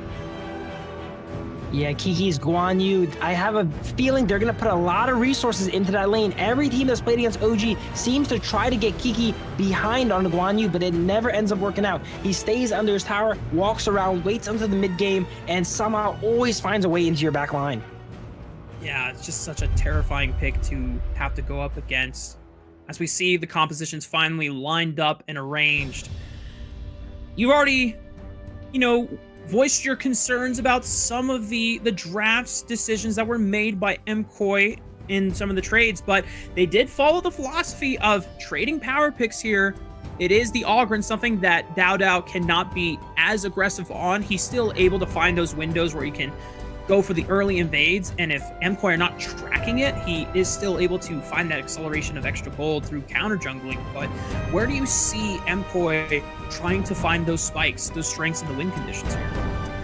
While I do not like Dolia being prioritized so early on in the sense that it would kind of hamper your draft, I do think Dolia is an amazing pick that opens up a lot of characters that makes them better. Dune Dolia, a very traditional combo. Actually, Dolia and Princess Frost too, getting 2 of those blizzards down is going to be really nice to slow down all those melees on the side of OG. If you look at their composition, they have 4 melees if you count Argrin, which is kind of like in the middle.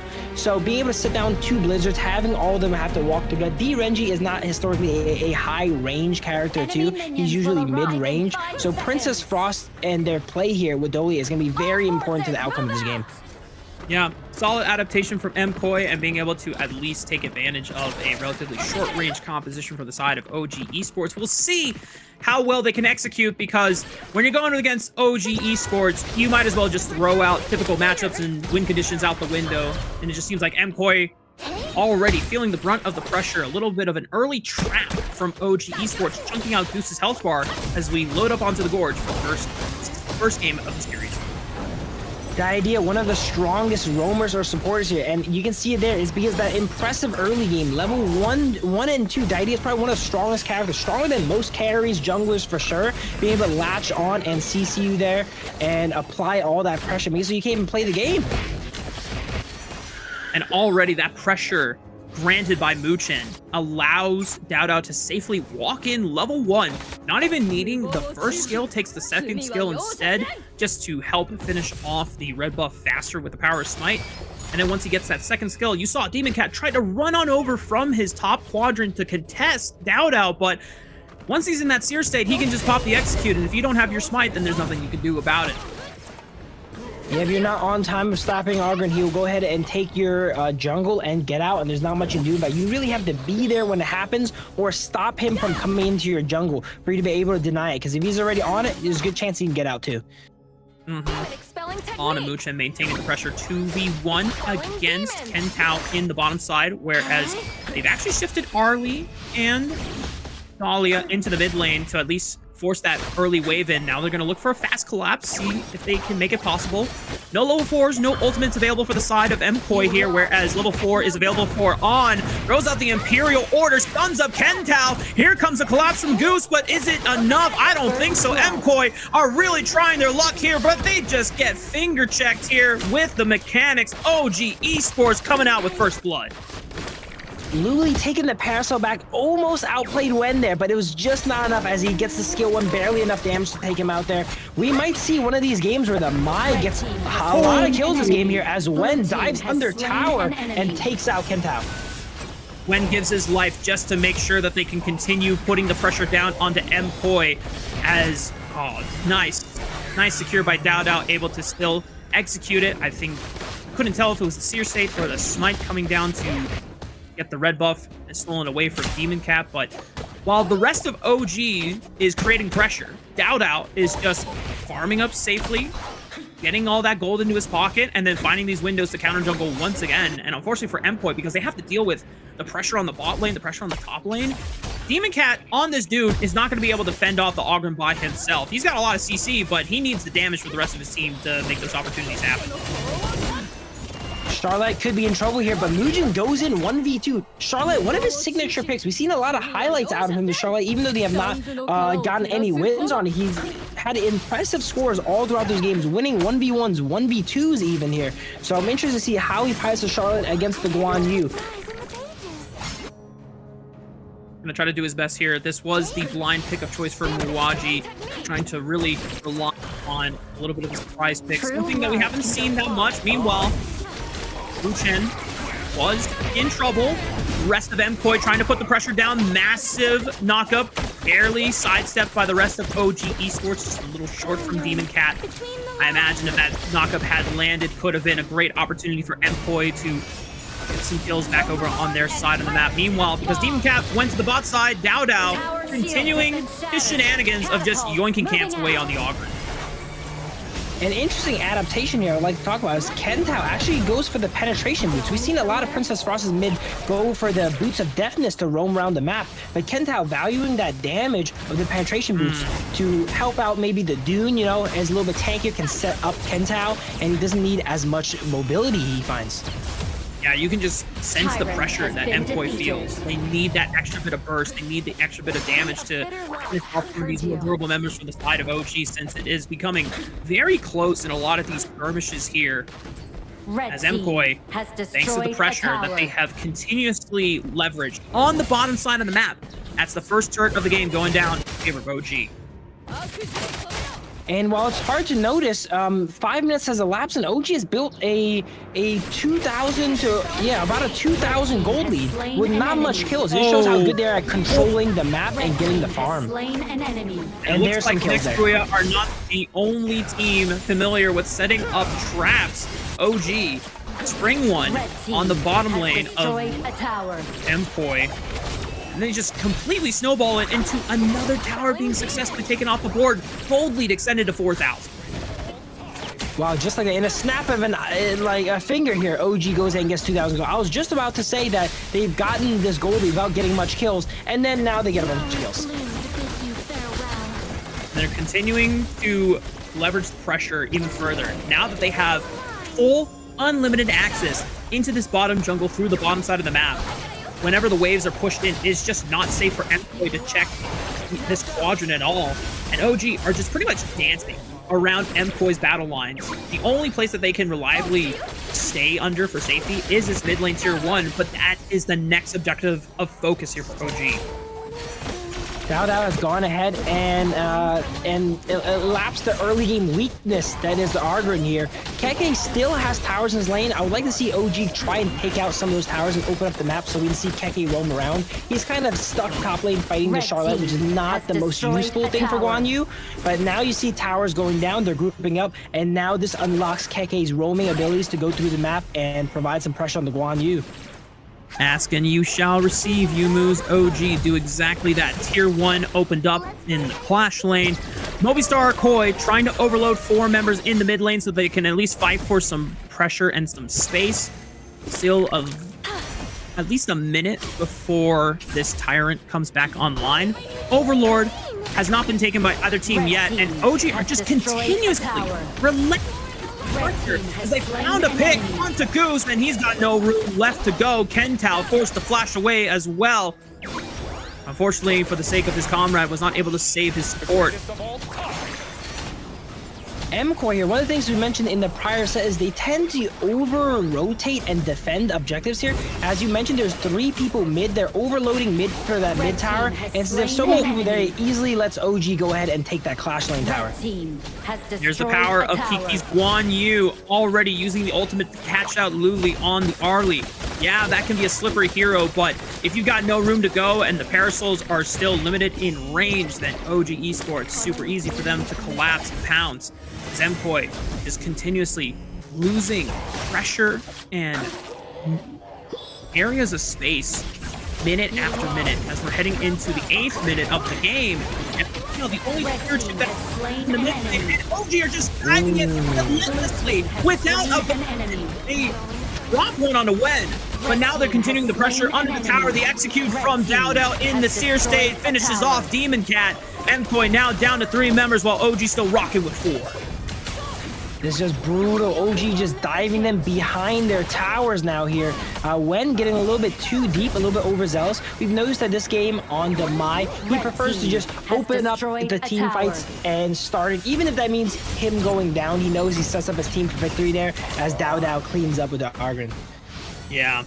You called it 2 minutes ago. Dowdow has elapsed that window where the Ogren is not as strong. Yeah, we're well beyond that point.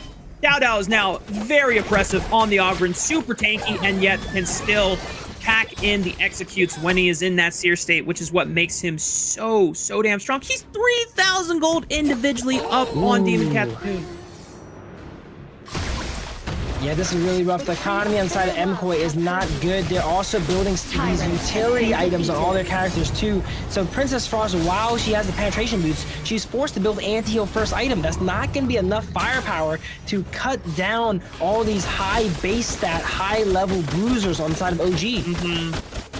And Yumu's, they did it. They pulled it off. They did both of the neutral objectives at the same time. Dowdow was soloing the Shadow Overlord while the rest of his squad was able to take care of the Shadow Tyrant. And now they have the opportunity to send the Shadow Vanguard wherever they want to. The rest of OG trying to hold on. Actually, I think I lied. It wasn't even Shadow because it's just so early onto the game. And here comes the flank on all sides. Kiki right on in with the cavalry with Guan Yu, as we've seen it time and time again. Luli is able to at least equalize by 1 on a win, but he will gladly give his life over for the cause of OG Esports as they push easily into the base. One last Hail Mary as a defense. A last stand from the side of MKoi, and to their credit, they actually do hold the lines here for now. Both of their high ground turrets were lost, but they are still alive. MKoi is still alive here. As I mentioned prior, they are tenacious. They are amazing at holding their base. Let's see if they can go ahead and convert this teamfight win where they take a 4-for-1 into some objectives here. Maybe even the Overlord so that they can get a bit of breathing room here with that summon. Does not look like they end up going for it. They'd rather go for the Tyrant and some more team fighting power here. They need to quickly get what they need to get and get out of dodge as OG's getting back on the map now. Yeah, Kentao creates space, finds a pick on a win. Wait a minute, MKoi, that's a good pick. It gives them a little bit more tempo, a little bit more breathing room. And even though they don't go for the Overlords, it does add on to, you know, it's on brand, I want to say, for MKoi to go for something that accentuates their natural strengths as a team, which is the team fighting intuition that they do have. Obviously, they've been down a lot of gold in a lot of these fights, and so they're always going to be unfavorable, but the fact that they've been able to hold off this long is still somewhat admirable. But now OG Esports, once again, full control of the map, and they're going to be ripping the Shadow Overlord. The problem with taking a Tyrant there is you give over the Overlord to OG, and this Overlord is likely to seal the game once it is sent out here. Wen also getting caught out multiple times, we've seen playing a little bit too aggressive on the Mai here. I think that was his 4th death here for Wen, but they're using a lot of resources on him, and Dowdow and Keke and the others are definitely not letting him go down for free. Yeah. OG curious to see where they're going to send the Shadow Vanguard here. Vanguards are now pouring in. Oh, massive knockup from Demon Cat. Wait a minute, they pick off Wen and they pick off On. Muchen falls as well. MKoi, they're holding strong. They're evening up the gold deficit. It's still 4,000 for themselves, but they're doing everything they can to stall this game out long enough. And now Dowdow, who is pushing all by himself on the top side, he's got no friends. He's got no backup. He's holding off, and it's a powerful Ogre, but when you are facing against the full man of frontal soul of MKoi, they are going to be able to take you down. MKoi very impressively winning 2 back-to-back fights. They're gonna need 1 or 2 more of these, and they should be out of the base here. They need to use this time very wisely that they have now while OG's off the map to push out these waves and alleviate some pressure so that they're not stuck in their base. But it's gonna be difficult as they have 2 high ground towers down. Can they start to slowly get back some of the map and some of the towers of OG here while they have breathing room? What once was an 8,000 gold lead for the side of OG Esports has now been shored up to 3,000. It is still in the lead of OG. They still have the advantage of 2 high ground towers taken off the Gorge.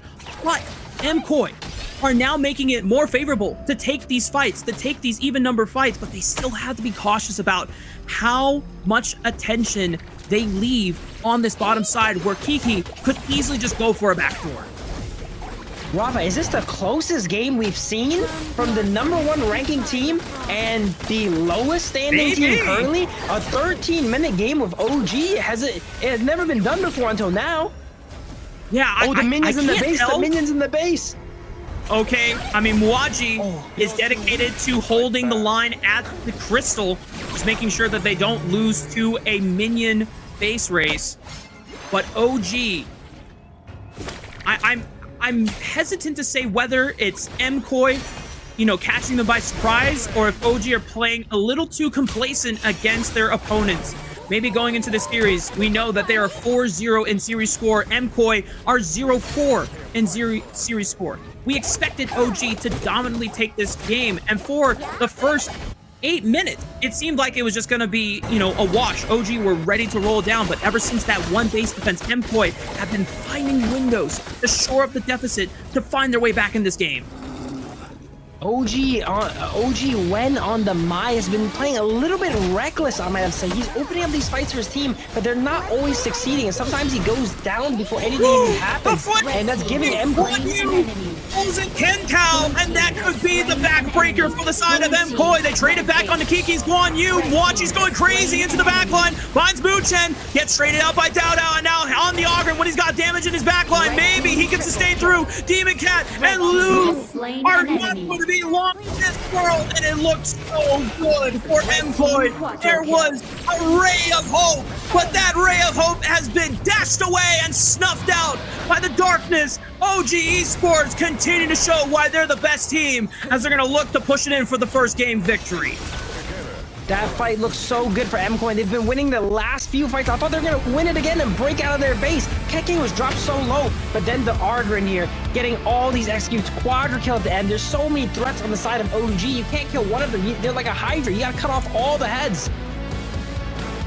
And OG Esports, even after what was Game 1 victory, I think you can tell that OG a little relieved and thinking to themselves, all right, guys, we might have gotten a little too loose there. We might have given them a little too many advantages back. And as we talked about going into the series, we already expected OG to be the favorites and MKOI with their current series record to, really having to scale the mountain in terms of expectations in order to look competitive. And I think,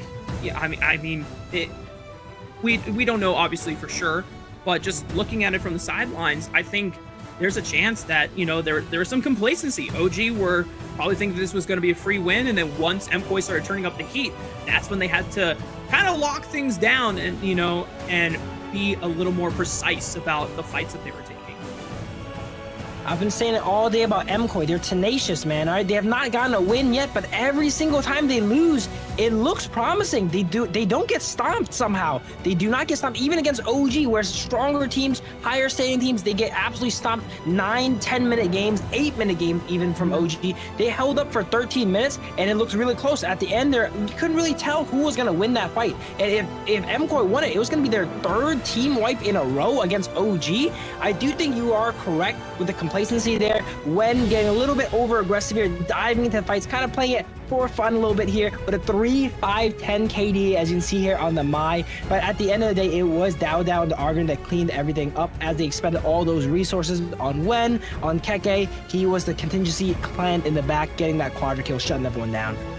Yeah, and for MKOI's sake, we talked about how if they were even able to get one game victory in a series despite it being a loss, that's worth celebrating if you are MKOI, because it gives you confidence that you can actually make a miracle run in the survival week after this weekend is over, and looking forward into week 2. But even then, this wasn't a game win, but there's a moment where MKOI just showed, like, we're not a team that you can just roll over and, for fun it after you get your advantage. You still have to respect us to a certain degree. And once again, it's the decisiveness that they chose to initiate with those team fights. You know, were they on, you know, members that were overextended? Perhaps. But MKOI didn't let those opportunities, you know, go for free. And they tried to maximize it as much as possible. But in the end, it is still a lead that OG had that was too large to surmount, even with all of the comebacks that MKOI were trying to make.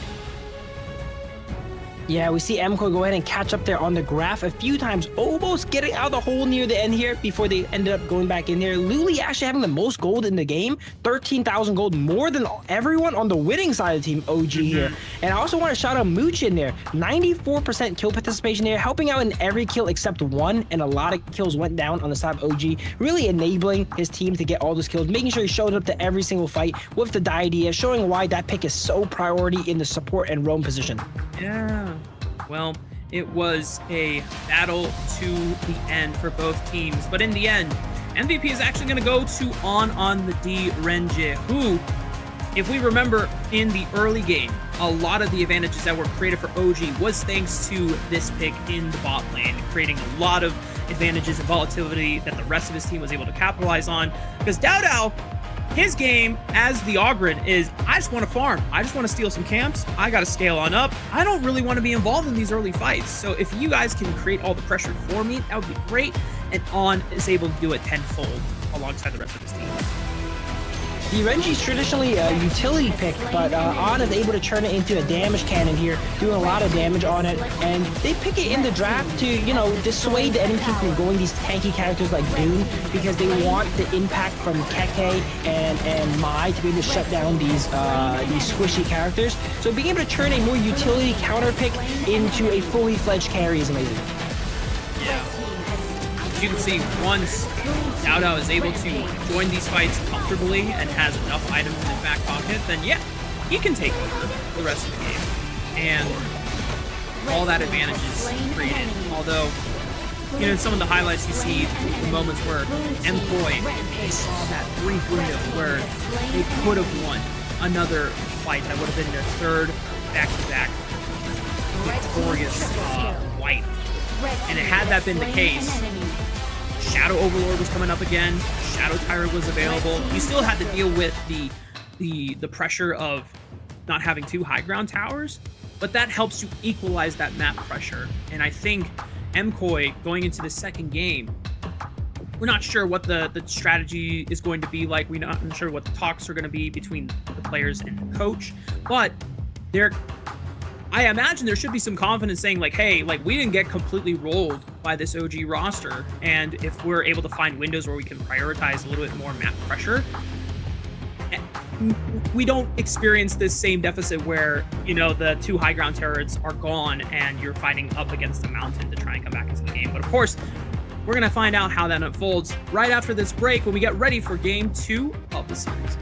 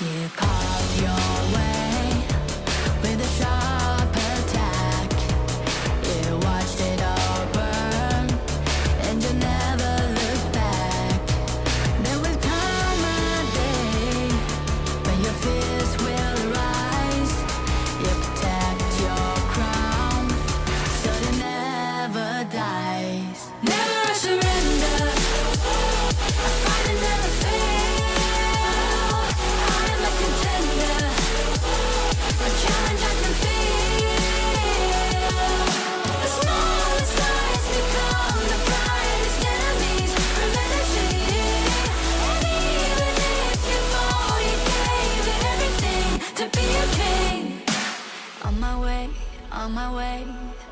Find my way, find my way. On my way, on my way. Dream my way, dream my way. Never a surrender. I find it never fail. I'm a contender. And try can feel. The smallest lights become the brightest enemies. Grenadity. And even if you fall, you gave it everything to be a king.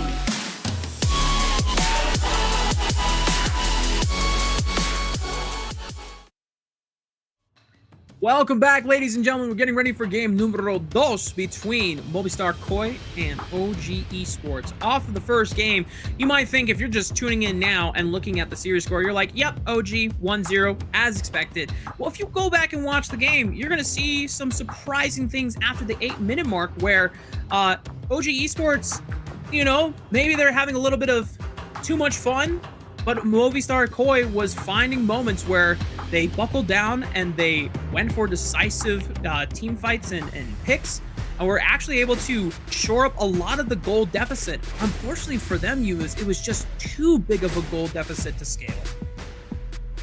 MKoi doing excellently against OG, better than a lot of teams here. Sure, Wen was limit testing a little bit on the Mai there, but this is still not to understate MKoi's impressive team fighting. We've seen in all their games, they are very impressive team fighters. They never really lose a fight too poorly. Even games they lose, the score, they're either higher on kills or just about there, as we've seen in this game. Where they struggle is how they play the map. They're not good at managing these waves, so they're always dealing with waves at their base, and I feel like they don't prioritize the Overlord enough past the 10-minute mark, where there's ample opportunity for them to go ahead and get that Shadow Overlord after one of these team fight wins to maybe clear out a wave and give themselves some breathing room. They're always focused on the fight, which is good because that's their strength.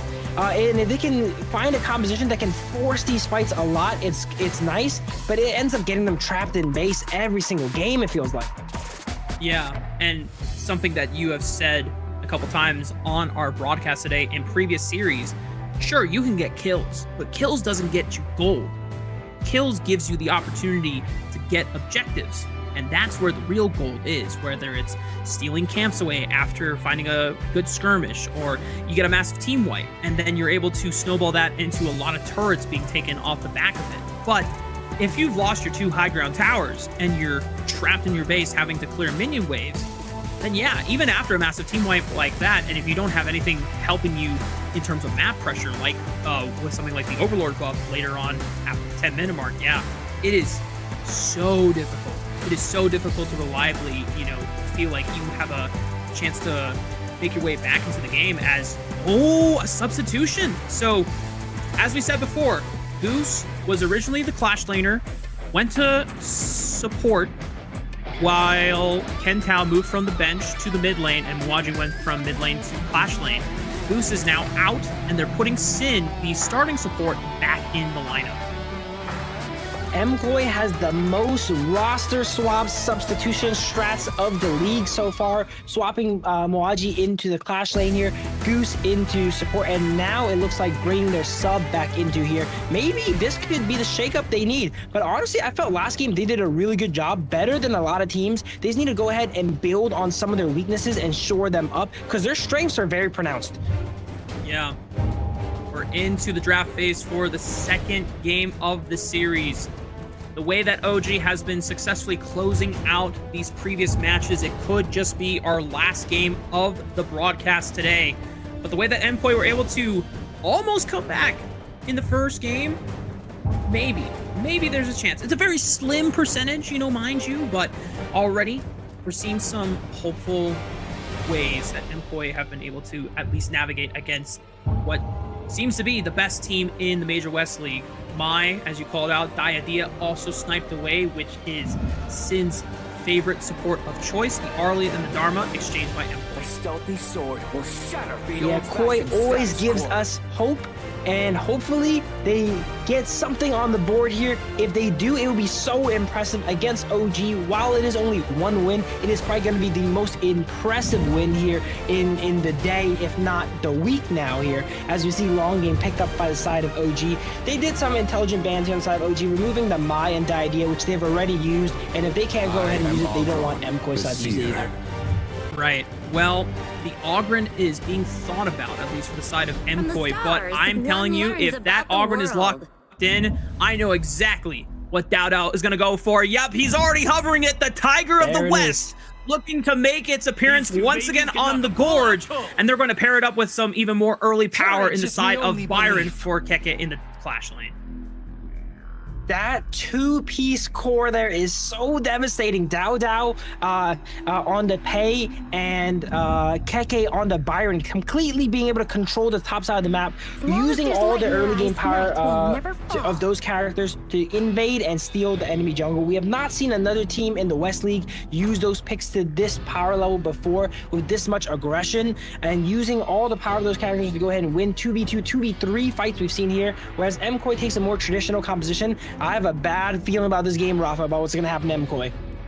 Yeah, I mean, MKOI want to bank for the team fighting phase of the game where they can, you know, force those 5-on-5 fights, but you're going to need some early bridges, some agency from some of these lanes so that you're not completely losing pressure on all sides of the map while Demon Cat is trying to scale up on the Ogryn. Very similar into the manner that OG were able to buy time for Dao to scale up on the Ogryn in the first game, but now that he is the aggressor, he's the one on the Pei, and you already have a guaranteed lane to play through on Clash lane with the Byron, I imagine any top camps in this game, it's not going to be Demon Cats to claim.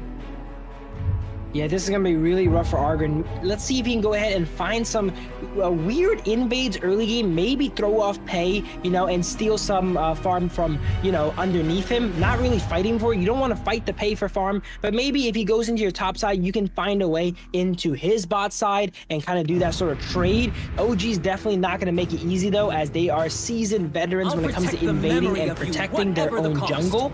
But let's see what MKOI rounds out their draft with here. Maybe the Sunset here locked in. It is locked in, actually, on the side of MKOI.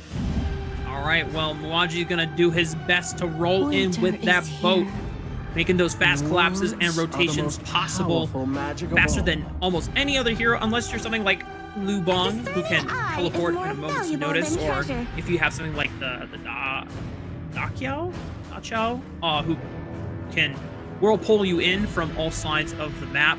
MKOI round out their composition with the Shi in the mid lane, Liang picked up for OG Esports Wu Chen support, and Princess Frost for Wen, as you called out before. Some control mage action and at least something that gives OG Esports another lane of farm that you can always reliably feed into something like On, especially if the early game is not as safe for him.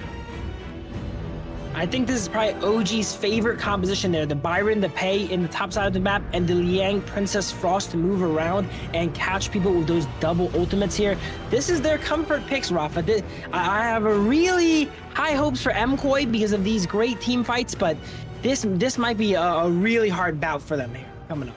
Yeah, I mean, we saw that once Along is able to get to the late game stage of the match, you just are able to walk in and just tap people to death with the amount of damage that is pumping out of your auto attacks. And for MKOI, the task and the challenge is at an all-time high. You have to buy time for your jungler and Demon Cat to scale up on the Ogryn. You have to find windows to leverage some pressure in this bottom side where I'm not sure how much of an early game pick Lady Sun is, but something tells me you definitely have a little bit more agency than something like Long in the first few minutes of the game. For sure, Lady Sun is one of those characters that could itemize to spike really early as one item if she opts to go for the Axe of Torment. Obviously, that would make you fall off a little bit more as later on when people build up armor, that's not going to be as useful. But maybe that's what MKOI needs to get himself a little bit of breathing room here to stop the onslaught that is OG on their signature comp, on probably their favorite characters here, because we've seen him succeed with so well. And I just want to see how it goes down here. This could be the last game of the broadcast today, or it could be the making of one of the most incredible stories to hit the Gorge here in the Kings Major West League. It is game 2 between OG Esports and MKOI. Both teams take to the Gorge.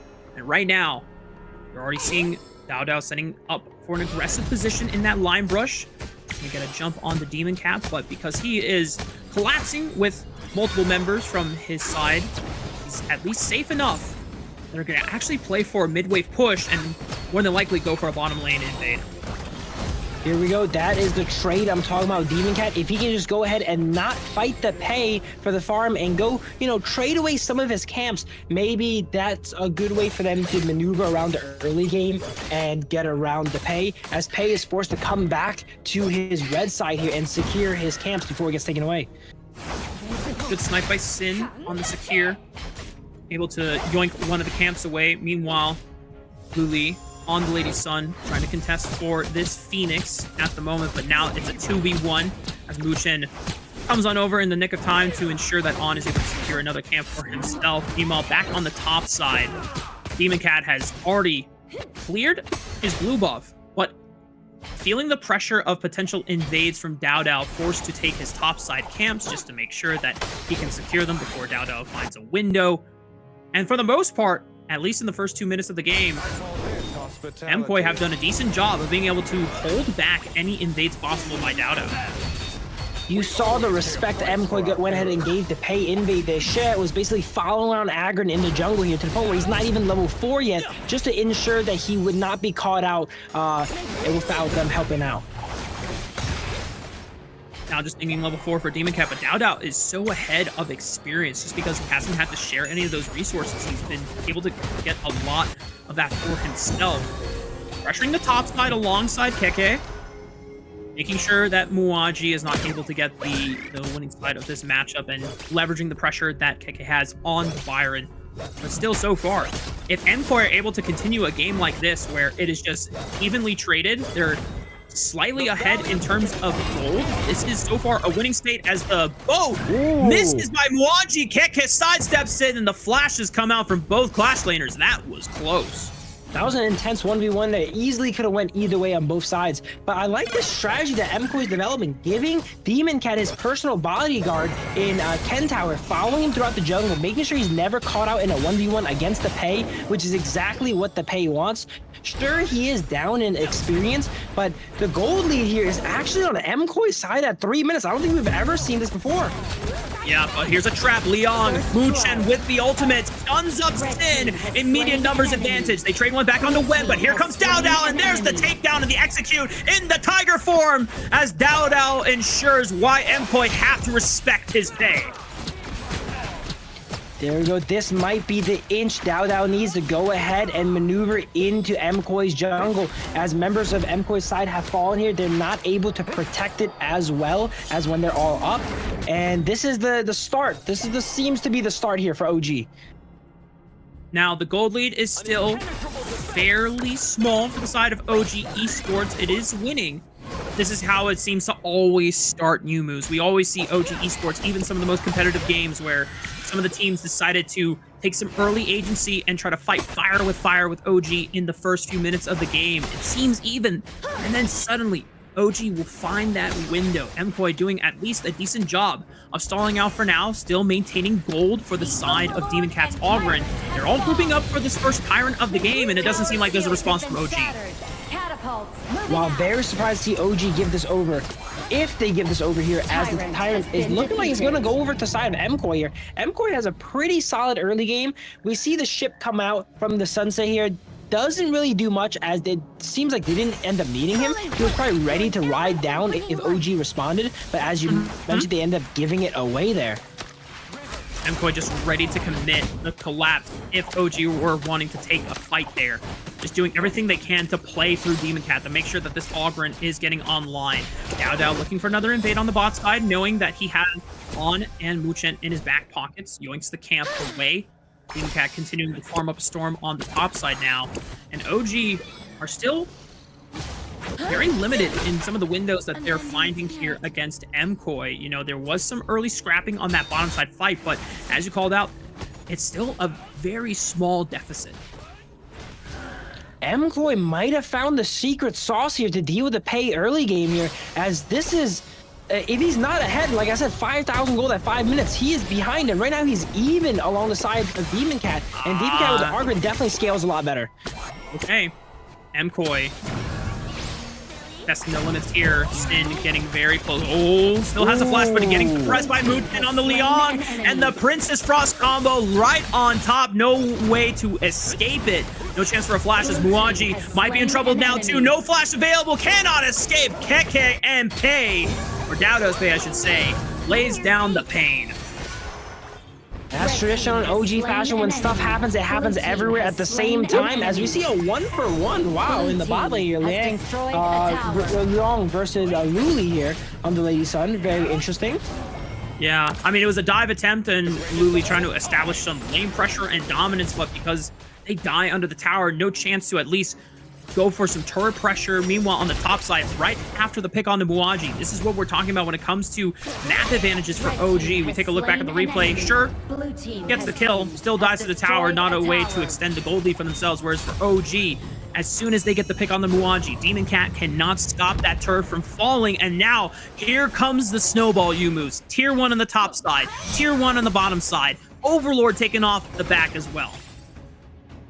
Yeah, that was in very MKOI fashion. Some of the matches yesterday I watched, MKOI, they love chasing for kills. And if OG is known for their early game aggression, MKOI is known for chasing down these people when blood is in the waters there. As you see Luli flash from their tower to take out Long. And without these tier 1s on the side lanes, their only safe spot to step up far on the map is under the mid lane. But yeah, you're starting to feel the pressure now. If you are the side of MKOI, OG can fearlessly start roaming into either of these jungle quadrants, playing through the pressure of these side lanes. Now that the Vanguards are pushing in on both side lanes, OG can just continuously fish for picks, fish for dives. Another stun under the tower of tier 2. Luli's got nowhere else to go. Dow finishes them off with ease, and the rest of MKOI can't do a damn thing about it. This Liang is just able to confirm so many kills with those flash ultimates to lock people down, makes his team's job super easy. Wen knows to drop ultimate on top of it if he grabs someone here. Dow knows to go ahead and eat him up on the Tiger if they're grabbed, making it impossible to defend if there's only one or maybe even two people defending, being able to just remove one of them at a moment's notice. Set sail used by Muaji, trying to see if there was a chance for a quick, fast pick. MKOI trying to continue to stall out the game, but it's no longer the small gold deficit that they were experiencing. It's now a larger one. 3,000 gold ahead, almost 4,000 for the side of OG. It looks like MKOI once again has control over the Tyrant there, as OG seems to not worry too much about the Tyrant this game here. We see Sek here taking control of the Pixel Bush there, not letting OG in as they go for another Liang ultimate. The Liang ultimate right on the Demon Cat. Man, Ogren at least is able to survive, but it comes at the cost of Kentao being exterminated. Sin also biting the dust here, and here comes the Tiger of the West! Finds his prey, and Demon Cat, and shows who's the real king of the jungle. I'm surprised Demon Cat survived that long after being grabbed by Muchin there with a Princess Frost ultimate on top. Somewhere along that fight, Wen actually got sniped out and taken out too. And now, all the pressure, all the advantages gained from the skirmishes picked off in that bottom side jungle bleeds into the tier 1 falling in the mid lane. The Tyrant now easily for the taking for the side of OG Esports. And this is how it's done, y'all. If this is your first time watching OG Esports play a composition like this with Dow on the signature pay, this is how it always happens. Yeah, OG took him a little bit longer than usual to find that inch, but they found it, and now it is ending up to be a mile here as they are up 6,000 gold on the side of MKOI. Muaji looking for a teleport to answer the push on the bottom side of the map, but once again, the power of Princess Frost and Liang working hand in hand to lay down the crowd control and the AoE damage means that no one is safe once the lockdown occurs. Sin bites the dust here. MKOI down to 4 members for the next 20 seconds. What I love about OG's draft is while we know they're the favorite team here and they are, you know, the probably most skilled team in the rankings wise, their team's win condition is relatively simple, right? You get the Liang ultimate off on someone, everyone drops all their abilities on it, you pick Byron and Pei and control the early game. Their win conditions are so simple, and that's why OG consistently reaches them every game. Yeah, and like you said, what does on the long get to do? He gets to farm the side lanes comfortably. He gets to be safe from all of the action that occurs from OG putting the pressure down onto MKOI. And so if the game ever does go late, if MKOI finds a way back into this game, you got game experience policy in the case of on's long. Destroyed a tower. Yeah, you go ahead and contrast that with MKOI style, and they don't really have a clear game plan on what they're supposed to do here. The Shi is very good at moving some people around. The set sail maybe needs to sync onto the back line. We have Lady Sun. It feels like they're a little bit more separated and not as in sync, whereas OG side has very defined course. Pei and Byron early game play the top side, Liang and Princess Frost combo ultimates, and we let Long farm up and scale out. Yeah, when you're able to force these numbers advantage, it's so much easier for heroes like Pei and like Byron to continuously find those 1v1s, because that's where they thrive. It's in the individual skirmishes where the numbers are not that great in terms of... Oh, I might have disconnected. Am I back? Am I back, chat? You losing my back? I think I was disconnected here as I had to quickly refresh as my feed was a little bit staggered there. As we go back into the game, we see it's 10-4 here. OG is now up 7,000, coming up on the 10,000 gold mark. MKOI, as usual, doing a great job of defending, but let's see how long they could defend for. Yeah, the Shadow Vanguard has spawned. We're going to see which lane is getting the empowered one. It is the Clash lane, makes sense. A lot of the pressure from OG is focused on the bottom side of the map, or they can easily rotate over to the next Tyrant spawn if it comes up and they haven't reached the base yet. MKOI doing the best that they can to farm up these side waves, but once again, as you pointed out before, you're going to have to find a risk. You're going to have to find a window where you are decisive and spring and engage onto OG when they are split up. Here we see again, as mentioned before, MKOI usually over defends. They send 4 people bottom, so the Agrin cannot deal with the Pei in the 1v1 as Agrin just takes the tower, as Pei, takes the tower right in front of Agrin. The high ground tower, first one to fall in the Clash lane. And then now deal with immense pressure through that lane, whereas OG Esports now able to focus their efforts solely through the mid lane, through the farm lane. And the siege continues. MKOI running out of time. Still trying to buy as much of it as they can and stall for some of these later item spikes to come into them. But at this point, it just seems like you are stalling out the inevitable. We've seen this all too many times. MKOI turtling in their base, 5-man defending, giving up that map pressure, having no vision of the map. And this is going to enable OG to do some things they've done in the past where they take both objectives at once and they keep hammering the minions into MKOI's base. Ogling vision from our observers here, just showing how bleak it is for the side of MKOI as they finally pull the trigger, diving into the base. The high ground tower falls, and the rest of OG spring their fangs right into the backs of MKOI, the Tiger of the West, just baring his claws and showing how strong he is. The king of the jungle, the undefeated team continues their reign as MKOI lose 4. That should be it for MKOI here. Interesting start to that fight there. The Byron was actually caught out by Shi as she pulled Byron into the tower. And then Keke noticed, wait a minute, I want to be here. Flashes behind the wall to engage a fight on them, which ended the game ultimately. As expected, OG Esports sweep the series. Game 1 might have been a little more competitive from the side of Movistar in that later half of the game. But the second game, it was all business. Yes, there was a little bit of early game defense that was solid for MKOI. They were able to seemingly go blow for blow and able to stall it out, but all it takes is that one window where they find the first early tier 1 turret, and then the rest of the map just slowly collapses one by one. For sure, MKOI did a great job of holding, as I mentioned, some of these strategies where they bodyguard the Agron, are actually like moments of genius. Now, if all these teams come together, and I feel like we're noticing small weaknesses in OG that every team slowly finds, you know, if all the teams can compile that together, maybe they can bring down the Demon King that is OG Esports here. We're noticing that's a decent strategy that delayed DAO's early game. He's not used to being even with the enemy jungle. He's not used to having to clear his own jungle. But she did a great job of protecting Agron here, and that could be some knowledge used for future games. Yeah, I mean, it's an eventual, slowly building adaptations that teams are making against the likes of OG. Even some of our top teams like Twisted Minds, who are also showing favor to the likes of in the jungle, going for that early pressure as a means to defeat something like an Ogren who wants to scale through the early game and become that very hard to kill tank in the later stages of the game, because the other answer is to go for a strong CC and lockdown. And, you know, to OG's credit, even if they didn't have strong CC from the jungle, they had plenty of it from both the support and the mid lane.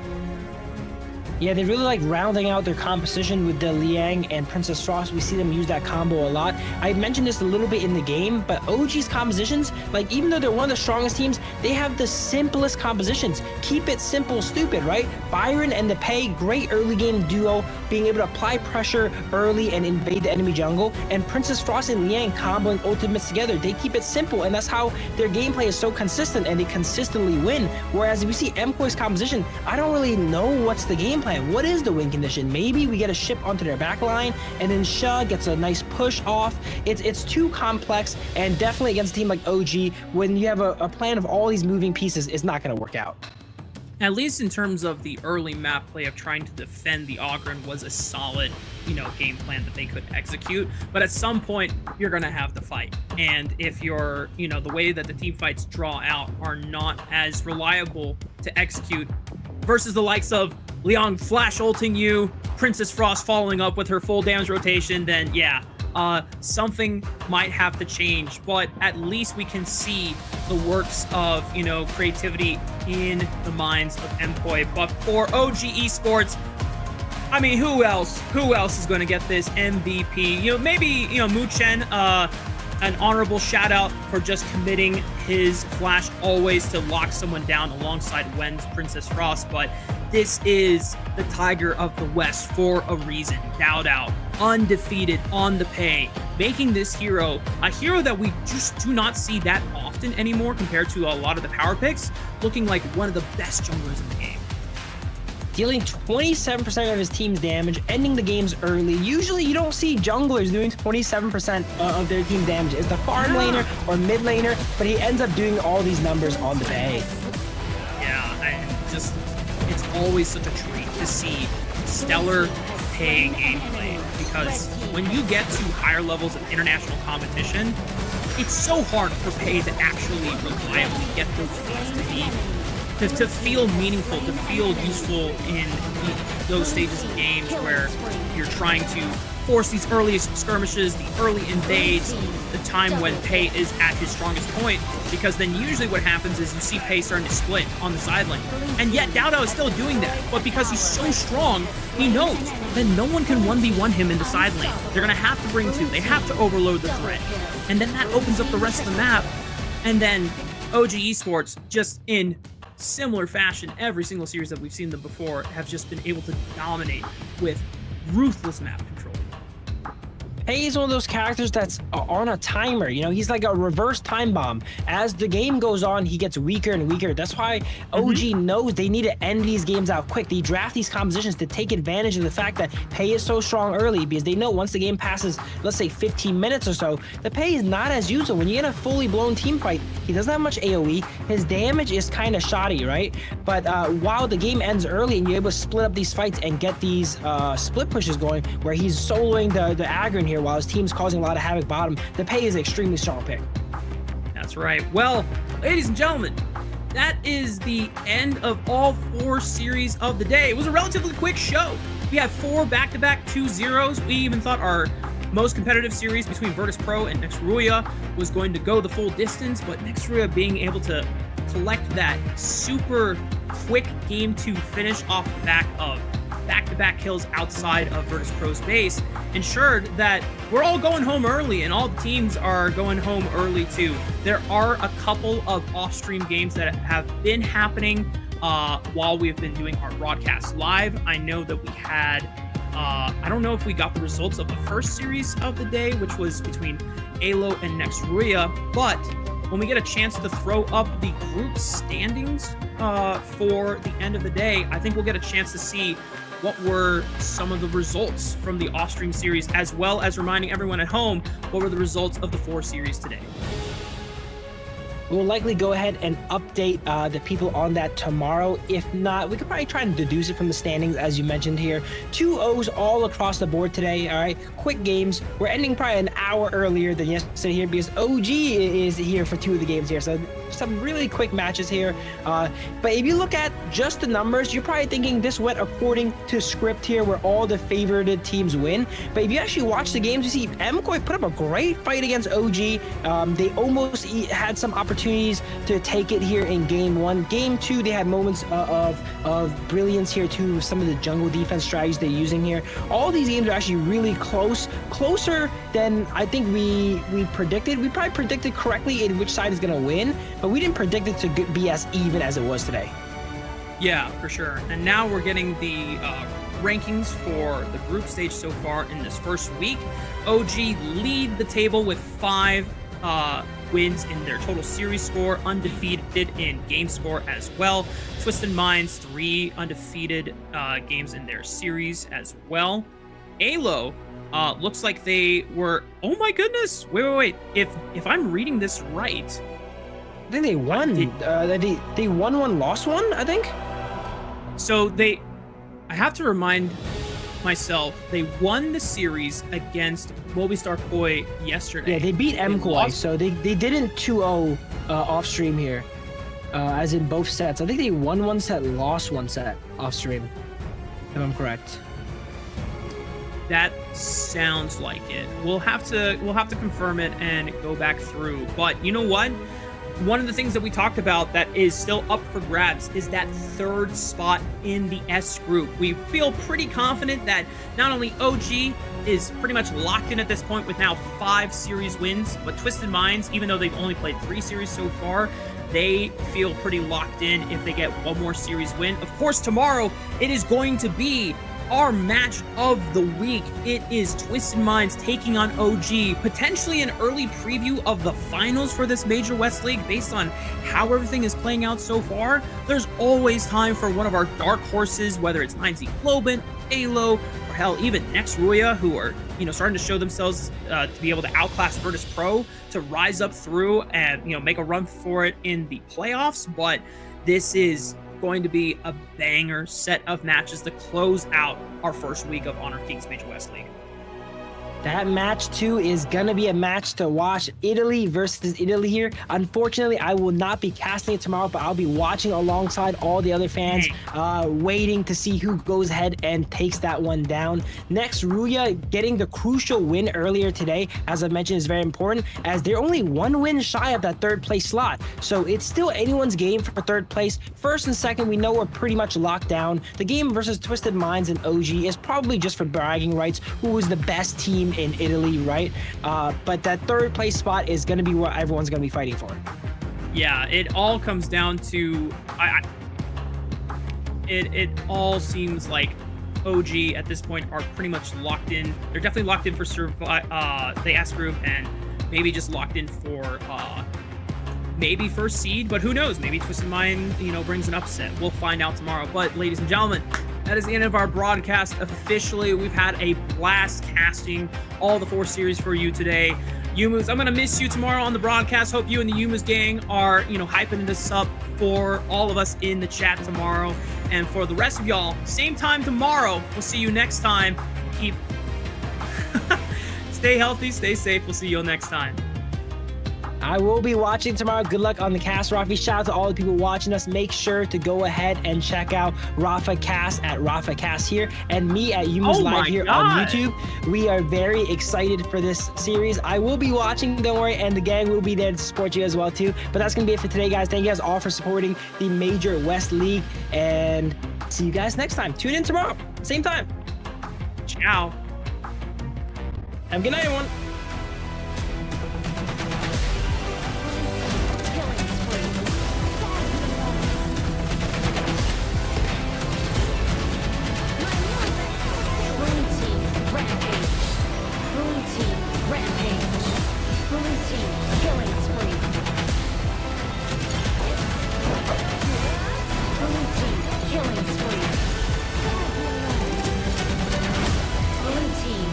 Double kill.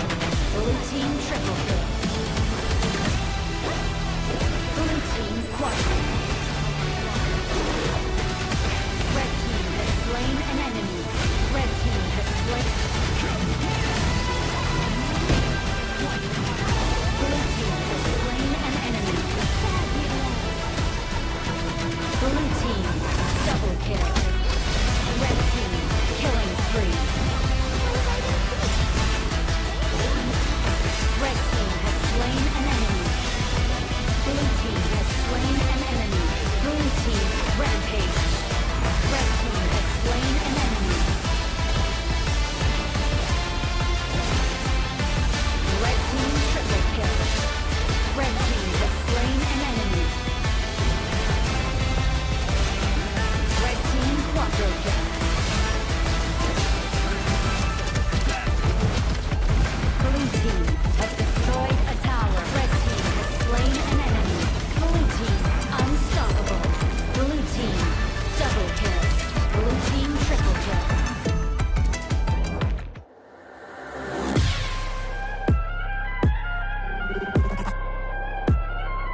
Turn it back.